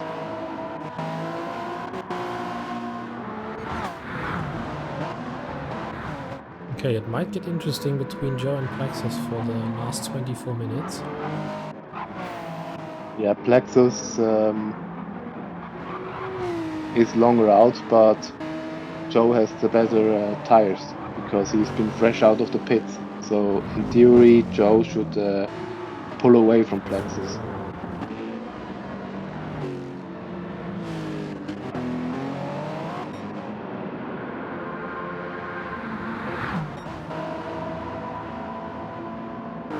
The gap between Charles and Vulcan is 26 seconds.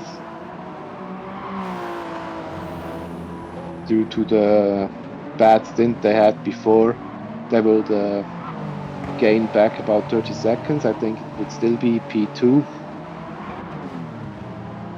but still a long shot behind DLL. So it looks like DLL could win the second race in a row in the hypercar class. That would be amazing for me personally, but we will wait and need to see. The funny thing is, though, it would be the same two drivers that won the last time. In Road Atlanta, it was Rotek and Charles as well. Yeah, Rotek has been a really good addition to your team. He's very fast, does not make many mistakes, does not cause chaos, is quite quiet, He's a and solid just and does his competitive job. guy. Oh, there has been a touch between Joe Cubano and Vulcan. Vulcan trying Ouch. to go past. Now our player needs to make space again, because he lost the grip a little bit, and Joe is now in front of our player, but I think that Joe wants to make space for our player as well, because the difference between those cars is a little bit, but only a little bit. I think what happened here is that whoa, drift. What happened here, I guess, is our player wanted to give room to Vulcan, but overshot a bit, and then did let Joe Cubano by, which he didn't want to, and yeah, Joe did leave space to let him re-overtake. So that was fair play. He didn't need to, but it was nice for him to do. At least some drivers being patient.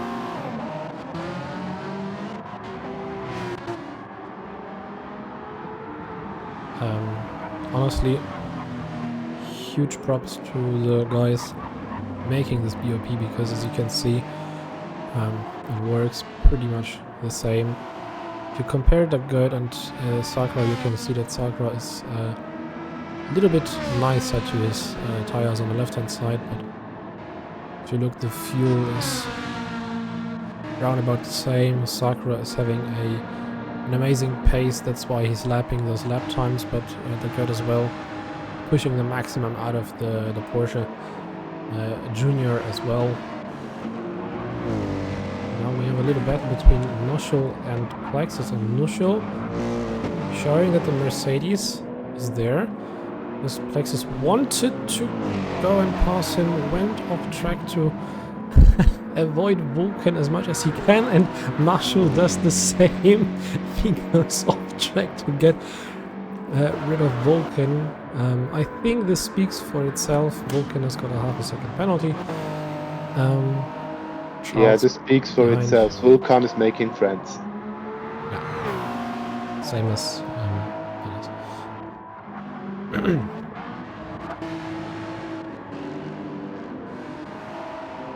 Yeah, the difference in pace between Dagod and Sakura is only minimal.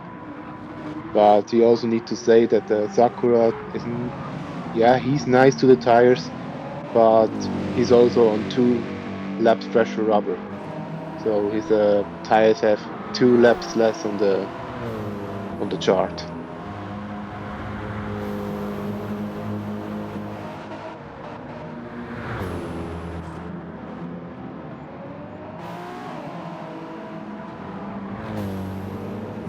Again, I want to remind you that the WSR team in the GT class is leading, 4 seconds in front of RRC and 23 seconds in front of DLL. With this result here, it could change a bit, because Otaku is losing quite a bit of time to DLL and even more to RRC. This would bring DLL close to WSR as it stands.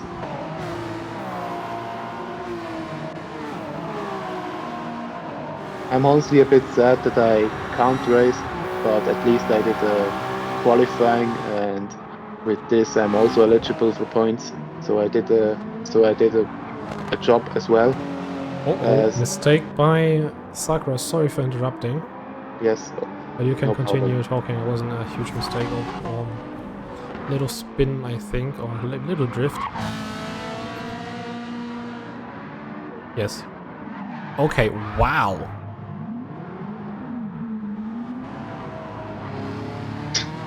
This guy is like me. He is like you.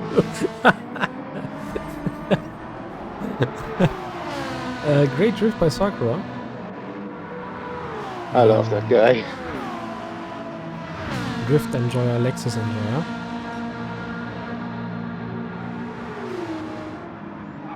You're just like him, and he's just like you.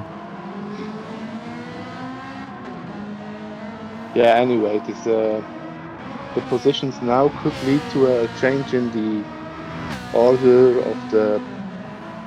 of the GT class, but it would still be as close in this stint if it continues like this. Dagert has a 15-second gap to Junior behind him, and Otaku must be closely following Junior. Yes, 1.5 seconds. In theory, RRC would be leading right now. And then it should be WSR, and then it should be DLL within very close range. Or am I mistaken? Yeah, but just don't shout anything out. This could lead to bad luck.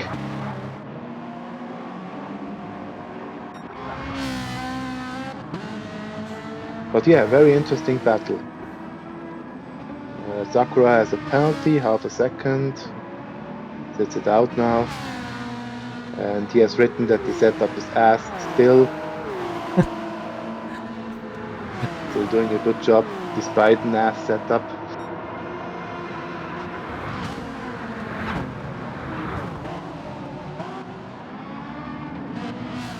Oh, Plexus was very close here against Dagert.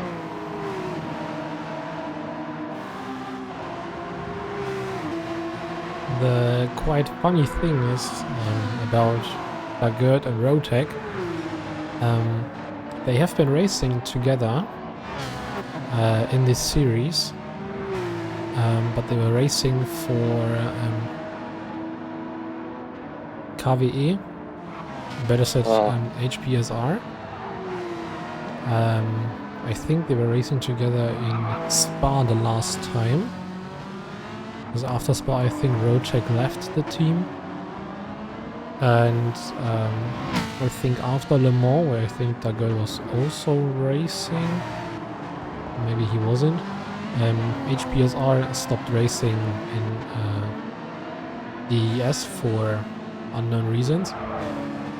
And Dagger stayed, Rotec stayed, and Rotec came into the team way earlier than Dagger is. And now he's racing for DLL in the Endurance Series. The thing is, there is another story for another driver, and it's Plexus. Plexus had races in this series before his first race back in the series at Le Mans. Do you want to guess for which team and who his teammate was? Yes. So back then his teammate was the substitute driver for the hypercar. It was Octavian, and they were racing back then for Rentner Racing.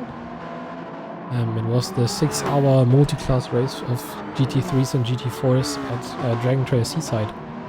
Wow.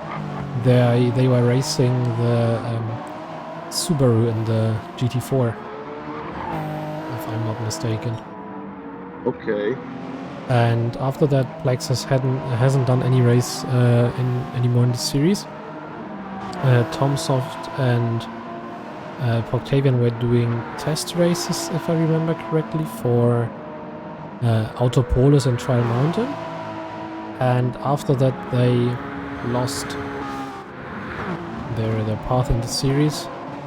I think mainly because of their poor internet connection and other priorities.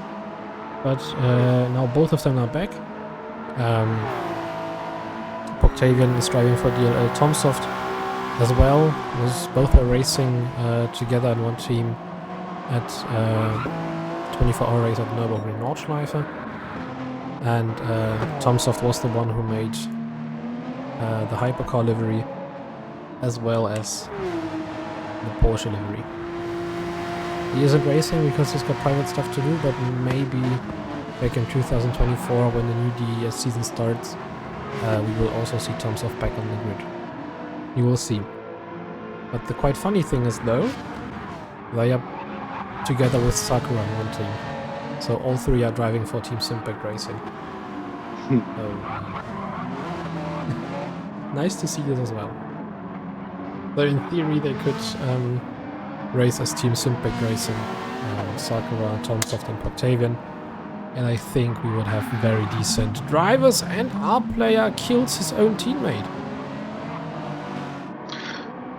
Sakura was able to save it. Has no damage. But this was unnecessary. Our player is not really known for having patience. I've waited so long for to say this. That's very unappropriated behavior. That's so unsportsmanlike from our player.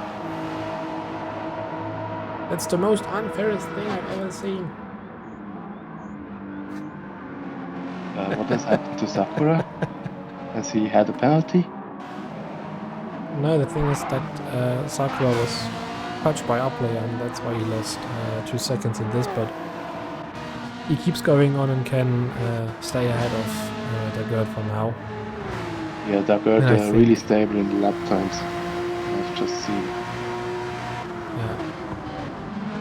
It seems for me that Dagot is playing yo-yo with the lap times.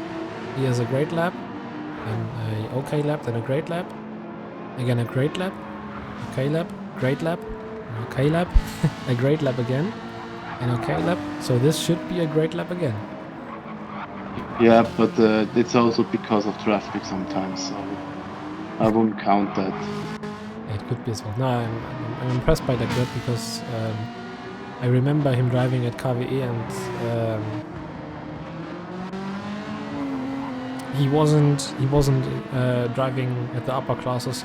Rotec was always driving for the win, but now Dagot changed teams. In the German community, SBM is pretty known for their fast drivers. That might be interesting. Maybe SBM one day will race in this series. I don't think so because they have other priorities, but nevertheless, Dagot really improved on pace compared to what it was back then when he was driving with KWE, now HPSR. Might be interesting if they come back as well someday. Oh, We have a battle in the Otaku last 10 against minutes. Junior.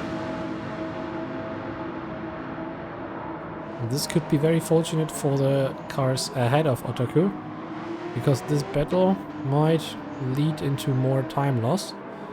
Otaku really trying to get ahead of Junior. Maybe Junior is able to recounter that, but as you can see, the Lexus very fast on the straights. Even pulling ahead out of the slipstream. So it seems like that the Lexus may or may not have a lot of top speed compared to all the other cars. Yeah, but Yes, we're no. talking about 3 kilometers per hour to the Mercedes, and the Porsche and the Ferrari, at least when I was testing, were about as fast. Only 1 How kph dare. adrift. So we're not talking about a 15 kph difference. We're really talking about little differences. Yeah, I'm just kidding. The other thing could also be setup, of course, because if you, Nice save from Junior.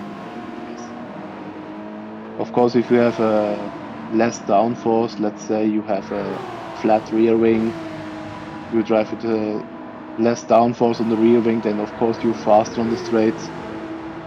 A few kph. And that can help. Ooh, spin for Junior coming out of the first corner. Ooh, yes. Probably wants to push now to be close to Otaku, but this has not worked. And his tires don't look that good, so That's he why I needs to- think that Noshel maybe has got another chance to maybe have a little look into P10. yeah, but his overall. fronts don't look that good. Yeah, that's true as well. But if the cars that have the engine at the back have these high tire wear on the rear tires, they will be hard to handle. Yeah, but this is also another issue because it looks to me that the ballast weight in the Mercedes is shifted to the front because the front tire is really used here, and I am driving with all the weight at the back, so the tire wear with the Mercedes should be very even. Also, the basic weight balance of the Mercedes is a 4951. It's more at the rear than the front. That's true as well. This is a case of a car with a front middle engine.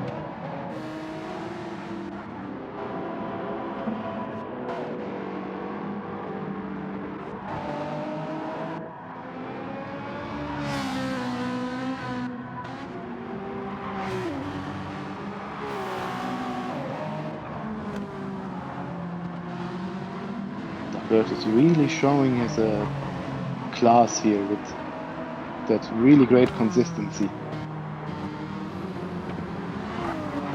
Maybe not the fastest driver out there, but very consistent. The lap times really consistent. But the same with Otaku. Then we have Junior, who has lost a bit of time due to the spin. Nuschel now 9 seconds behind.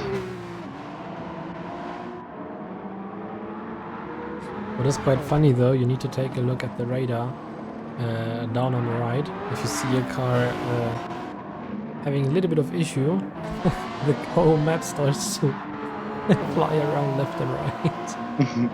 Because it's centered on the player icon. And we'll just stay with... Wait, I'm just gonna jinx something. Just take a look when the car has the slightest issue and loses grip. Yes, but this could also be due to different things. This could also be because of lag, for example. That could be true as well.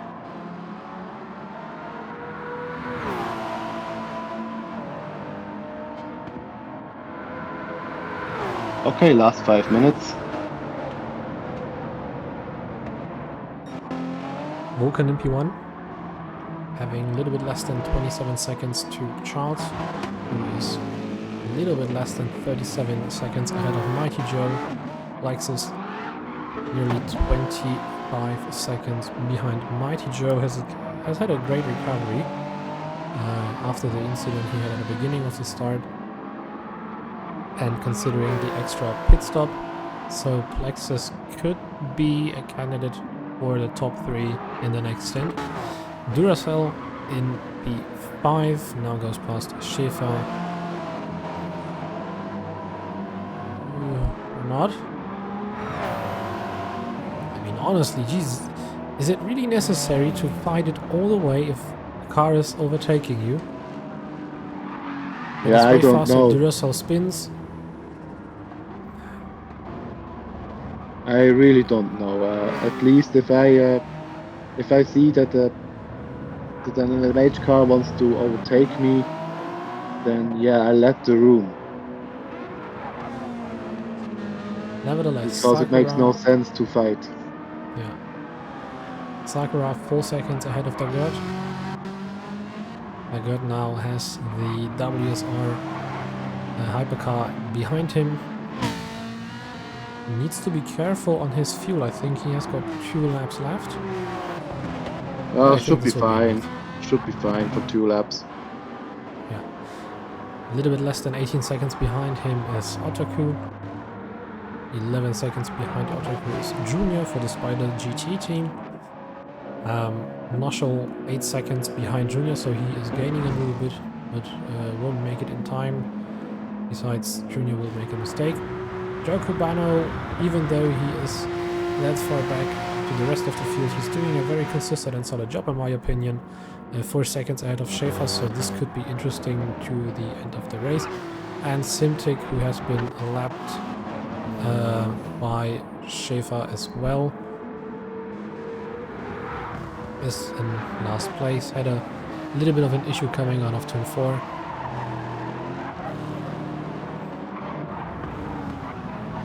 We will wait and see what happens.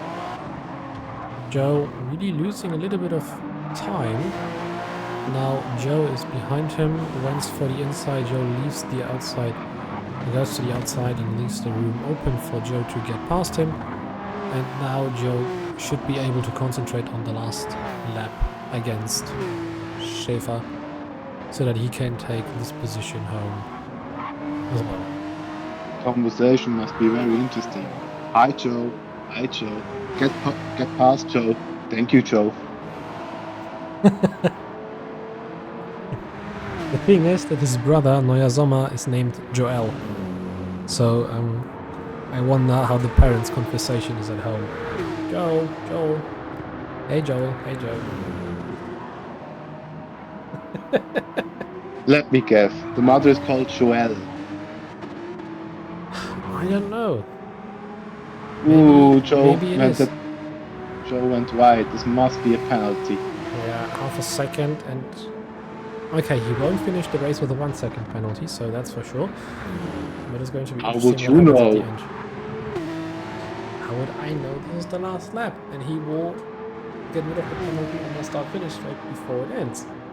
He could still And- cut the pit entry and get a penalty there. He could still lose the car if he popped up in the road.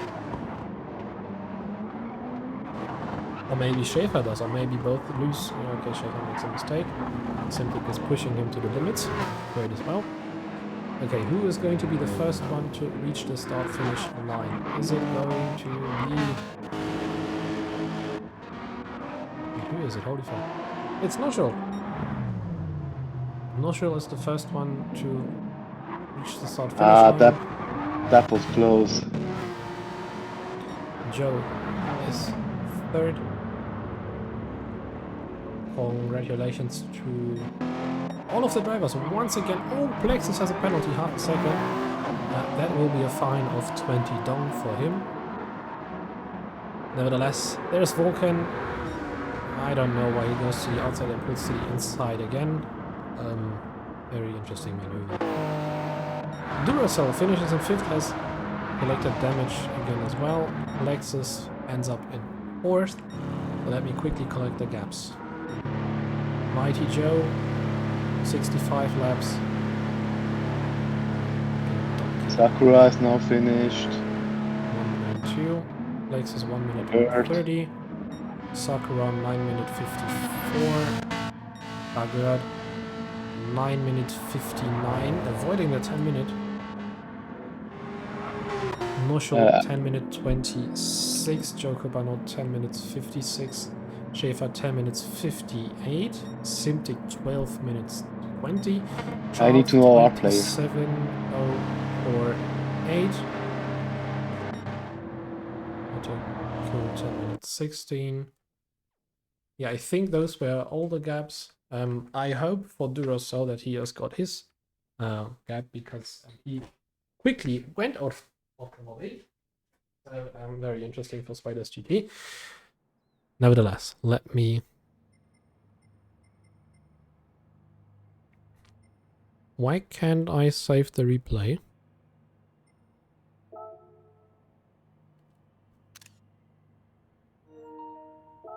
Have I got too many replays? Yeah, maybe. Ah, that's interesting. Yeah, hopefully F1 Dance can save the replay. I'm gonna just let them know. Save replay. Please. With the same issue. Okay, never mind. Guys, once again, I will leave you for less than half an hour. We will see us again at 8 p.m., which means 20 o'clock for the last stint of the race. Meanwhile, Confi, once again, thank you very much for co-commentating the third stint, or the second stint for you with me as well. I think Simtic is going to join anytime second. Meanwhile, I can say have fun collecting all the stuff that happened. Yeah, if you don't mind, I would also commentate the next stint. I'm fine with that, if you want to. If Simtic is fine with it as well, that we are 3 people. Yeah, I would be fine. Maybe Simtic is able to, to stream his onboard, so maybe.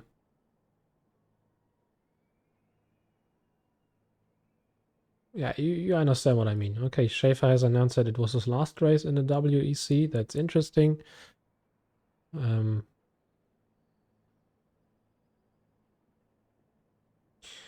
Maybe not bad.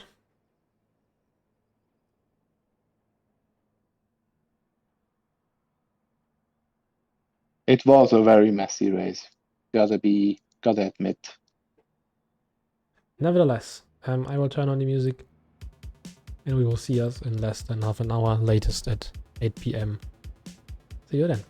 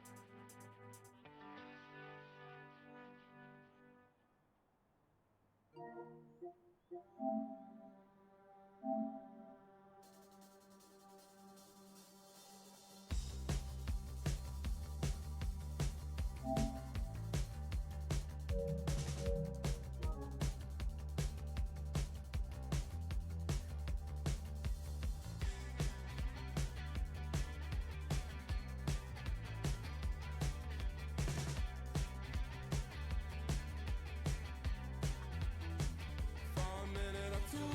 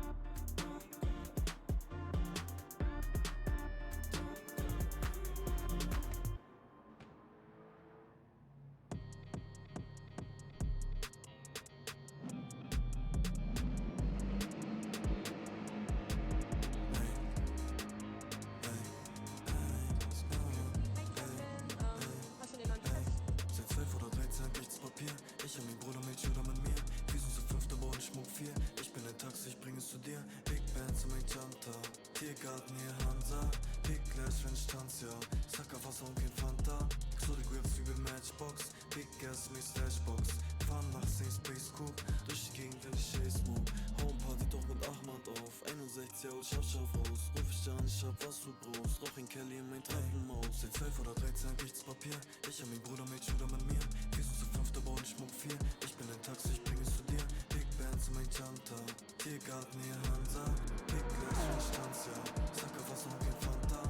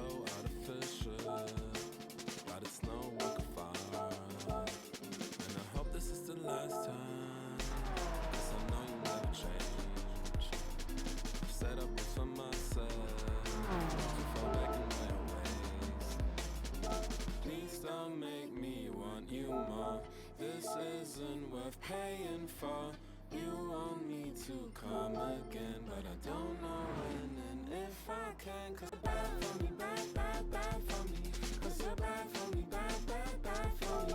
'Cause you're bad for me, bad, bad, bad for me. 'Cause you're bad for me. 'Cause you're bad for me, bad, bad, bad for me. 'Cause you're bad for me, bad, bad, bad for me. You're so bad for me, bad, bad, bad for me. So bad for me.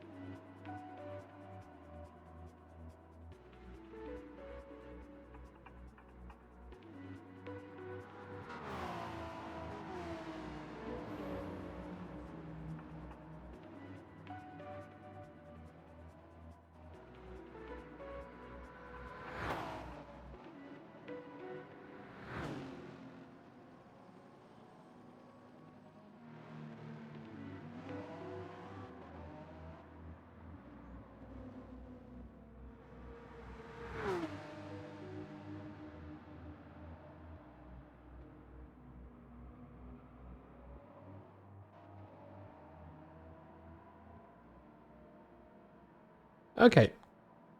So, fourth stint is going to start. The commentator's box has found himself a new member to the story. And this time it's Confi, it's Flipsy, and it's someone else as well. Ladies and gentlemen, I think it is his premiere in the commentator's box. Let me introduce to you Simtic, aka Alvin. Yes. So the race is going to start now.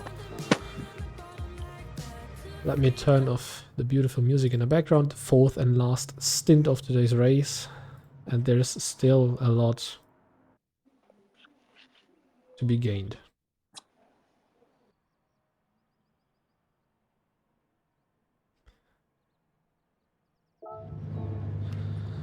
Rotek starting from P1. Klusman second, Sampa third, Kyle fourth, Plexus fifth, Masma sixth, who has got traction control on the 3. Change the Comrade menu, seventh. I cannot change the menu. I mean the lobby am. here. Yeah, no worries, no worries, no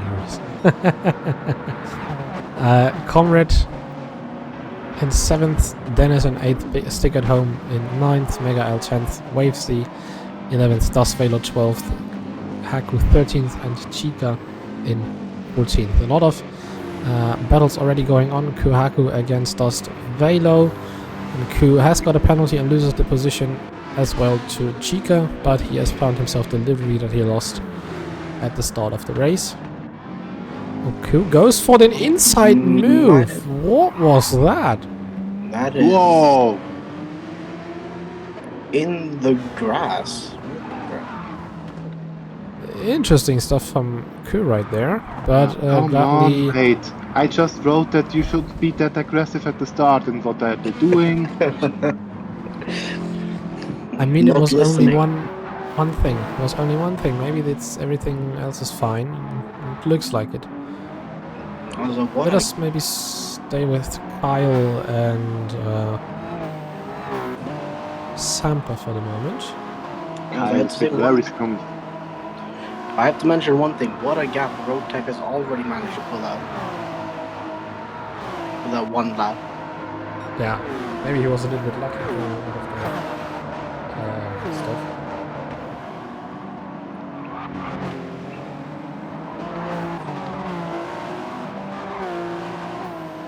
Yeah, I think the GT field is very close together. Dennis might have another attack on Comrade. Dennis is always very strong in the first few laps, so Comrade needs to defend or at least not get involved into these attacks. And then he can maybe pull away. Oh! Comrade is 6th. We have lost someone. Yeah, that would be quite Texas. nice. Yes. Yes, well. And he's got damage. Okay, that's interesting. Let me just quickly see through the field. There's nobody with damage, so again, very unlucky start for Plexus. There's already been an incident sent in, or some incidents. We'll look at them later. Beautiful. Oh man.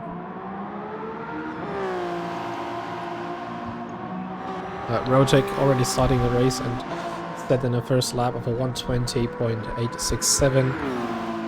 Also improving the first sector as well. So Rojek is on a mission. Klossman has got a half a second penalty, so that's a very unfortunate start for WSR into this stint. Sampa having very solid pace, chased down by Kyle. Masma having still traction control on 3. I don't know if this is on purpose. This is on purpose. Amazing. Dennis has gone past Comrade. Once again, Dennis very strong in the start of the stint.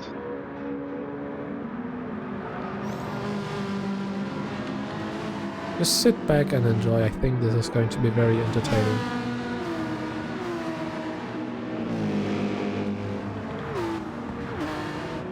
Stick at Home right behind both of them.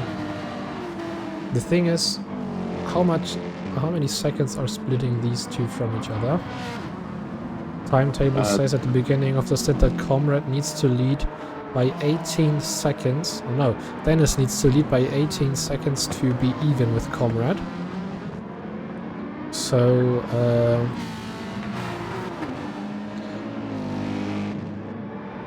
yeah.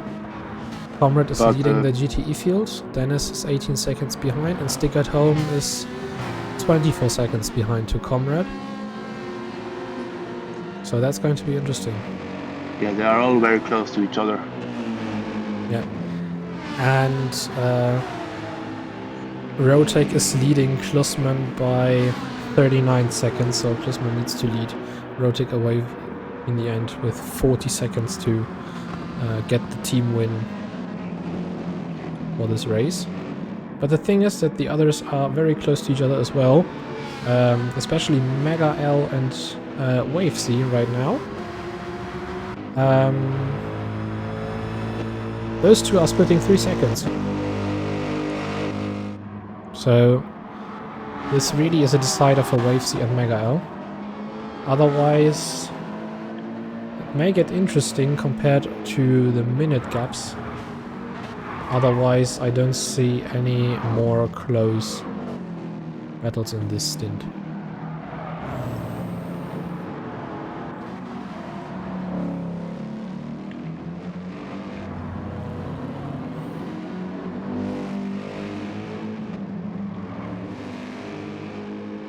Still a lot to gain. Flame Haze says he's totally exhausted, but it is a lot of fun to push the exit. Totally understandable that Flame Haze, better known as Otaku, is exhausted. But I hope he's really happy with what he has achieved in today's race. Very consistent, solid driving. A little bit of unlucky moments throughout some part of the race, but this stuff happens. All in all, I think, again, very nice participation for Otaku in this race.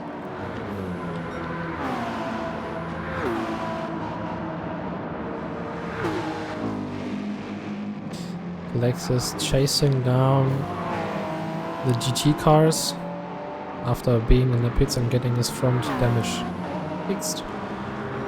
Firstly, got past Haku, now got past Dust Velo, and now overtakes Chica into turn number 4. One of the most favorite corners to try and overtake. Oh, I missed it. Klusman had a mistake or something. He is back in P5.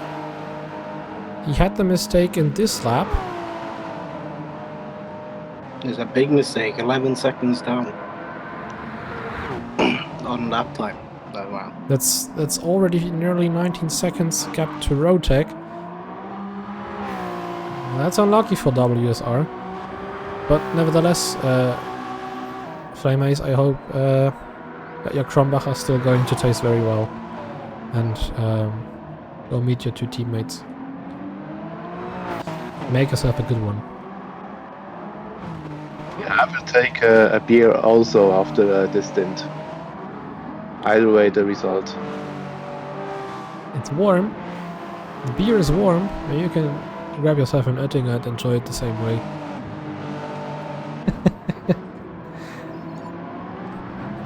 Dennis now has Plexus right behind him, and now Plexus went past Dennis. The good thing is for Dennis that he didn't lose any time while Plexus was overtaking him, and now has got a slipstream from it. But Conrad showing off that he's there and wants to attack Dennis. The main thing for Conrad is he just needs to stay behind, or he can stay behind Dennis as long as he hasn't got a gap of 18 seconds. And as long as he keeps stick at home in front of him, everything is, or behind him, everything is fine. Doesn't need to drive for a huge gap or anything. Wavesy has got a 1 second penalty, so this is good for Mega L. So the main He pressure... might be able to overtake. Mega L could overtake him, yes, it's true. But what I wanted to say, Comrade doesn't need to do anything, the pressure relies on Dennis and on stick. Mega L showing that he is capable of managing the Mercedes to go fast lap times. He is closing into the 30s. But someone should tell him that he shouldn't cut the curb on the last braking zone. And Mega L actually goes past Wavesy. Yeah, that 1 second penalty really hurts your speed down that main straight. Yeah, if you got a time penalty around this track, it's just going to kill you. It nearly costs the double than it shows on the screen. So if you have a 1 second penalty, it costs about 2 seconds. A half second penalty costs about 1 second. Wavesy going for the counter attack into turn 4, keeps it fair and gets the move done. Great stuff.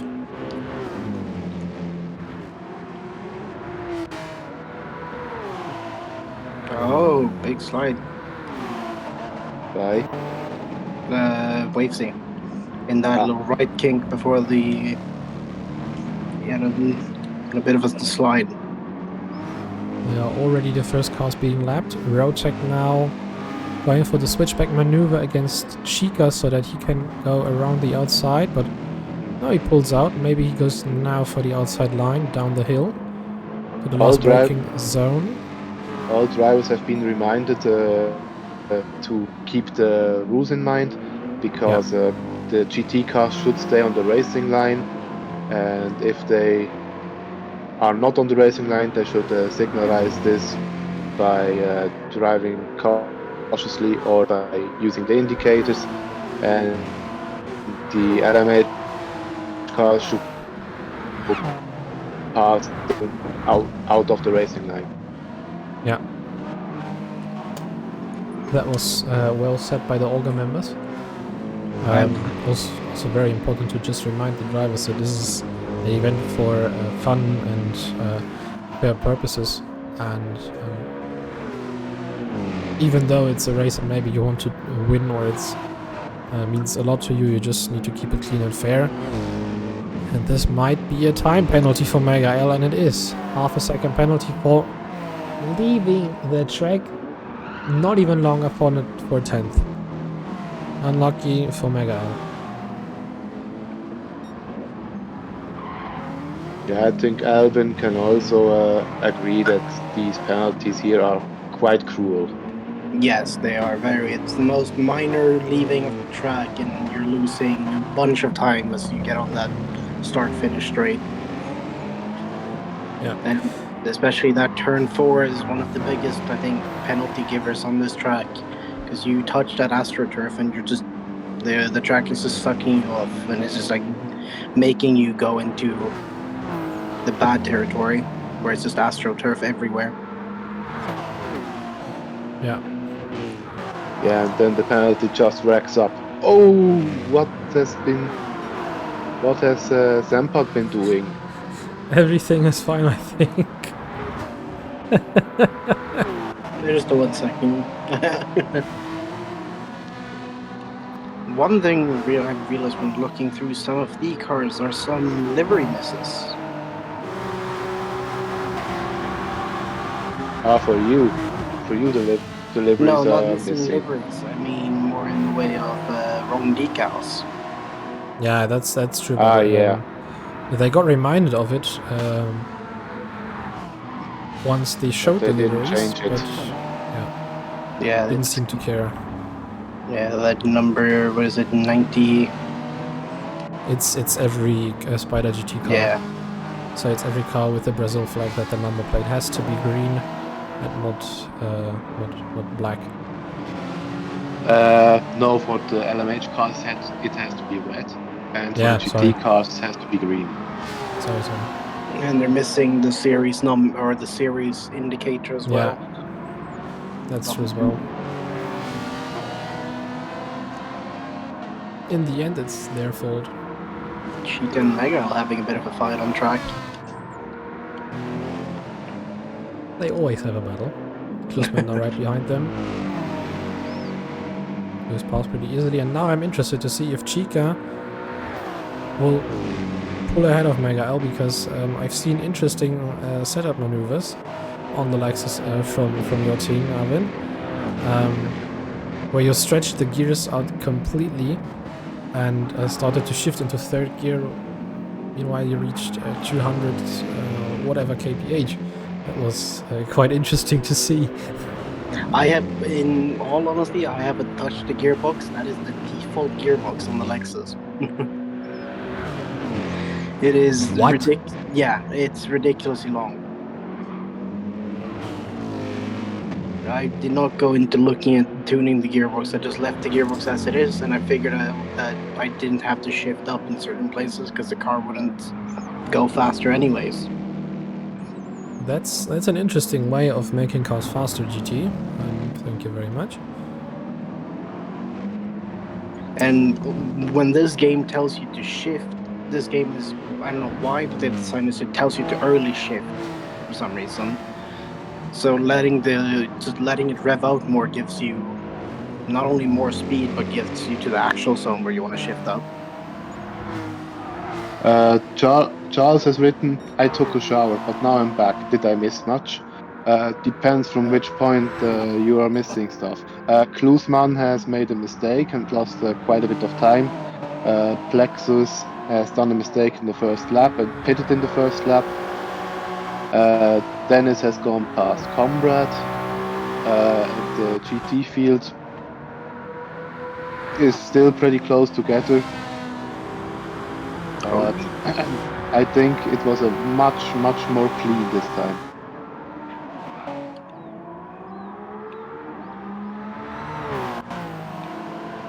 Oh, this might be a time penalty for Dennis, and it is half a second penalty for Dennis for leaving the track at the AstroTurf into number 4. Half a second, this means that if Comrade doesn't do a mistake around here, he should be able to get P1 on track again. But yeah, look at that. Dennis has already lost a second, and then he gets a penalty for this, for losing a second and drifting the car here.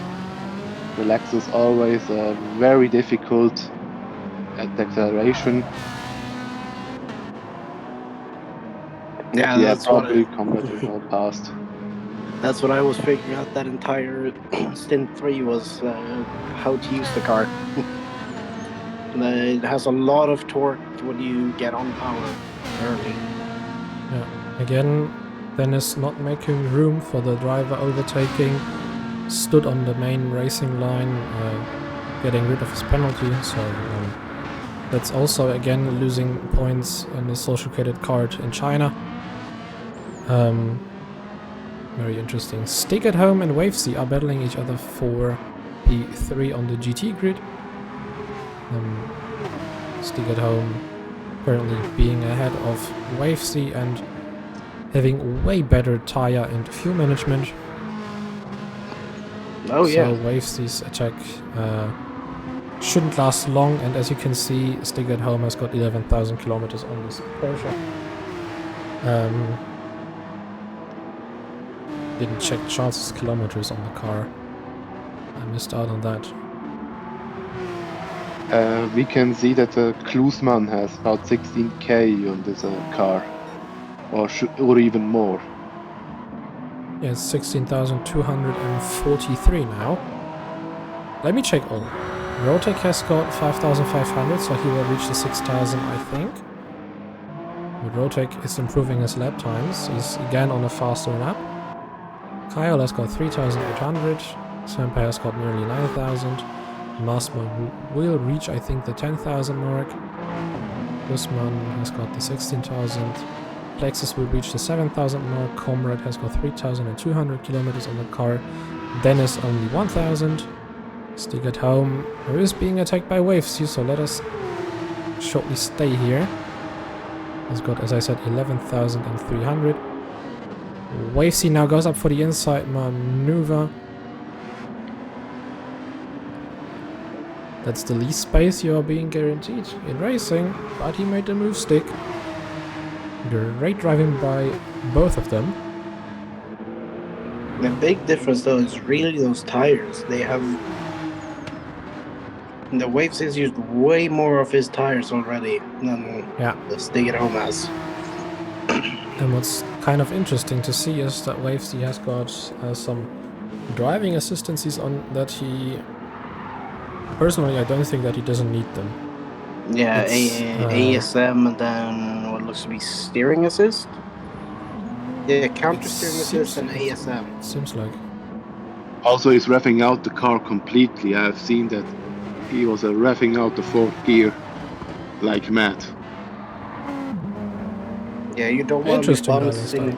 You don't want to be bouncing off the limiter, but you want to rev out the car to let it get to the sweet spot for shifting.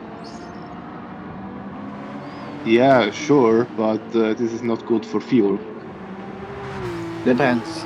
Some cars will actually like letting it rev out more, some will be better to early shift. Charles hardly disagrees. Yeah. Yeah, it really depends on the car. Suzuki Scudo, you will need to rev it out completely because otherwise it has a massive turbo hole. So the next hypercars are approaching to lap the GT cars again. Somewhat about every 7th or 8th lap, blue flags are being shown to a driver. And as you can see, Plex is now going to lap Stick at Home, who leaves the inside completely open so that Plexus can go past him, and WAC, who in the last second saw the hypercar approaching, because otherwise there would have been a collision between these two. But Plexus went through pretty easily in the end, and that's what's great to see. Chica, by the way, is going to get the 5,000 kilometers on the Lexus and is 4 seconds behind Stick at Home. So Chica also having a very good stint from now on. Mega L is only 1.5 seconds behind Chica. Kuhaku going to get the 10,000 kilometers on the Porsche as well. 10 seconds behind Mega L, and Dust Velo may reach the 1,000 mark in his BMW M6. Otherwise, I think we've missed Kyle passing Sampa. Maybe it was a lapping issue, but as we can see, Kyle now gets past Dust Velo and continues to drive in second place. What I'm really surprised of is that Klusman has a little bit of trouble to close in on Masma, even though he is lapping 1 second faster each lap. Yeah, Masmo is pretty good on this racetrack. He likes Interlagos, and he's pretty good with the car. At least the more time he gets. He also used my setup and increased the lap times by half a second.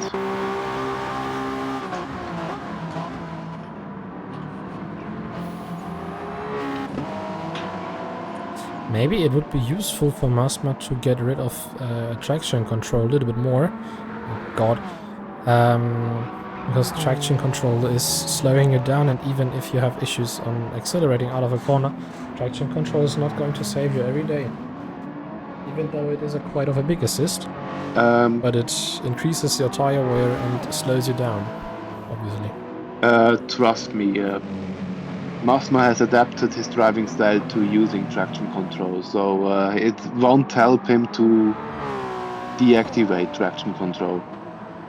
Also, the setup is specific for using traction control. If he would not use traction control, he would spin out quite a lot. So it's very aggressive. The setup is very aggressive, you say? Yes.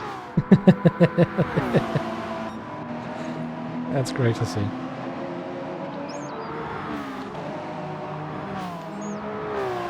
But it helps him. I don't know how it helps him, but it helps him. Maybe it gives him the feeling that he can push without even pushing, you know? The most interesting part is looking at all the tire wear usages for the hypercars. Looking at it, Rotek seems to be using his right sides a lot more than all the other cars. But it's mainly given because of the layout. And look, Rotek really patiently waiting behind Dennis and Comrade, giving them the room to race because he sees that they are also battling for P1. But again, he's waiting and not going for any aggressive maneuvers, even though he has lost nearly 3 seconds in this lap. Maybe even 4, but just to summarize how it usually should look like when a hypercar approaches a GT car.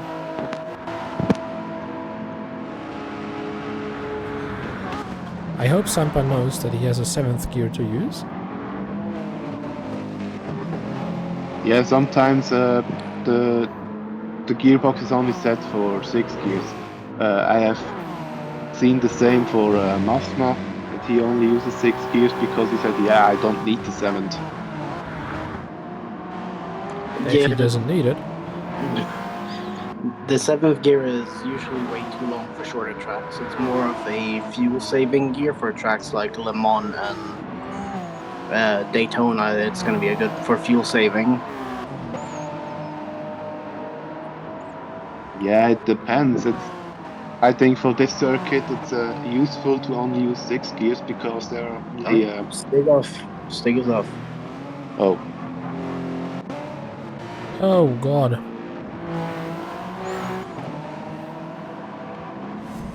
Great that you've mentioned it.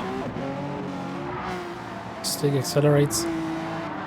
Yeah, that's the same spot where most of the drivers had a spin, but luckily for Stick, he hasn't got any damage. That even is, though he touched the wall with the front. yeah, Impressive. should have touched the wall with the back, so he would have ended up with rear damage like Duracell has in his stint. Oh boy. Luck in a very unlucky situation for Stick at home. Get rid of your cell phone, mate. That's why it happened. Don't look at the stream, just race. Oh dear. That's also going to be a fine for you with 5 dong.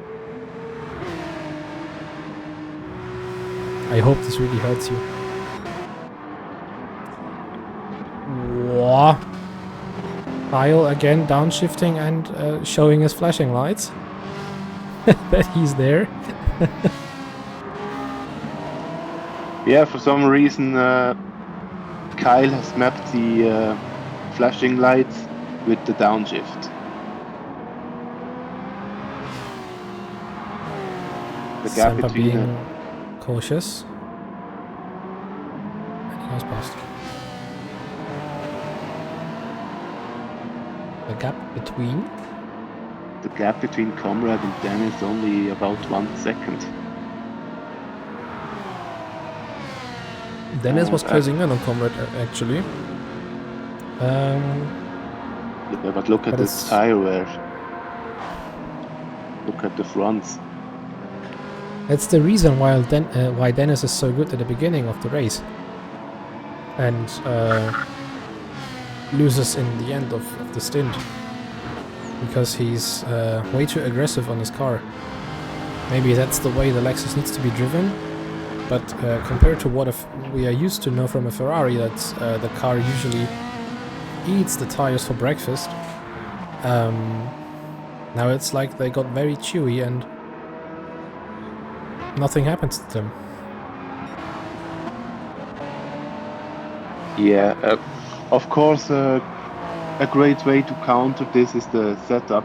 You can have a real good setup for tires, or you can have an aggressive one. Usually, Comrade and me are going for very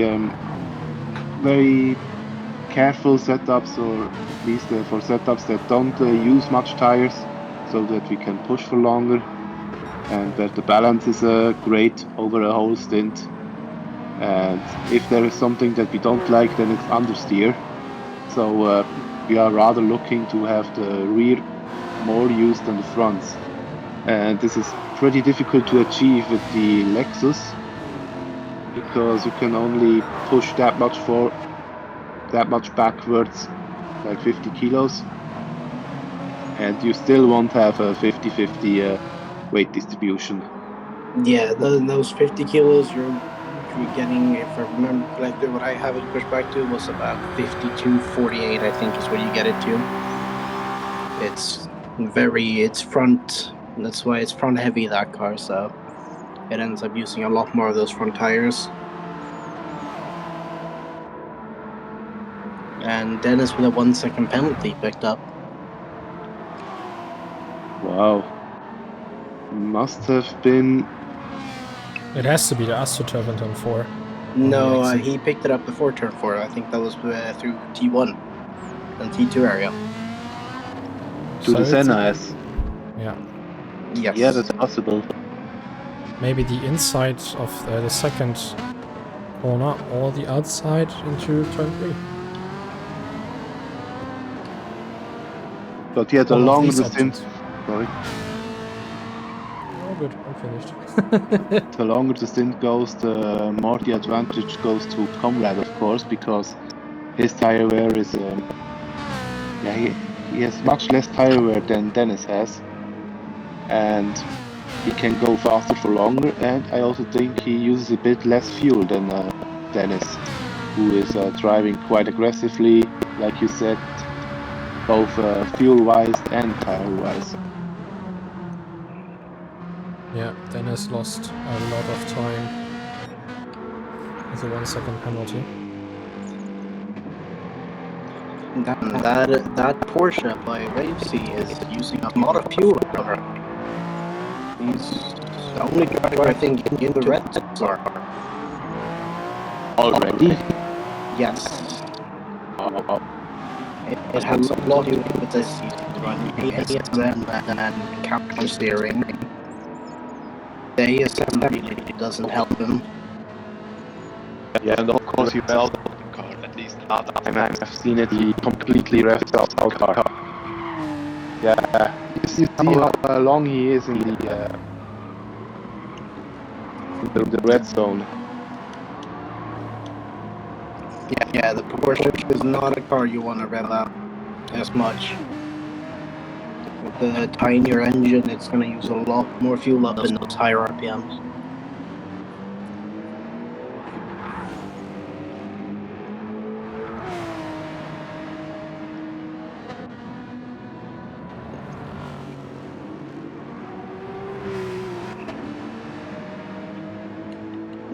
Chica seems to be the first out of the GT runners to box for new tires and fuel. Yeah, it doesn't surprise me. Chica has already in the first stint driven a two-stop strategy. So it was expected that he will do the same again.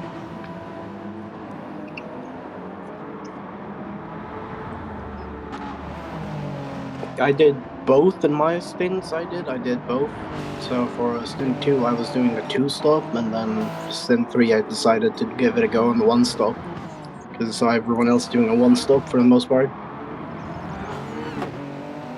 Alexis is weird, because when you're pushing really hard and trying to fight, it uses a lot more than just staying consistent and just putting laps in. Just a short question, Alvin. Is it BNR racing or is it BN racing? In technicality, it's BN racing, but it's become BNR racing. I don't know. I just wanted to ask because I thought it is BN racing, and now if I look at the rear of Chica, it says that it's BNR racing. Just wanted to clear it. Yeah, the name in fully spelled out is the team founder's name, and then it's his name then racing, and it's nowadays it's just become BNR. We only use the short term, so it's basically just become BNR, and then with this racing added on. I don't really understand why, but it's better than saying his name every time. Yeah, that's true as well. I mean, is he still in the team? Or I guess not if it has changed. Yes, he is still on the team as a founder, but that's it. The current owner's team is me, Chica, and Joe. Ah. So it seems like Sampa is just decoration for you. He's a driver. He has got the honor to drive alongside with the team chefs. And it's great. Yeah, and one of our stickers for the first time show up in this league is our never give up. It's the motivational sticker we have nowadays. That's cool. Because I think that's the main key for endurance racing, that no matter what happens, just continue and keep going. Masma and Klusman should be very close now. Last time I saw the gap is 2/10. Yeah, they're really close. Oh, Masma gets really lucky with Dust Velo, and Klusman just somehow squeezes himself through. Really, really lucky for the WSR driver.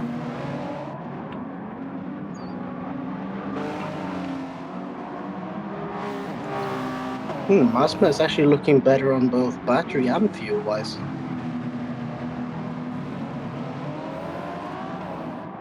Compared to Klusman. And that is why he uses traction control. Thank you. Thank you, Confi, for proving it. That's why we shouldn't get rid of any driving assistancies in the next year. Oh, please, God, no. You do not want to see me doing 3/6s every lap. What are you talking about? TC is still allowed.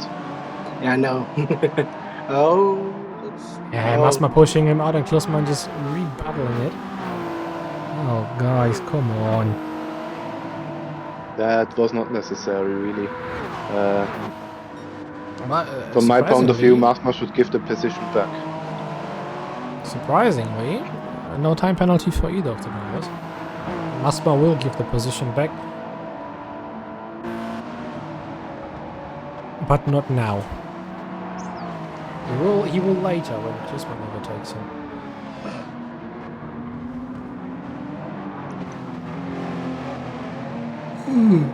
Ay, ay, ay. What is it, Carlos Sainz?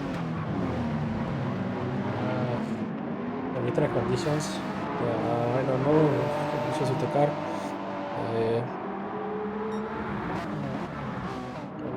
No smooth operator around. Oh my god. Oh, and the contact with the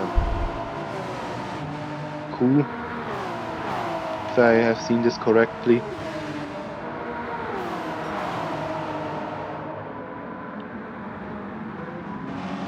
I don't know. All I know is Graves has been in the pit lane. That's a lot of fuel. Oh my. He has refueled. Yes, he has. He's on his outlap now. That is a lot of fuel he's taking in that Porsche. This He is has about 80 taken- liters or... Yeah, just around, I think, around 80 liters of fuel. That is a lot. Oh, good luck with the last... good luck with this stint. Good luck keeping the tires alive. Yeah, with the way he was murdering those tires in the first part before he stopped, I don't know. That much fuel is not gonna help him. I think we're gonna start seeing a lot of pit stops here soon. A lot of the GT cars are starting to run low on fuel. Yeah, usually they pit around 40 to 50 minutes. And Q is the next one who might go into the pits. Yes, he seems to be the lowest. Sooner or later.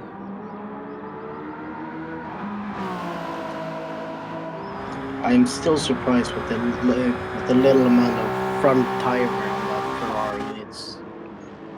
It is crazy just looking at it compared to the Lexus that's trying to chase him down. Yeah, we are looking at two completely opposite cars. We are looking at one car which has the front way at the front, the weight weighted. Can't talk. We are looking at the car in the Lexus which has the weight absolutely at the front, and then we look at the Ferrari which has a weight distribution of 42-58 normally. Ooh, he half spun it. He's in the grass. That's not gonna help him. Who? Conrad. Oh. He's lucky though. Dennis had that half-second penalty, which is gonna slow him down anyway. And Dennis dives in.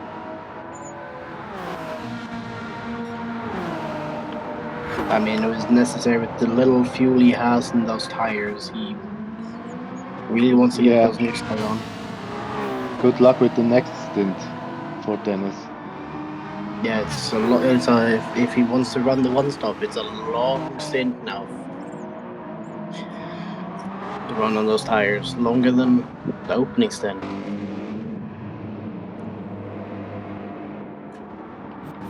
Yes, Stig it is makes in, sense. and Haku is in. No fuel left. He is literally running on empty. Stig as well.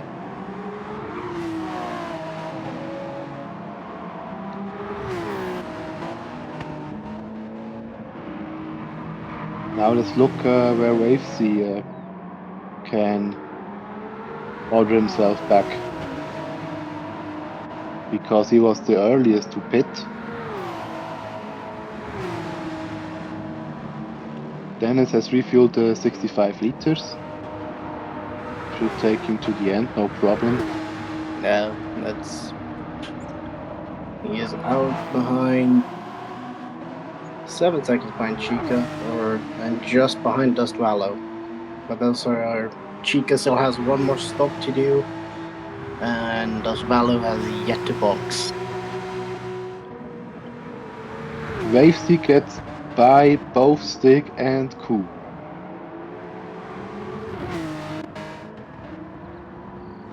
Different fuel strategies here for the Porsches. Stig with just taking the 50 liters, and Haku taking 66.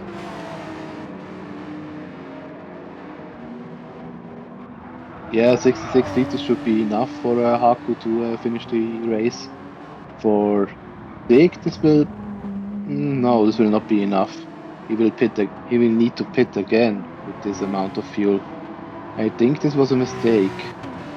It's either that or he's going to be fuel saving. We'll see though. Yes, or that. Then he would need to fuel save quite soon.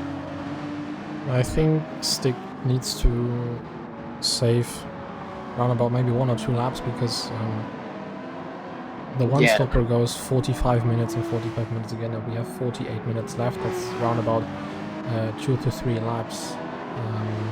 Yeah, it seems like he has to save about 2 laps because he's done the outlap, and then so 2 to 3 laps as you said. No, this will be more than that. It will be 5-6 laps. You have to count these laps double. Because of the in and the in lap, or the out lap and the lap over the 45 minutes? Yeah, if he pits at 42 minutes, he will do 4 laps more with this stint. We will wait and see what happens with Sticker's strategy. Maybe he's showing us something that we didn't see at all. Yeah, maybe. That Mercedes seems to be very fuel efficient though. He's still out there. Same with that Ferrari. Yeah, I've tried it myself. You can stretch the Ferrari to 30 laps if you're doing it correctly. Who is it? It's Stig! Oh boy! But he's very cautious and waits for the Ferrari to get past him. He's already been lapped. That's unfortunate for him. Yeah, but not for long because Comrade will pit quite soon, either this or next lap. But still, he lost 20 seconds on this lap. I think most logical would be to probably pit this lap. Because, it's boxing. Yeah, the Ferrari goes into the pits. Oh. That hasn't helped him. What happened? He crashed. Who crashed? It was Comrade in the pits. Yeah, Comrade crashed going into the pits. No, the Comrade hasn't got any damage, so there's no need to panic right here. For me, it hit the wall. Maybe it was a kind of a lag, but Comrade hasn't got any damage. For me, it was in the wall. That's interesting. Yeah. And Confi, I just hope that your heart attack has stopped right away. I said that Comrade hasn't got any damage. Yeah, was he in the wall for you? Or did you just go in normally? Because I didn't see, but I think if you're in the pit entry and touch the wall, you still won't get any damage. Yeah, you As don't get far as I damage in the know. pit entry. Yeah, because for me, he lost the rear end and just hooked it right into the wall. I see right before the line where you get dragged into the Well, screen. if he falls back behind Dennis, we know why.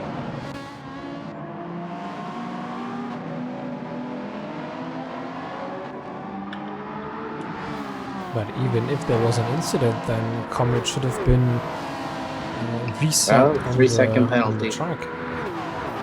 Well, he got the 3-second penalty for crossing the pit line on entry, so. What a moron. Typical Comrade stuff. Yeah, he has damage on the front, so something happened. He must have really touched the pit entry. No, What an he idiot. hasn't got any damage. No, visual. Just the visual damage. Visual. Ah. What? RC clowning around. Realistic racing clowns. He really wants Okay. to make the race exciting, doesn't he? Well, I think A penalty is not gonna be fun. brings a little bit of tension into the race. Nevertheless, Masma comes out of the pits ahead of Klossmann. Lex is in the pits as well. Mega L now in the pits too. Chica now leads the GT pack, with Dennis being 9th, and Comrade is 6 seconds behind Dennis. So I guess there really was something. Ah, 6 seconds! I'm not going to believe you. I'm not going to believe you that he's lost so much time just because of the penalty. And I mean, He was if- 3 and- he was 3 seconds away, now he's 7, so it makes sense. Okay, maybe don't race at Interlagos next year. I'm asking for a friend.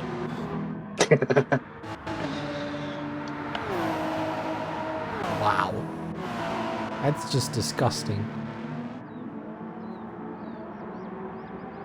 I mean, somewhat of a warning system could be useful for the game, so you're not going to be penalized right away. But if you do, maybe you can then deal some penalties. Yeah, this game could really use like a track limit, 2 or 3 warnings, and then you get your first. But Exactly. or something you could set in, like you could choose if you want it to be 1 or 2 warnings before you give. That would be something.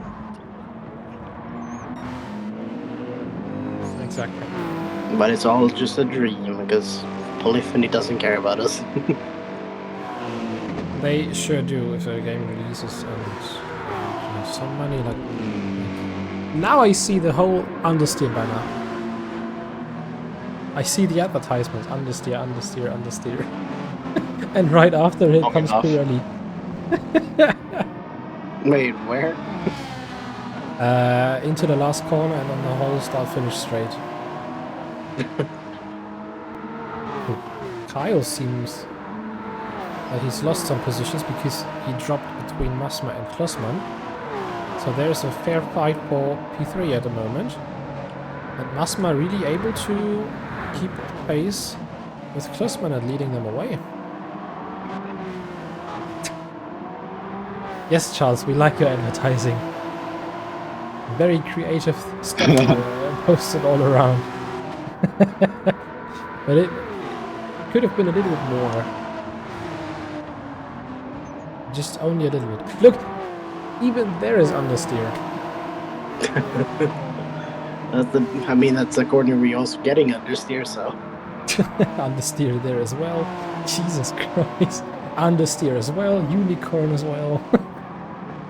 Another understeer banner. Yeah, understeer, and then you drive the Ferrari, and then you have to say, Understeer? What's this? I only know oversteer. It's also funny that the track has Pirelli banners over it. And nobody is using Pirelli tires. Yeah. It's This quite is not interesting. enough. No, this is This is normal because you don't have the Pirelli advertisement on the tires as an option. The only way how you can put Pirelli tires on the cars if you have a GT Sport livery and you transfer it to GT7, then you can Whoa. still use the Pirelli advertisement on the tires. Okay, that was very unfair from Kyle. Very interesting. I'm just going to show in the replay what happened here.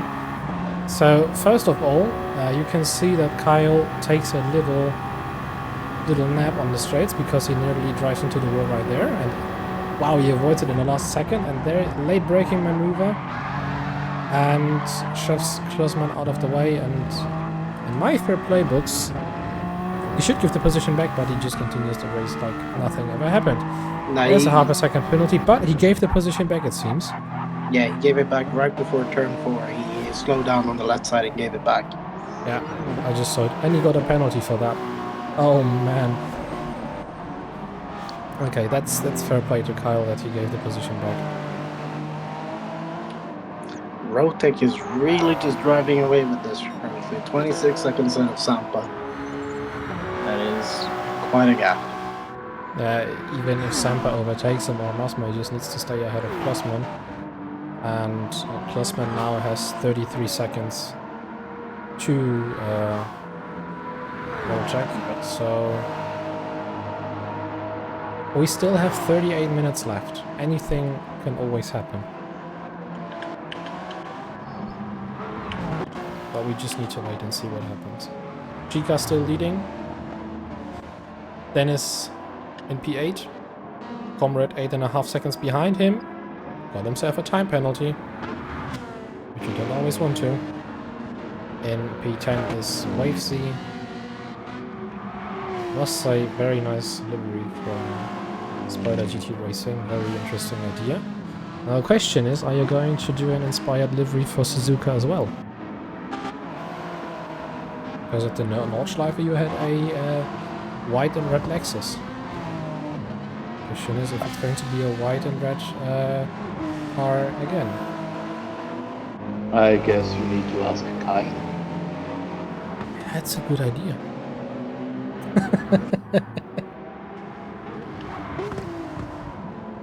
Mega in a 3-second window to WEC.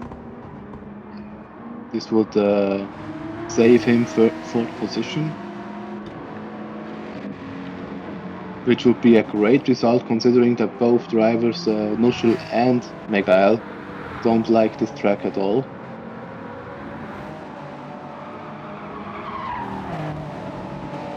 I mean, it's a very tricky track with a lot of high-speed corners, and it has a lot of camber as well in certain places.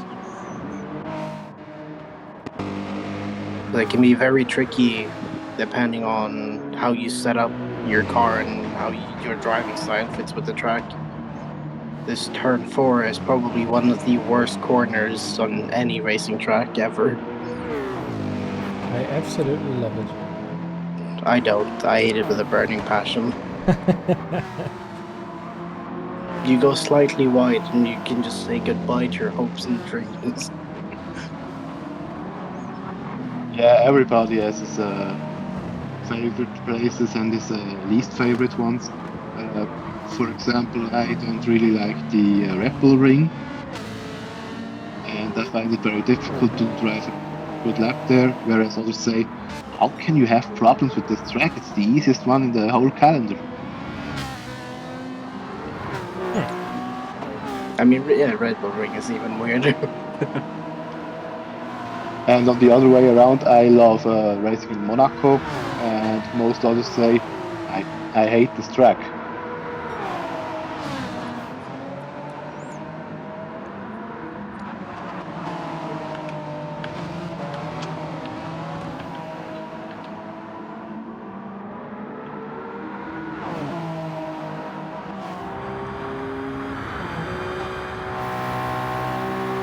The gap is getting bigger between Dennis and Conrad. It's up to 11 seconds now. We'll just see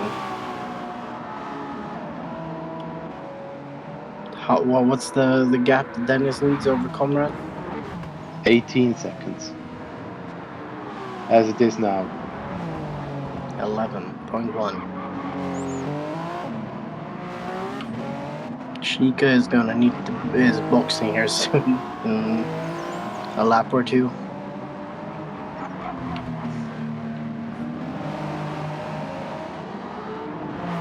Yeah, RC needs to play the long game here because they need to wait until Dennis' tires are shot, and then Comrade can decrease the gap again.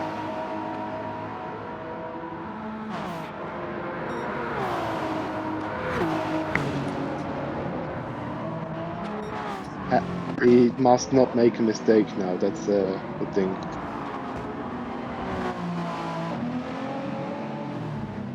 I am curious about to see if we will see a 1 minute 19 second lap and a 1 minute and 29 lap for the GT class. Rotic is close to it, heading in a 120.279. Also very close to the fastest lap in his first stint that he did.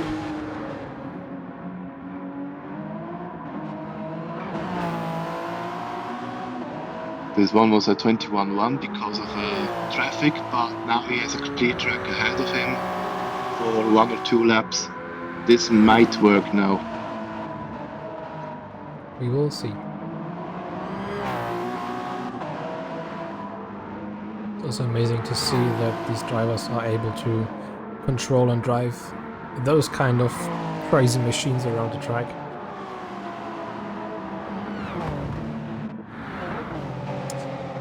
Joe WSR is 3.5 seconds behind Masma. The thing is, Charles, if we do the prediction, even though if one class gets the limit done, the other class needs to do it as well. No, it's an or. It's an or question. This means either this or that. Okay, If then let's do it. Rotek now 1/10 up. His personal best. This misses out on could 1/10. be- God damn it. He has another try now.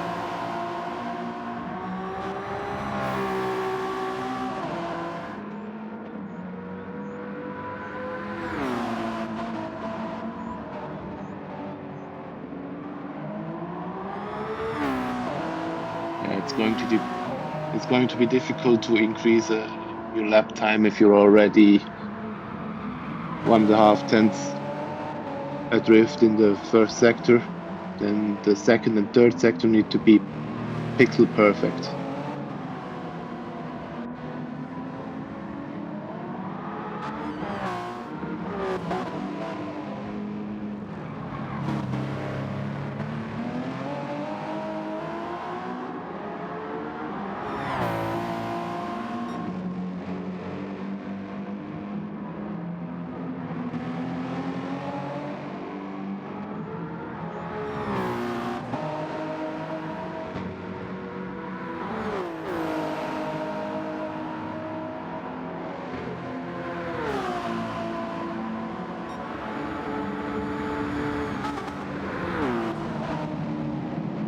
So, the prediction is set in.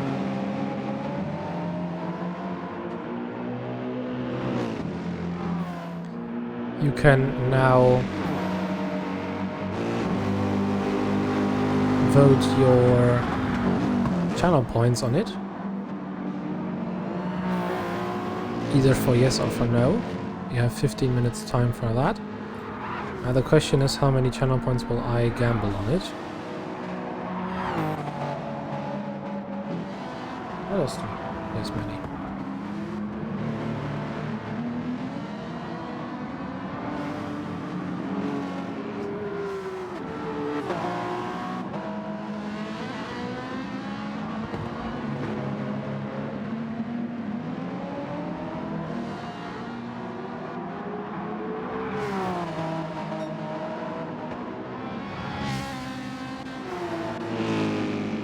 Masma is offering a penalty ahead of Grossman.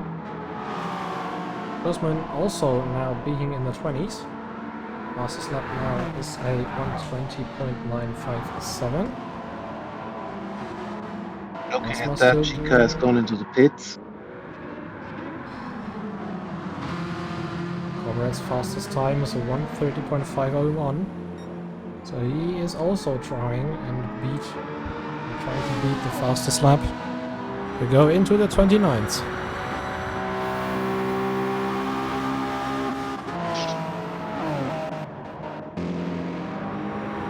Plexus 1:21.296. And Dennis also having a 1:30.645.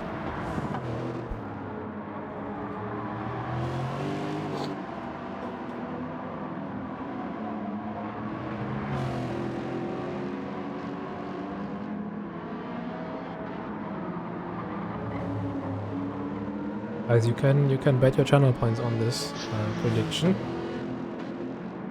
It's not good if only 2 people vote on it.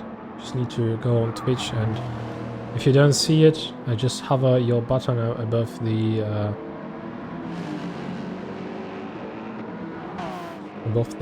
important message, and then click for the second one, and you will see the prediction. Rotek now overtaking Dennis once again. And Comrade setting in a 12,000 slower lap than he had before. So he is very consistent trying to catch Dennis. What about WEC? WEC fastest lap is 1:30.891. Mega L still trying to get into the 30s. Chica as well, missing out on 19 thousandths of a second. Yeah, Stick. but I doubt that Waves's tires will last that long. Well, maybe he goes for another stop. Just for the lols. Yeah, would be good for Mega L, of course, Yeah. because then they could save P4. Road take at a Yeah. half-second penalty. Ah yes, they are battling pretty heavily for this position, and Mega L is 3.5 seconds behind WEC. And this would be enough for the Spiders GT team. Rotek time penalty, Comrade time penalty.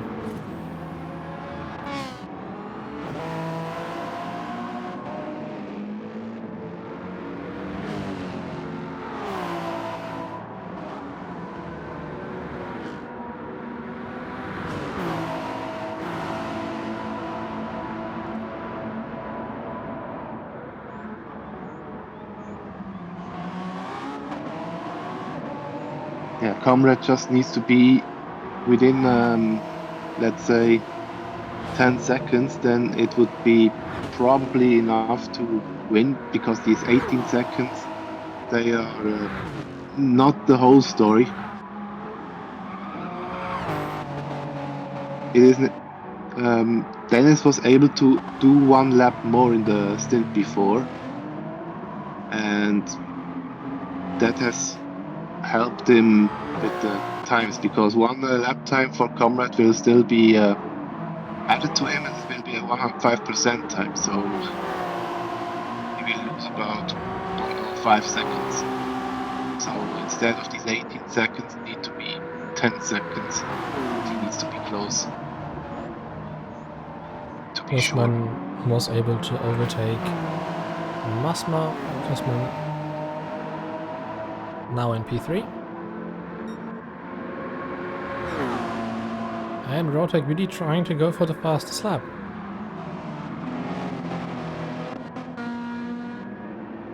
What about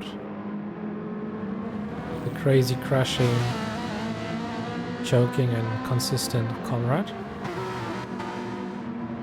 Ooh, that was close. He was on the grass there. It's not going to be this time. Now even has traffic ahead of him. But maybe he's able to avoid it. If just Velo plays with him, maybe even gives him a little bit of slipstream.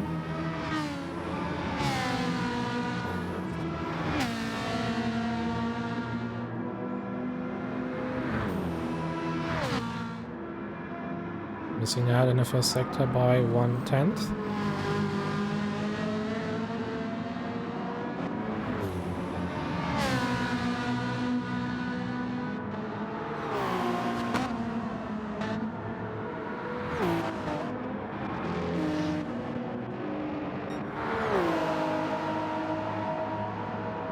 Every lap it just gets more and more difficult to set up the personal best time. Yeah. That's true as well. But the good thing is for them that the fuel consumption plays in as well. So maybe the point of no return isn't reached yet.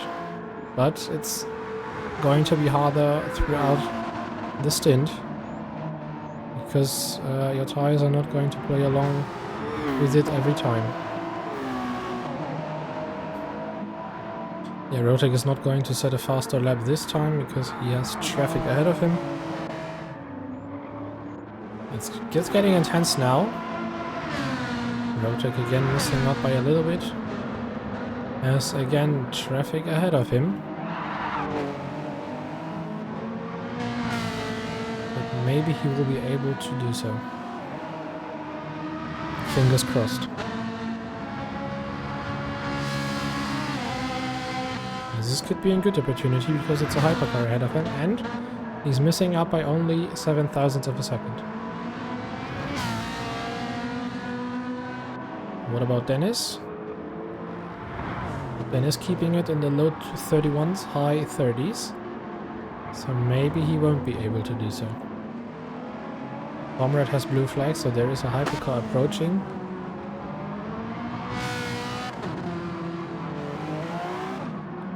Just don't get interfered by it.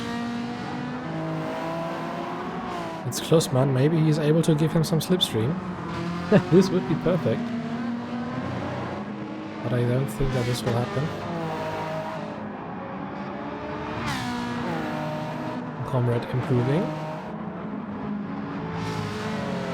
Good exit out of the last corner. Guzman goes on the outside. And now Comrade should have a little bit of slipstream. There is Masma approaching him as well. So this is an improvement by 39 thousandths of a second, but it won't be enough for the fastest lap. What about Rotek? What is he doing? He has traffic as well.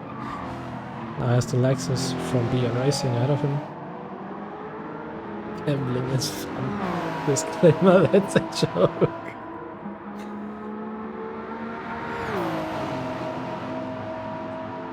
Well said, Charles. Well said.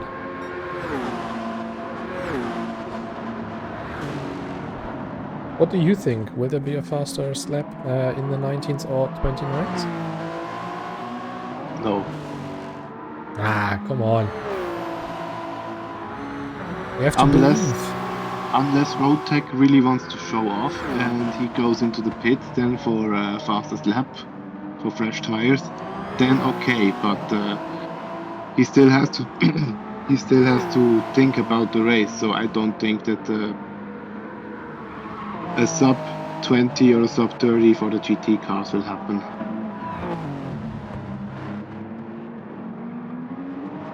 He had a good first sector. Now it depends on what comes out in the second sector.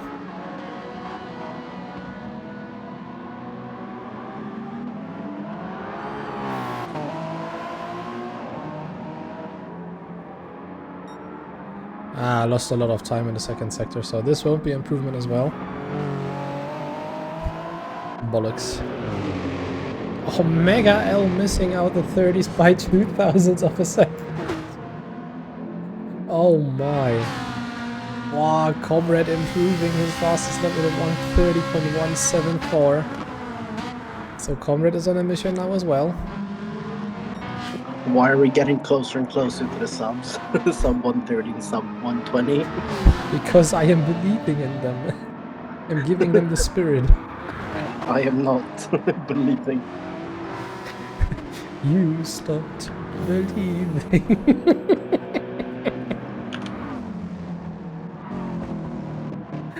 Oh my. No, comrade. Think about my channel point.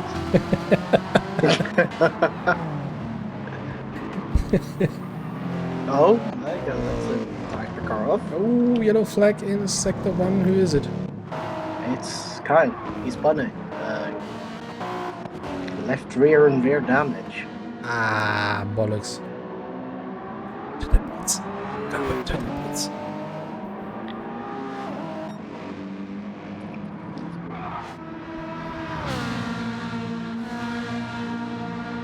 God, Comrade is really close. But that's what I mentioned. The point of no return on the Ferrari is nearly nowhere. So Comrade could be able and go into the 29s.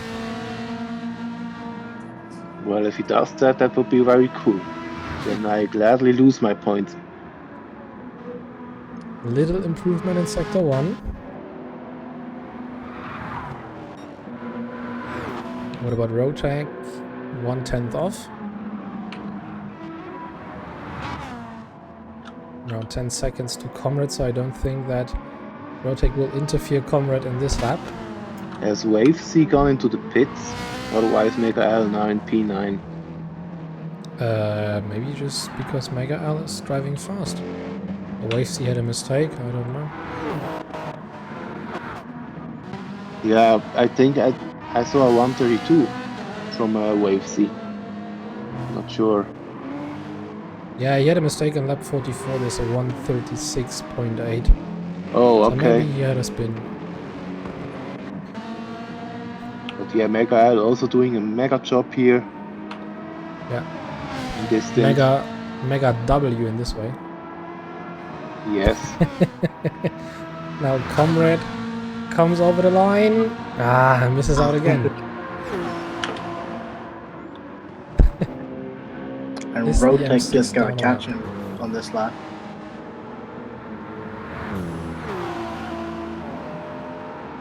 The M6 is down a lap. Will it be ahead of turn 4? No, it's gonna be afterwards, but Rotek again improving. Or trying to. Rotek now goes past. Maybe lost a little bit of time. But Comrade gets slipstream because of it. Just imagine driving this Ferrari in these conditions, trying to go for fastest lap. I would spin myself multiple times already.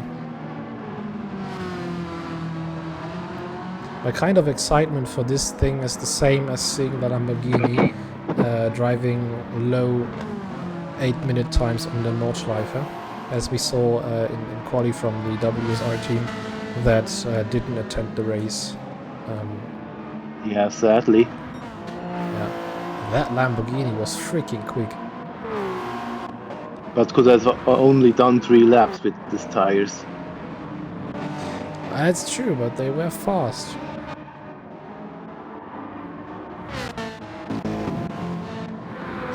Dennis still in the low 31s. Comrade now as well, but he had some traffic in his last lap. Prediction now is over, so we have to wait and see what happens until the end of the race. Bo asks if the M6 is down a lap. Yeah, I just checked that he was a lap down. Or 2. Ah, not improving. Also, the gap between Dennis and Comrade is shrinking again. Like I said, the longer the stint goes, the faster the Ferrari is, or Yeah. at least compared to the Lexus, it gets faster. Or it loses less time a lap. If you look at Rotek and consider that he's driving with a controller, and look at the throttle input that he's putting in most of the time, I think Rotek is a very happy girlfriend.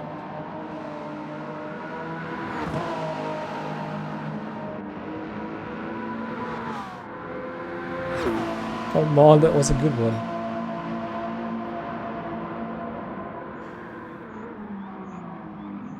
I'll laugh later.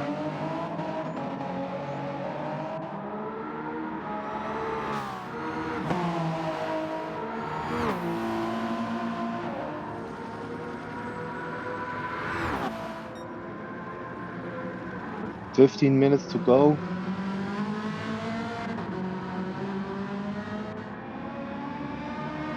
Comrade with another 130.5.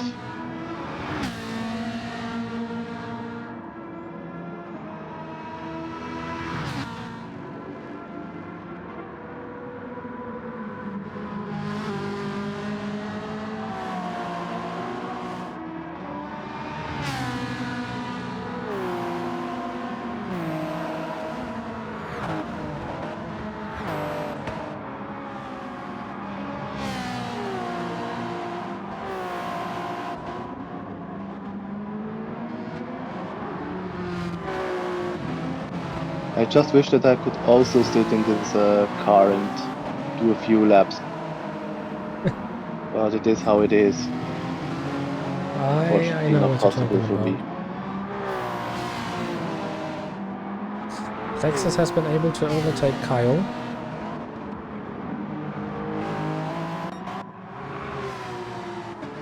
And Kyle has been able to overtake Comrade as well.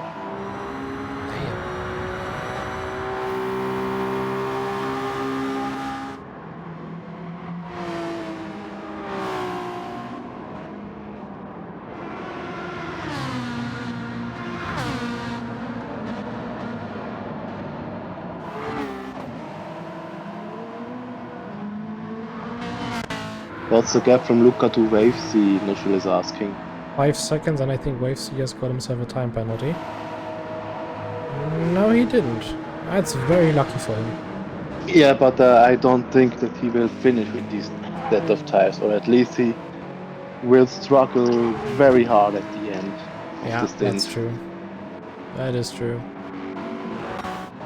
The Porsche, very surprisingly for me, one of those cars which still has more front wear than rear wear. Should not be the case.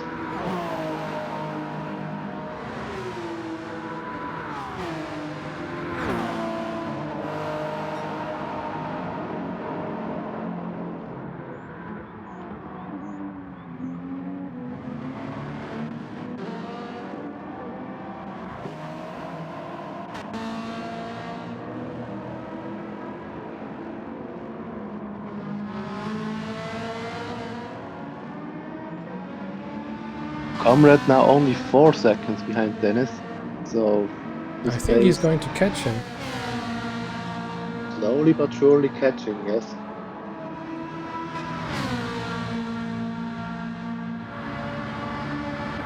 I mean, he is now gaining a little bit more than 1 second per lap. So I think that Comrade will close down and overtake Dennis at some point. That is amazing. Throughout the whole stint, the Ferraris really well driven. Really, really well.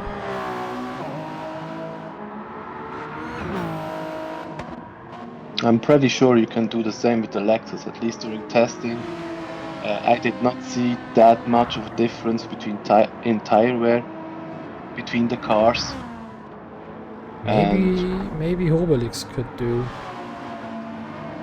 Hobelix was one of the drivers that attended at Road Atlanta and really drove the maximum out of the Lexus and was pulling away of everyone behind him. Yeah, Hobelix was crazy fast.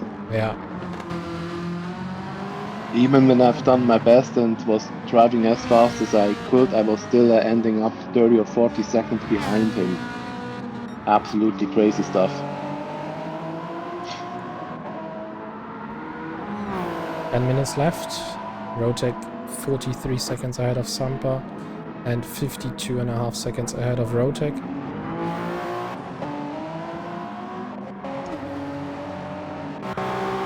Amazing. Al Martin. Kyle has got a 1 second penalty. He was in the pits, I think, again. That's why Plexus was able to overtake him, because Kyle has very fresh and new soft tires. And it's only 3 seconds down to Comrade and Dennis.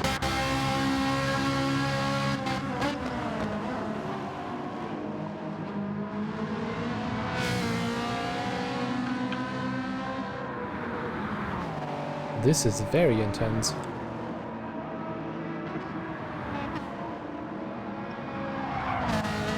To be honest, have you thought that Comrade will be able to catch Dennis? Yes. Didn't expect any other answer. Yeah, the thing with Comrade is once he is in the groove and once he really drives well, he can do these lap times so consistently that it's mesmerizing. And also we have seen over the previous stints that the Ferrari is just better over the long run compared to Dennis with his massive front tire wear. It's a thing that Otaku did have less much because he was driving a bit more cautiously and not that aggressively. His tires did last longer. His lap times were stable for longer. But he was not as fast as Dennis.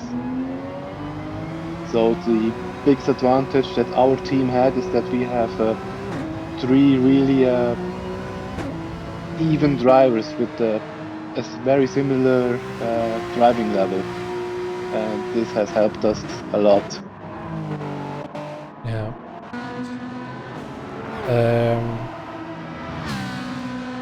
One question to the RRC team. When is Hamskua going to attend the race? Probably never. Ah, what a shame. Yeah, it's a shame because he's very fast. He can do good setups. He's fast on controller and on the wheel. But for him, races that are over an hour long are pain for him.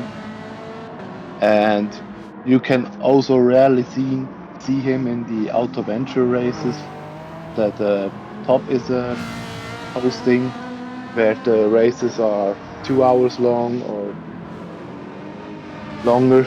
And yeah, he takes part in some of the 2-hour races, but very rarely. Very rarely. Sedge. 6 minutes left, 1.5 seconds of a gap for Comrade to Dennis.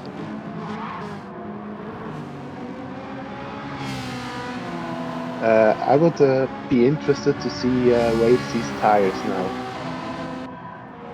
Here you go.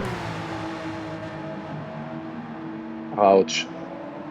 I don't know how they will last for another 6 minutes or for another These are 4 4 laps. I laps. think WEC needs to go into the pits again. Yeah, he can stay. Otherwise,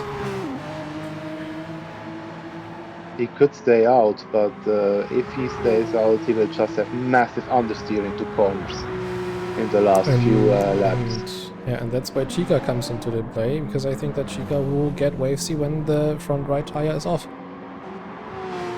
Because even though the weight distribution on the Porsche is somewhat about balanced, but more to the rear, you don't have a training endpoint on the right front side, and the rear right side is also down pretty bad, which comes to the conclusion that even though Chica is 13 seconds behind, Chica could maybe come down to a very close gap.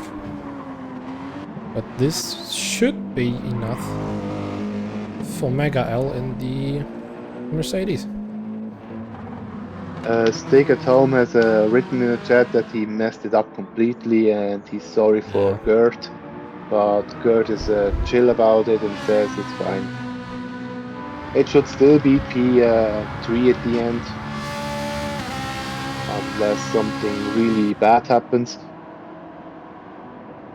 I mean, I can quickly check in. Mega L is 18 seconds behind Comrade. and Stick is 20 seconds behind. Let's make it more simple. 9 minutes, 10 minutes 55, 44. Yeah, Stick is around about 1 or 20, yeah, let's say 1 minute and 10 seconds down. Let me check the race info document.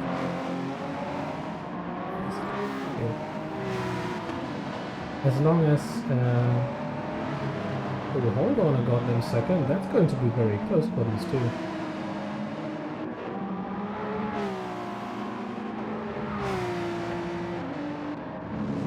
So Mega L has got 9 minutes and 37 to road check, and Stick at Home has got 11 minutes. The gap between these two is 1 minute and 15. So in theory, either Stick is now going to drive as fast as he can and is going to make no mistake, or they will lose P3. Well, we'll see. In the end, if they would get a podium, that would be an absolute win for us, considering that both drivers don't like the track at all. This would be a massive achievement for us. But yeah, let's wait. Stick Hurt Life said is not improving. I'm not sure about Mega L's fuel. I think this will be. I'm more concerned about the Porsche right behind him, though. Look at that front right. Yeah. That is not even... Yeah, 3 laps to go. 1 pixel left. 3 laps to go. The front right tire is... Yeah, I'm not sure if he makes 59th lap. He will probably end at 58. Probably 32 or something. He will come over the line if all goes well, or maybe even later. I'm just waiting for that tire to tick over to be fully red. Wait a second. Comrade is very old close to Dennis. Comrade is past Dennis. It's not interesting anymore. You want to see when the tire dies. It's dead. No, it's not. Now it's dead. He's dead. Now, Bono, my tires are gone. Yeah, these last few left turns will be very difficult for him. Yeah, this entire lap is going to be hard because it's a clockwise, it's counterclockwise track, so. Oh, it's 1 minute and 15 seconds between Stick and Mega L. It's the exact gap that splits both of them.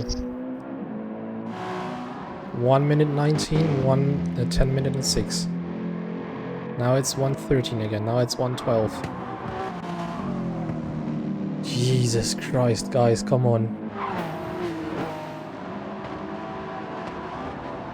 The biggest issue that Stick at Home has now that he's in a lot of traffic.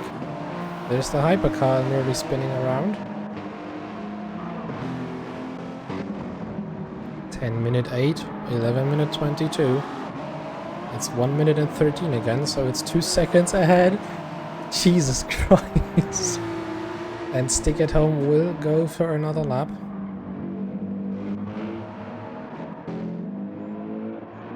But so is Mega L. Yeah, so Mega L will in total have 1 more lap. Then Stick will. Mega L is now over the line. Yeah, at least in this. Okay, let's look at WEC because he will come over the line. WEC gains some applause. Finishes this stint in P10. Klossmann finishes in 3rd. Hey, didn't I say he will finish at 1? Didn't I say he will finish at about 1 hour 30 minutes and 2 seconds? I think so. I think he finished at 1 hour, 30 minutes, and 2 seconds. That's perfect. Nevertheless, Rotec now comes over the line and wins the 6 hours of Interlagos together with his teammate DLL Charles. Congratulations to both of them. That's the back-to-back win after Road Atlanta. Even though there was a huge collision in Rotec's first stint. Nevertheless, huge congratulations to the Hypercar DLL team. Comrade now comes over the line, and that's the victory for the RRC Ferrari. They win the GTE class this time around here. Dennis comes home in second. Mega L with a gap of 10 minutes and 23 seconds comes home in P3 in this race. 10 minutes 23, 11 minutes 35. I think it's enough for the DLL Porsche to stay in third. I think that is enough. Fastest lap was 1 minute 20. So this time hasn't been beaten, so I think we can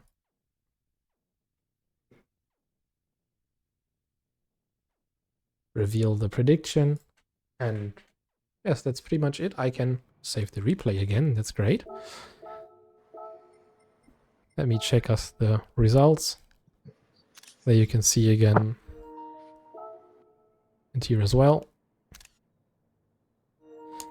Nevertheless, the 6 hours of Interlagos are officially over. Do we wait until we have the official race results? If possible, yeah, we can wait. we can wait. So then let us do it in this way. But it's just a provisional result, of course. It's a provisional result, but all in all, it is a result. So let me do the following. I will give you, again, some music. I will give you, again, the pause screen. Let me just change the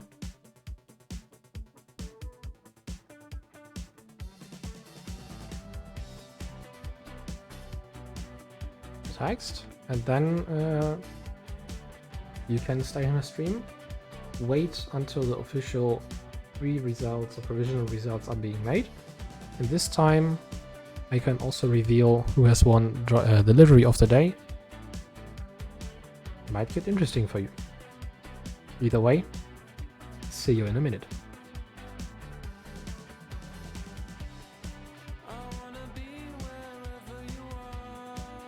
Before I go away, just want to say thank you to Confi and Simtic once again for joining the commentators box and assisting me through this stint.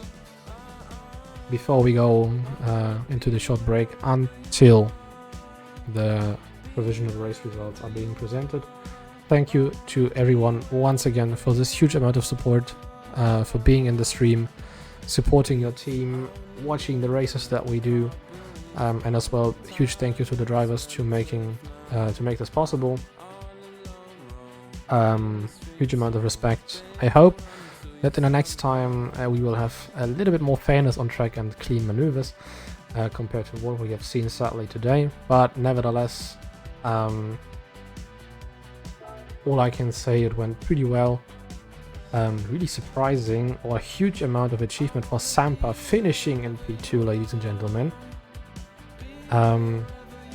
Yeah, just going to turn off my mic for a second and then we will prepare everything in the background. Back down, never what? Never back down, never what. The access is absolutely right. Otherwise, see you in a second.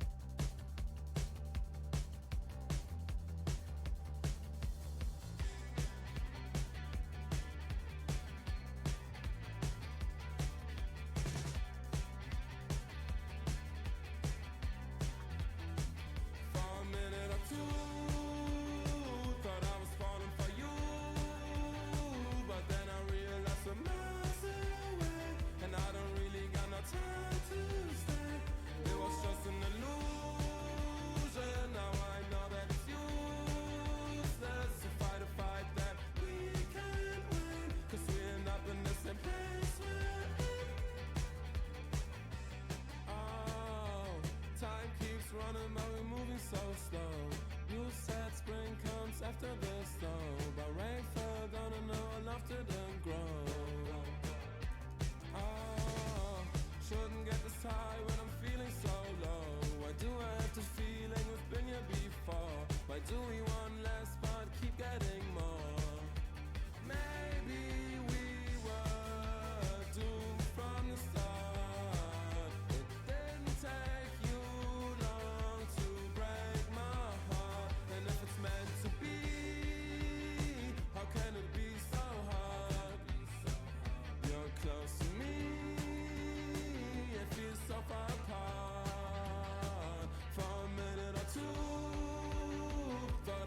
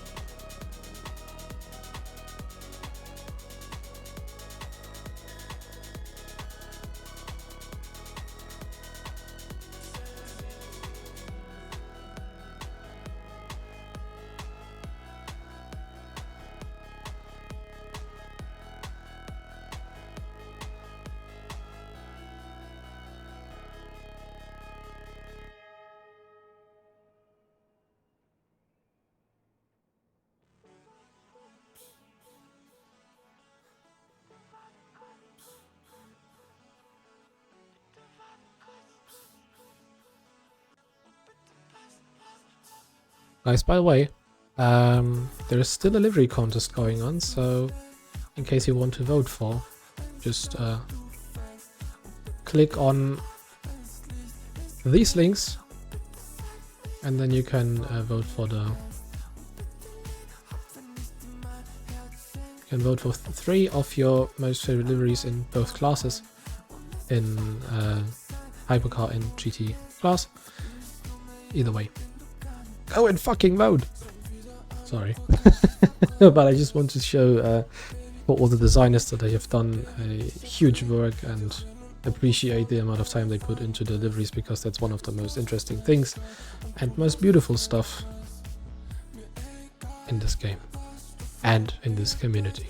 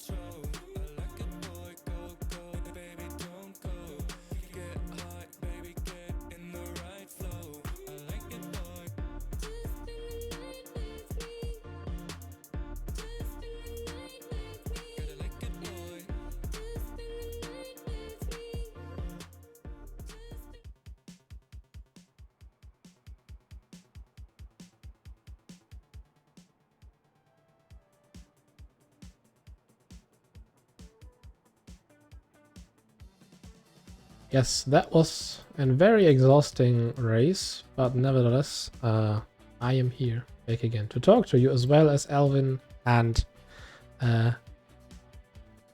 Confiar. Nice, the results are in. Now is the question, what should we start with? LMH. Ah, so you're talking about the livery contest. That's a good point. I'm just kidding. Yeah, just refreshing everything. So before I spoil the provisional race results, let me check. Let me give you this. Okay, 3, 2, 1. Delivery contest this time is won in the hypercar class from BN Racing. The hypercar driven by the mighty Joe Sampa, and V-Life wins this contest with 5 votes overall. Second place is being splitted by Team Don and Team DLL, with both gaining 4 votes. So that Kara from Rotec and Charles at DLL, and Schroeder, Plexus and Jerome at Team Don both gain the second place. And third place, I think you already saw it, It's the Brazilian hypercar from Kyle and its Duracell, Spider GT Racing. So they also had 3 votes in general. Overall, it's a little bit sad to see these least votes right here. And the last team to ever get votes is WSR Esports with Klusman and Vulcan in the car. 2 people thought the car looks great. And yeah, Veltman Motorsports that didn't attend the race because they didn't qualify. A little bit sad for D-Goats because I think he's a very fast driver as well.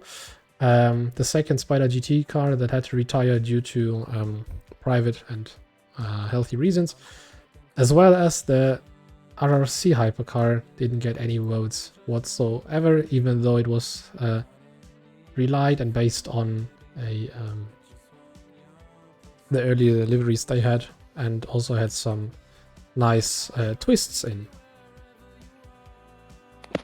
Maybe let me reveal the next livery contest. And as you can see, the winner this time is, as many have actually thought, it's Team DLL. The Tomsoft livery driven by Dugard and Stick at Home wins this contest. I don't know why, but this poll is a little bit bugged. You see 0% but 12 votes. Nevertheless, the DON Porsche wins is second place with Kuhaku, Joe Cubano and Neuer Sommer with 9 votes, and third place, again a Porsche, is again Spider GT Racing. So 2 times finishing in third in a livery contest with JPE, Wavesy and Junior KP with 6 votes in this rating. And actually P3 is shared together with BN Racing with the Lexus, the white, blue and purple one, where Simtic and Chica were racing together. Both of the teams are in P3, so those will go into the Hall of Fame as well. WSR, the Lexus driven by Otaku and F1 Dennis, finishes with 5 votes in P4, as well as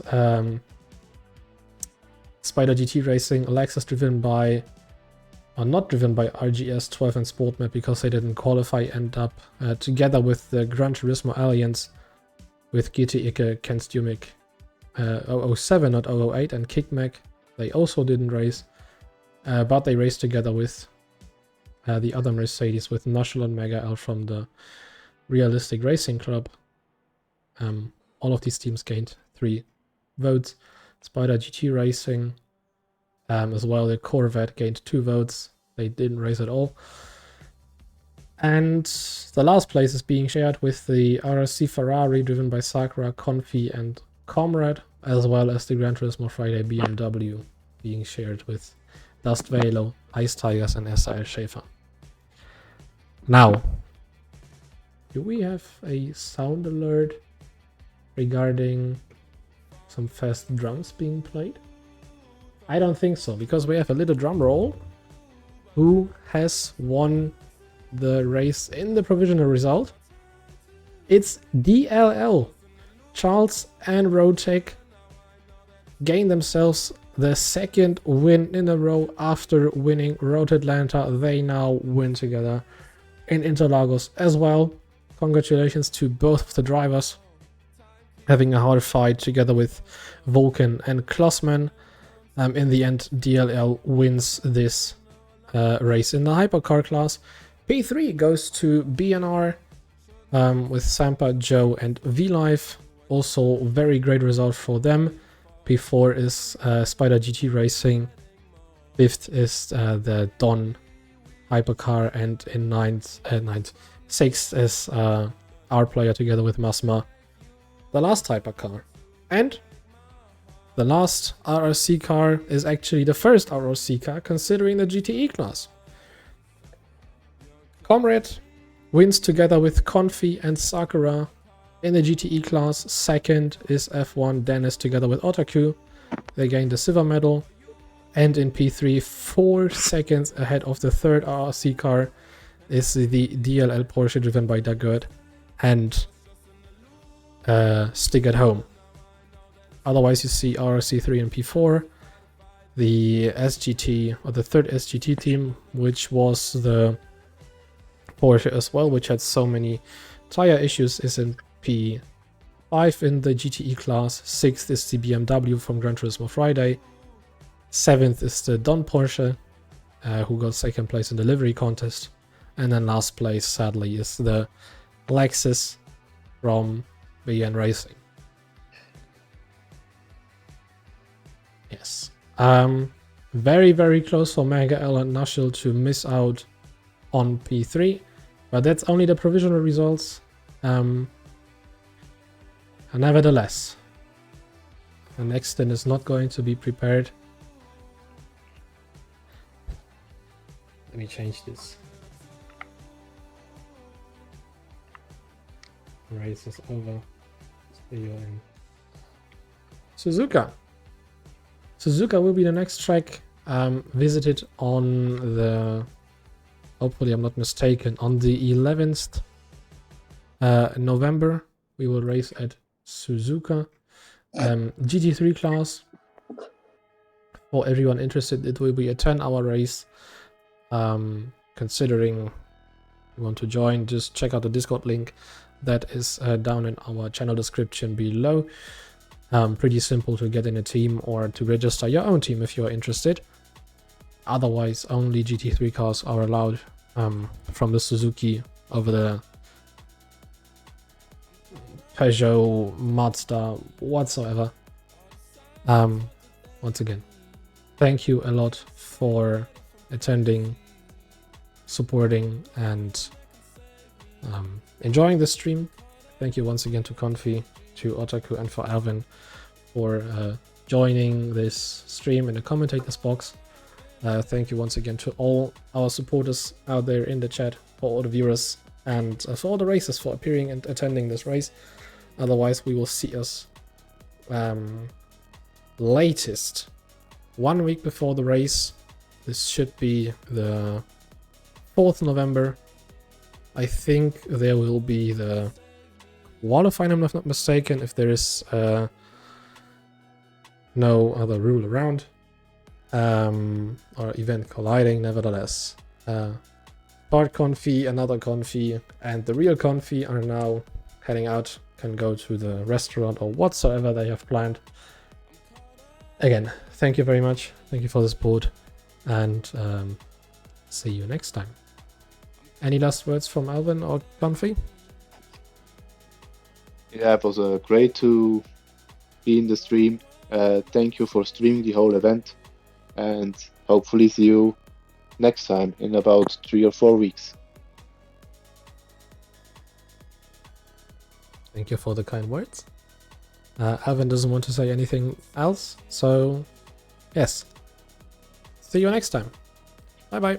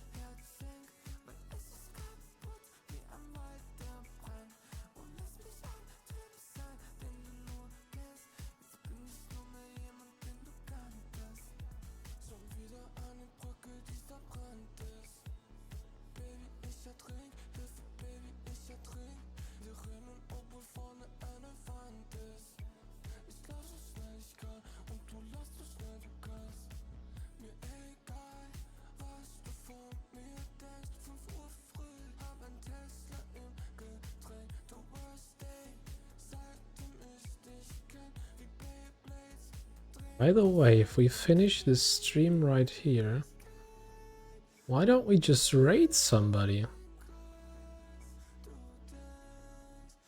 Anyone who's playing Gran Turismo 7, that would be a great idea, don't you think?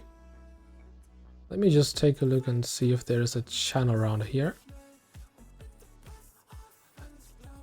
Maybe a small streamer. Is there maybe someone we could raid? What about Gersa Grauna?